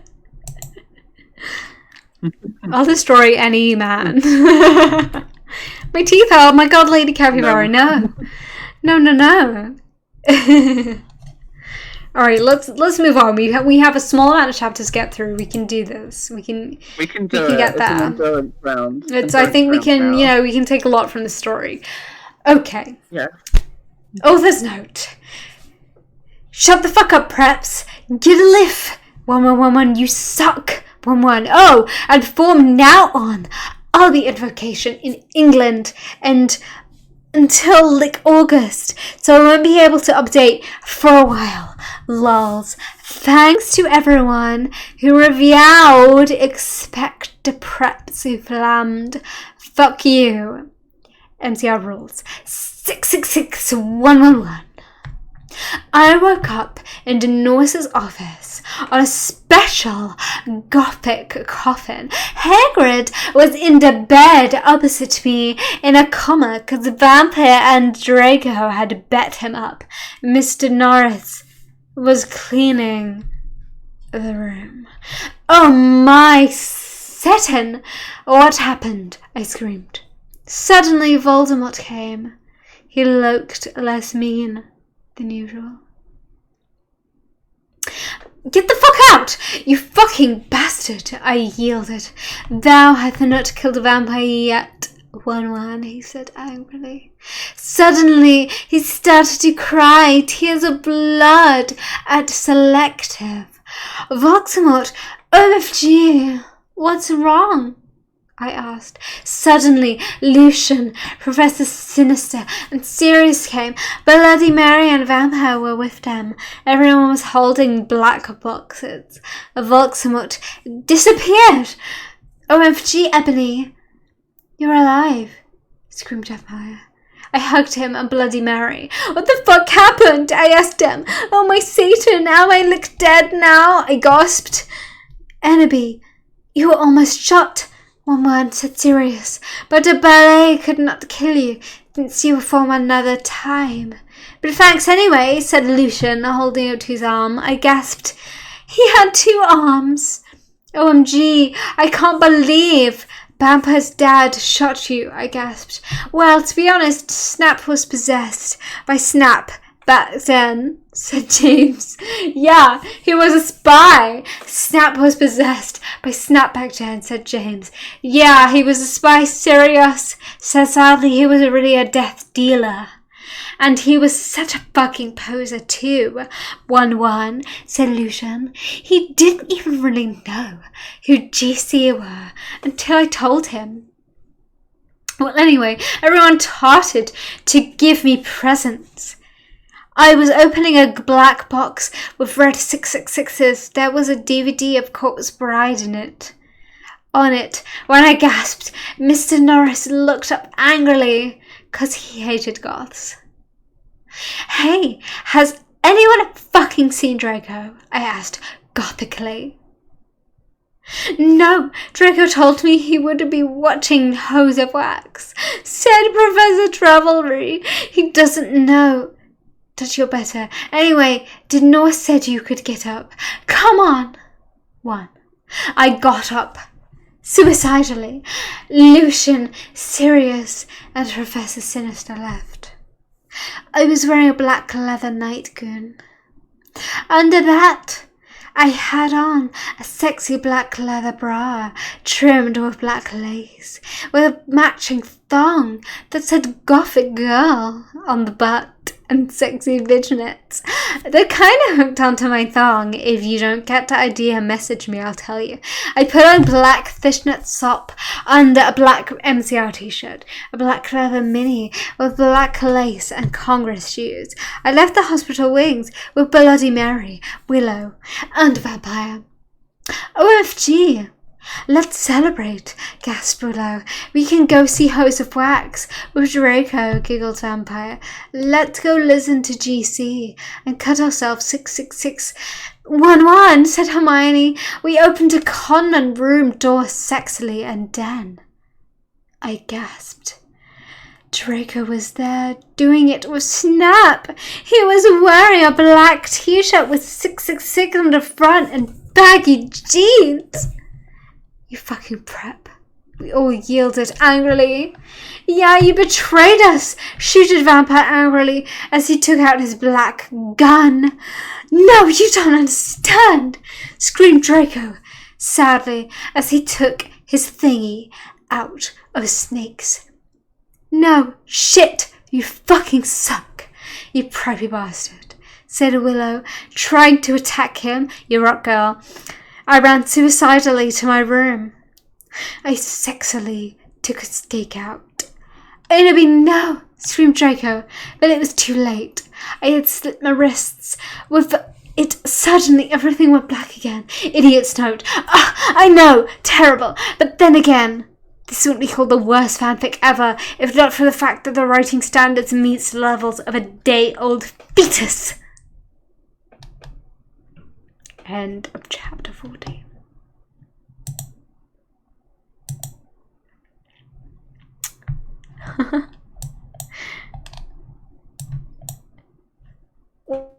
Hello. My internet is unstable. Got destroyed. I'm back now. If you want to head on with chapter 41. Yeah, I can do chapter 41. We're almost done. We're almost at the end of this beautiful journey. We almost there. Okay, this will work out well, I think. Unless there's anyone else who wants to come in. Alright, chapter 41. I'm just gonna... Wait. Hold on, I'm just like... Did everything... I'm just like looking back. Did everything just happen twice? Like, did you just read everything again? Or... Maybe. Because it's like the same chapter I just read, but a second time. So...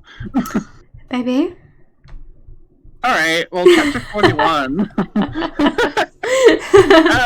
Same chapter twice, fuck it, that happens in every book. Yeah. Just to solidify the chapter.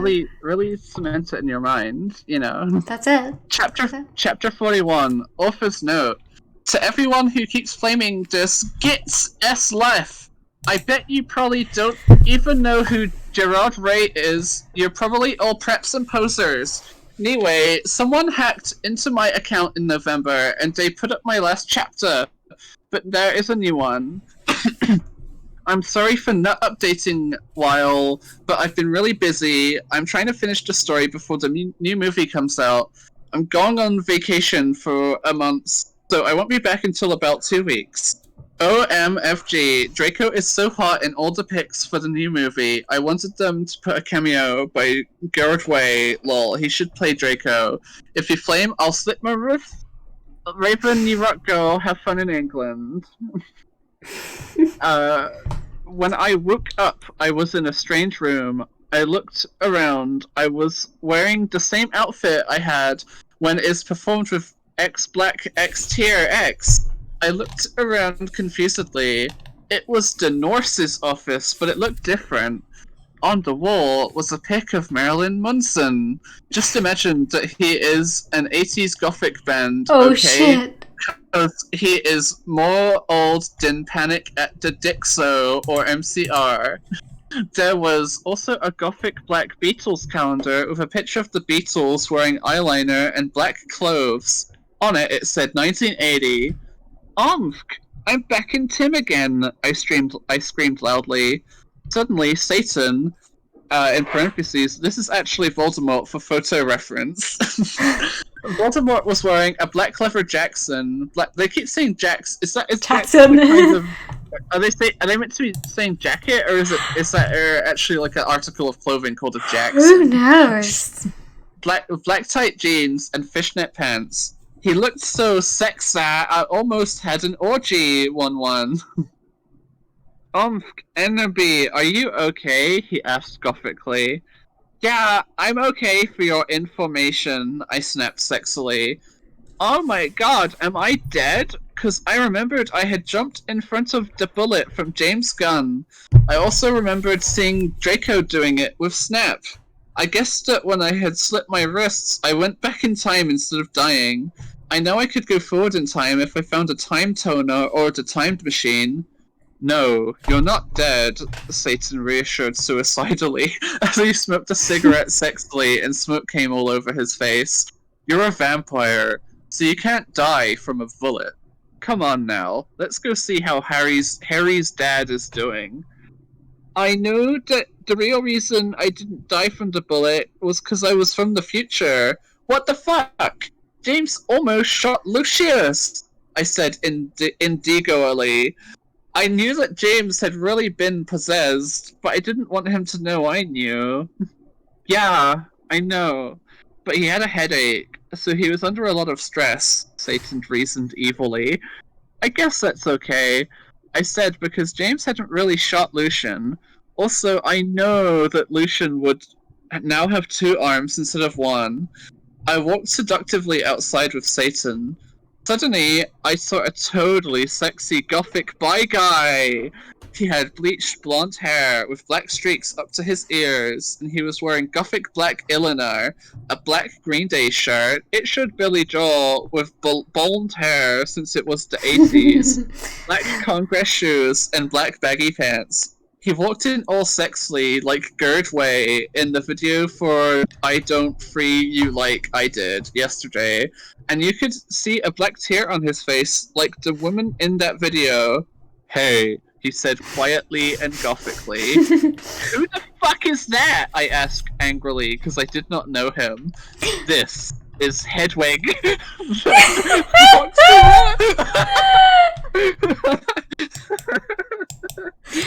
Ah! Oh my god. Oh no. Oh my god. Hedwig is a sexy gothic boy. True as hell. He used to be in Black X tier, but he had to drop out because he broke his arm. Hey Hedwig, I said seductively, even though I was not trying to be. Lol, hi Enemy, he answered, but then he ran away because he had hair of magical creature. He was humming Welcome to the Black Parade under his breath. I knew that is not 80s, but pretend it is, okay? Bye, I said all sexily. That was Hedwig. He used to be my boyfriend, but we broke up, Stationally said sadly, looking at his black nails.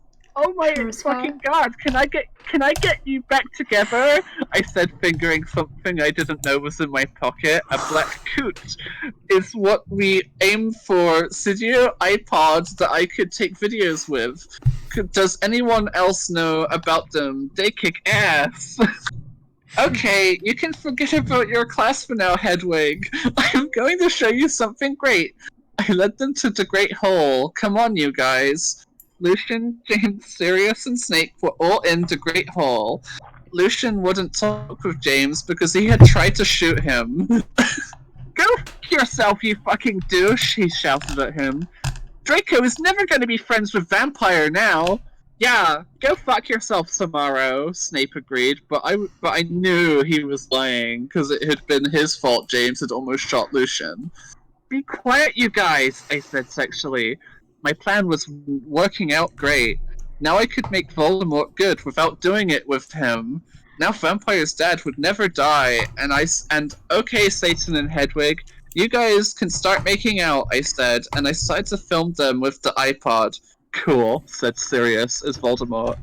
And Hedwig started to make out, as Voldemort and Hedwig started to make out sexily. We watched as Tiddy started to take each other's clothes off sexily. Tomorrow, Sirius, Snake, and Lucian all watched because they were probably bi. I know Snake was bi. Oh my fucking god! Voldemort! Voldemort! Screamed Hedwig as his Glock touched Voldemort. But suddenly everything stopped as the floor opened and in came Dumbledore and Mr. Norris. Oh my goodness! Wow. Hedwig, the owl. Hedwig. This is like the only chapter Hedwig is mentioned in. And he's like a sexy bi man who's a goth and a That's human, it. I assume. A sexy human owl. I don't know. And currently in the story, everyone is just standing around watching him fuck an owl. I guess. I guess that's just So it is. what's happening. That's just what's happening in the story right now. Fine, fuck it, it's fine. Chapter 42. The Black Parade. Author's note. OMG, the new book is coming out really soon. I can't wait. I think that Snap will be really the same person as Voldemort, cause they are both half-blood, so that will explain why he killed Dumbledore and he hated Harry, and then Harry will have to commit suicide, so Voldemort will die cause he will really be a Horcrux. OMG, I hope Draco and Harry get together. That will be schmexy, won't it? If they don't, then JKR is homophobic. Thanks for the help with facts. Medusa, you rock. I sat depressedly in Dumbledore's office with Hedwig, James, Satan, James, Sirius, Snap, and Lucian. Dumbledore was sitting in front of us cruelly. He looked more young than he did in the future. He had taken the iPod away and was now listening to the shitty Avril Lavigne song. What the hell is this anyway? He cackled meanly. I hoped he didn't find out that I was from another time. Forever you don't blame Ebony, you jerk, Satan said. Yeah, seriously, she was trying to get Satan and Hedwig back together, Sirius said deviantly. Be quiet, you Satanist, Dumbledore cackled. If you're lucky, I'll probably send you all to Akazaban. That will teach you to copulate in the Great Hall. He changed the song on the iPod to an NSYNC song. Suddenly, I noticed something strong about the iPod. It was slowly changing. Dumbledore didn't notice. You fucking poser. I'm mutant. I bet you've never heard of GC, James said. No, I knew what the iPod's changing into. Morty McFly's Tim Machine. Shut up, James, Draco's dad shouted. Yeah, shut up, Snake said prettily. No, you shut up, Dumbledore, said Tom. I had enough of you Satanists in my school, shouted Dumbledore spuriously. Suddenly I grabbed the iPod from him. Everyone, jump in before it's too late. I jumped in too, but only one other person jumped in. It was Satan. You done that! Screamed Dumbledore wisely as we went. I looked around. I was in the Slytherin common room. with Satan. I was wearing a black plaid miniskirt with hot pink fishnets, a sexy black MCR corset, and black stiletto boots with pink pentagrams on them. My earrings were black Satanist sins, and my raven hair was all around me to my mid-black. Hey, cool, where is this? He asked in an emo voice. This is the future. Dumbledore's iPod that he tried to take away from me was really also a time machine, I told him. Cool. What's an iPad? He whimpered. It's something you use to listen to music, I yacked. OMFG, cool. What? What's a four-letter word for dirt? He asked in his sexy voice. I guess sand? I asked. I laid confusedly. Yeah, I was just trying to make sure you were still the same person. He triumphantly giggled. I was gonna ask how does that prove that, but I'm not even. It's not worth asking. Suddenly, some of my friends walked in. OMG, you're fucking alive, said Ginny, wearing a black leather jacket, black baggy pants, and a gothic black from first to last shirt. I explained to her why I was alive. Konnichiwa, bitch, said Willow. She was wearing a black corset, showing off her boobs, with lace all around it and red stripes on it. With it, she was wearing a black leather miniskirt, big black boots, white foundation, black eyeliner, black eyeshadow, red eyeshadow, sorry, and black lipstick. Hey, motherfucker, said Diabolo with his red hair. He was wearing a black Panic at the Disco t-shirt and black baggy pants. Hey, who's that? Ebony Bloody Mary questioned as she walked in wearing a black t-shirt with the red pentagram on it, with lace at the bottom, red leather pants with black lace and black stilettos. Oh, it's Satan, I told her. And she nodded, knowing the truth. Suddenly, Satan started to cry. Are you okay, Satan? We asked concernedly. OMFG. You're from the future. One. What if you don't like M anymore? Because we're from different times, he asked. No, I still like you, I said sexily to him. Okay, he said reassuredly. I let him listen to Teenagers by MCR on my iPod while I was about to go outside to find out some things. I gave Diabolo a signal to keep Satan occupied. Satan fell asleep. I took the iPod. I was about to walk outside. Professor Sinister ran in. He was wearing a gothic black mini dress with depressing black stripes, white and black stripped tights, and red Converse shoes. She was wearing lots of black eyeliner. Oh my fucking god. Where's Draco? How did Snap get back here? I thought he was in Azerbaijan, I asked sadly. Ebony, I was so worried about you, but I know you can't fucking die because you're a vampire. And Snape came back. Vampire. Snape came back because that got Brittany fruit him.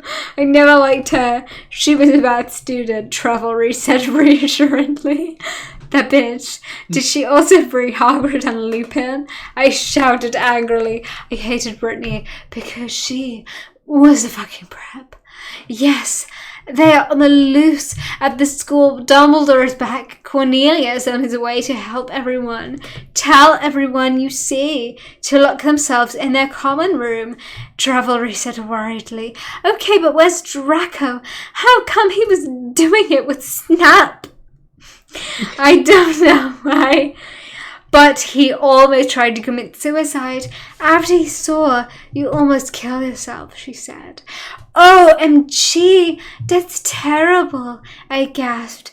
Saturn was still asleep, so he couldn't tell what was going on. Then I said, listen, everyone, I have something important to do. In here, everyone stay. With that, I ran out. Good luck, Tara. Everyone cried. I ran Tara. sexily down the stairs into the great hall, while the portraits around looked at me scaredly. There was hardly anyone else in the stairs, and there was an atmosphere of horror. On the way, I saw Brittany laughing on the stairs. She was wearing a slutty pink shirt with flowers on it, a blue jean skirt, Abercrombie and pink stilettos. She looked just like a pentagram of those fucking preps, Hilary Duff and Lindsay Lohan. You fucking bitch, I shouted angrily. No, you're totally a bitch. Now Voldemort will totally kill you. She laughed.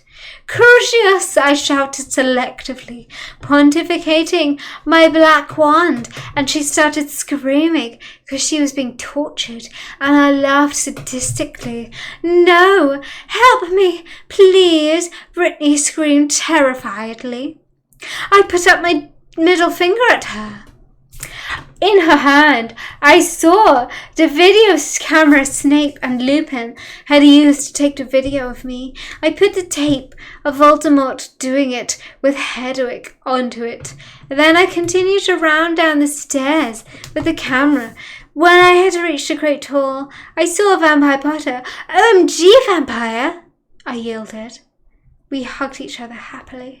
He looked me with his gothic red eyes and spiky black hair. Around them were black eyeliner and eyeshadow. He was wearing a black leather Jackson leather pants, a Panic at the Disco concert shirt, and his black Congress shoes. He looked more like Joel from Good Charlotte than ever. Did you hear the song The River It Rocks? I was so worried you died, moaned Vampire. I know, but I'm a vampire, lol. When I woke up, I was back in 1980. So anyway, I brought Voldemort from when he was young with me. Where's Draco? I asked spuriously. Draco? You mean that fucking poser who betrayed you? Vampire snarkled with anger in his sexy voice. I know, but we have to find him, I said smartly. I'll do it then, Harry said angstily. Oh, I agreed. Suddenly, all the lights in the room went out, and then the Dork Mark appeared. Oh, my fucking Satan! Harry shouted. I think Voldemort has arrived, I said anxiously. Fuck, I have to find Draco. I guess we should separate. Okay, Vampire said, de-apparating. Sadly, I ran into the Great Hall. Oh my god, it's all coming together. It's all coming together. Yeah. Okay, I'm gonna go right in. So, chapter 43, the penultimate one. Author's note, I think after this, I will have about 2 or 3 more chapters. Thanks for all reviewers, and not just flamers. If you flamed the story, then you suck. If you flamed it, fuck you! I walked sexily into the Great Hall. It was empty, except for one person. Draco was there. He sat there in the deadly bloom in his black 666 t-shirt and his baggy black pants. He had slit his wrists. I felt mad at him for having sex with Snape, but then I felt sorry for him. He looked just like Gerard Way with his red eyes and his pale white face. Draco, are you okay? I asked. I'm not okay, he screamed. He screamed depressedly. I thought of the MCR song, and I got even more depressed, because that song always makes me cry. I gave him a pot cigarette, and he started to smoke it. Oh, Draco, why did you do it with that fucking bastard Snape? I asked tearfully. Draco began to say, but suddenly Lupin and Mr. Norris appeared in the room. They didn't see us. I'm so glad we, me, and Snape were free, said Lupin. Damn, this job would be great if it wasn't for the fucking students, Mr. Norris agreed. Pop Adelum, I yielded angrily, pointing my wand at them. No! Lupin shouted as chains came on him. Mr. Norris ran away. You fucking perv, I said, laughing, with depths of evil and depressedness in my voice. Now you have to tell us where Voldemort is, or I'm going to torture you! You don't know where he is, said Lupin. Suddenly Satan and Vampire ran into the room. Vampire didn't know who Satan was, really. Oh, my Satan, we were worried about you guys, Vampire said. I looked sexily at Draco with his gothic red eyes with contacts, black t-shirt that said 666 on it, and pale skin like Gerard Way. Vampire with his sexy black hair and red eyes, just like Frank Iero and Satan, who looked just like Brandon Urie then. I selectively took the caramel from my pocket, and then I began Frenching Draco sexually. Lupin gasped. Draco began to take all his clothes off, and I could see his white sex pack. Sex pack! Then, Vampire took his own clothes off too. We all began making out together sexily. I took off my black leather bra, my black lace thong, and the rest of my clothes. Everyone took their Glocks out, except for me. I'm a girl, lol. Oh, my Satan! Draco! I screamed as he put his hardness in my thingy. Then he did the same thing to Harry. I began making out with Satan, and he joined in. OMS! Cried Vampire. Oh, Vampire, Vampire! I screamed. Oh, Satan! Yelled Harry in pleasure. Lupin watched in shock. We took turns doing torture curses on him because we are all sadists. Suddenly, a big black car that said 666 on the license plate flew straight through the windows, and Snape was in it! Oh boy, I'm getting a little hot under the collar after all that. Ooh, boy. Ooh, my goodness, my god. Did I turn my air conditioning off? Oh boy. Oh my god. Can I plug something real quick? Absolutely, absolutely. I have a terrible Harry Potter account on Twitter called at Harry Potter Hell, and you should check it out because I make my own garbage Harry Potter fanfics on there. you should read them. Wow. So check that one out. Really too relevant. That's too relevant. Yeah. So I'll read a small excerpt on here, which is, Harry, they'll have your head on a pike for this. Don't do it, pleaded Ron. You worry too much, responded Harry. LimeWire is so easy to use, we won't get in trouble at all. Whilst downloading De La Salle States' High, Harry gets a virus that emails his ass to everyone. Wow.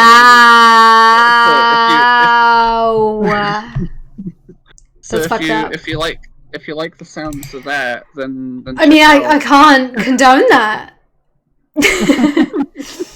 I can't condone that. Yeah, it's just whatever. Check out my Harry Potter account; it's pretty good. Oh my goodness! Wow. Every post on there has the express approval of J.K. Rowling herself. So I guess now I'm gonna have to read chapter 44, the final chapter of my own. The very last one. You gotta check it out. So I hope to God that everyone is ready for that. The 69 viewers that I'm seeing, I hope that you're all ready for that. I'm not ready for that. It's it's a lot. We're hanging over the precipice right now, so we gotta do it.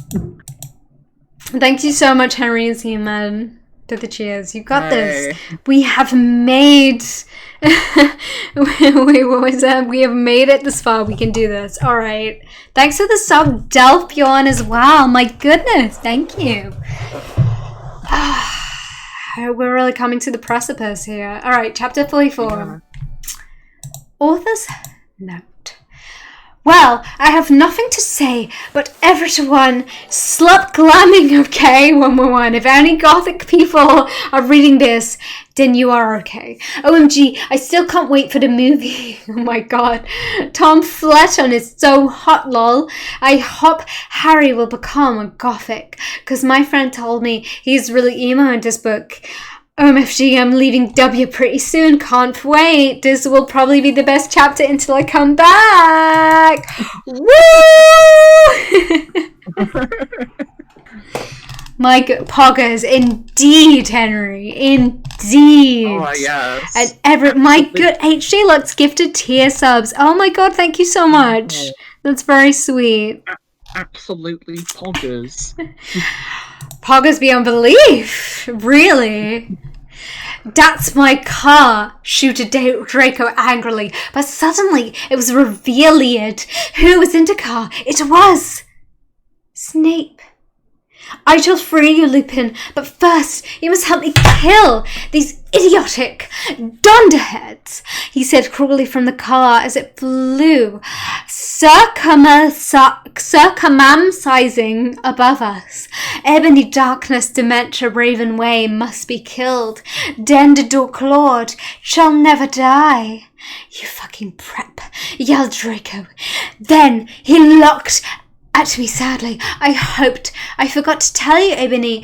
Snape made me do it with him. I didn't really have sex with him, but he's a rapist.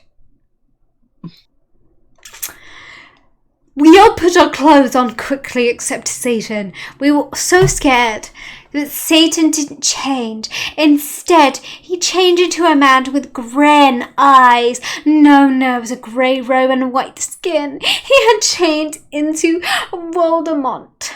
No, Satan. I knew who thou were all along. He cackled evilly and sarcastically at me. Now I shall kill thee all. Thunder came in the room.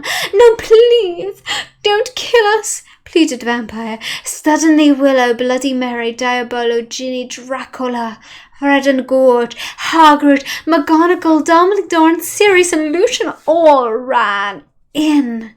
What is the meaning of this? Dumbledore asked, all angrily, and Dumbledore and Voldemort looked away because Dumbledore is the only wizard he is scared of. He did a spell, and suddenly his broomstick came to him sexily. Voldemort flew above the roof, evilly, on his broomstick. Oh my goth, Slughorn gasp. Get it? Because I'm gothic. The Dark Lord shall kill all of you. Then you must submit to him, Snake ejaculated menacingly. You fucking preppy F-word. Sirius shouted angrily. I know a 4-letter word for dirt. Cruciatus, screamed Harry, but the sparks from his wand only hit Draco's car. It fell down. Snap quickly crawled out of it and picked up the video camera.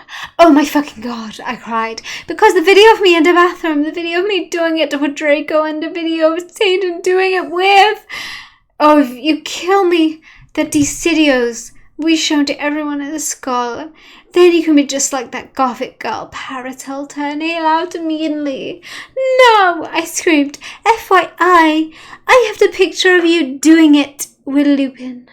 What's she talking about? Lupin slurped as he sat in chains. I thought to...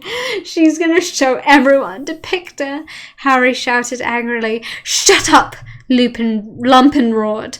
Foolish ignoramuses, yielded Voldemort from his broomstick. Thou shalt all die soon. Think again, you fucking muggle poser, Harry yelled. And then he and Diablo and Navel both took out black guns, but Voldemort took out his own one. You guys are in a Latin standoff, I shouted desperately. Echo, Neville's wand, cried Voldemort, and suddenly Neville's wand was in his hand. Now I shall kill thee all, and Ebony, you will die. He made lightning come all over the place. Save us, Ebony, Dumbledore cried. I cried sexily. I just wanted to go to the common room and split my wrists with my friends while we watched Shark Attack 3 and Saw 2 and do it with Draco. But I knew I had to do something more impotent. Abracadabra! I shooted.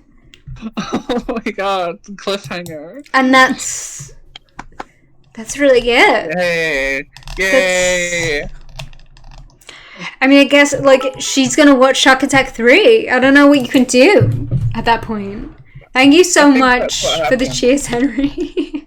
I hope that she gets to do it with Draco again. I'd be really sad if I think she will. I mean, if anything, that's one thing she's for sure gonna be able to do. She's gonna do it. Good. With Draco. I hope so. I'm so glad. This has been a wonderful experience. Yeah, I love how the ending is just like, oh my god, am I gonna be able to watch a movie and like have sex? I don't know. Like, am I?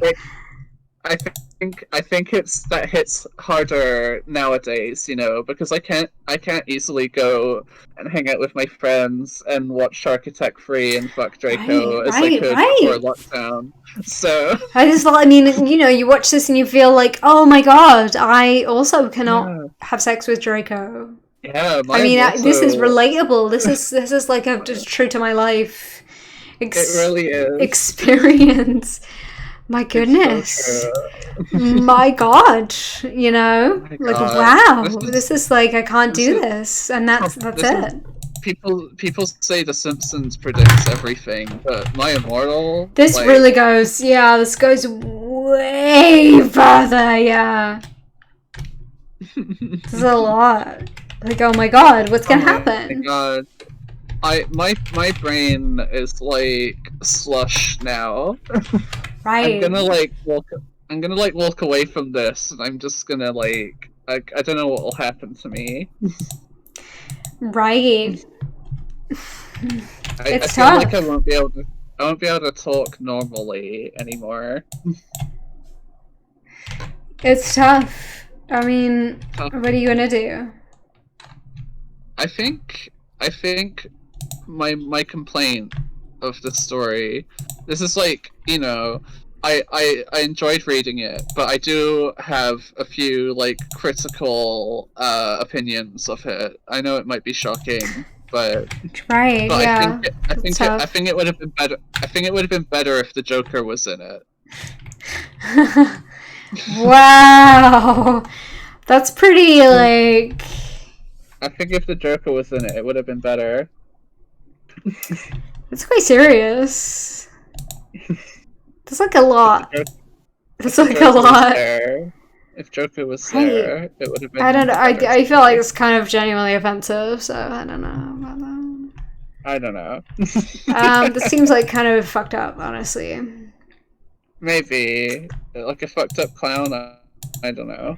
It's just my. I don't think the Joker did anything wrong. Yeah. What do you get when a clown has a gun? Bang! Kill you. Funny being shot. Being shot by like funny.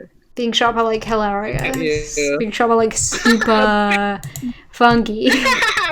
Batman! I'm gonna do a joke. Yes. That's so. I'm gonna what it is. Get you with my jokers. I'm gonna get you with my Joker's gun. It shoots jokes. Funny. It shoots up a little. Extremely like, funny jokes. Yes. Rolled up Christmas cracker joke. All right. Well, you know, thank you for being with me during this gorgeous my Immortal time. Yeah. I'm. Shall I plug me? Absolutely. Yes. Go ahead. Am I allowed to do that? Hey, me, Mimos Metfuel, I'm Splendid Land on every website, and I'm making a video game that's called Amazing Treasure Valley. You should check it out. And there's some treasure in that. There is treasure. That the whole game is wandering around and looking for treasure. Get some treasure. So that's my plug. That's my plug. Check me out. I'm on Twitter and other websites. Woo! Okay, bye. That's it. Thank you so much for being with us on this glorious, delicious day. Thank you for getting me involved in this. We've read this glorious story. It was glorious. Yeah. All right. I'm gonna end this now. But I'm gonna come back at like 1 second. I wanna play some like Sonic. That's what I'm gonna do. Wait! You're gonna play Sonic? Can I stay around for Sonic? Absolutely. I just want to end the stream and then restart to just be a solid like, oh, we're done with my Immortal. But I want to play some Sonic. All right, I'm ending the stream exactly at this moment. All right, thank you for everybody for joining me. Mwah.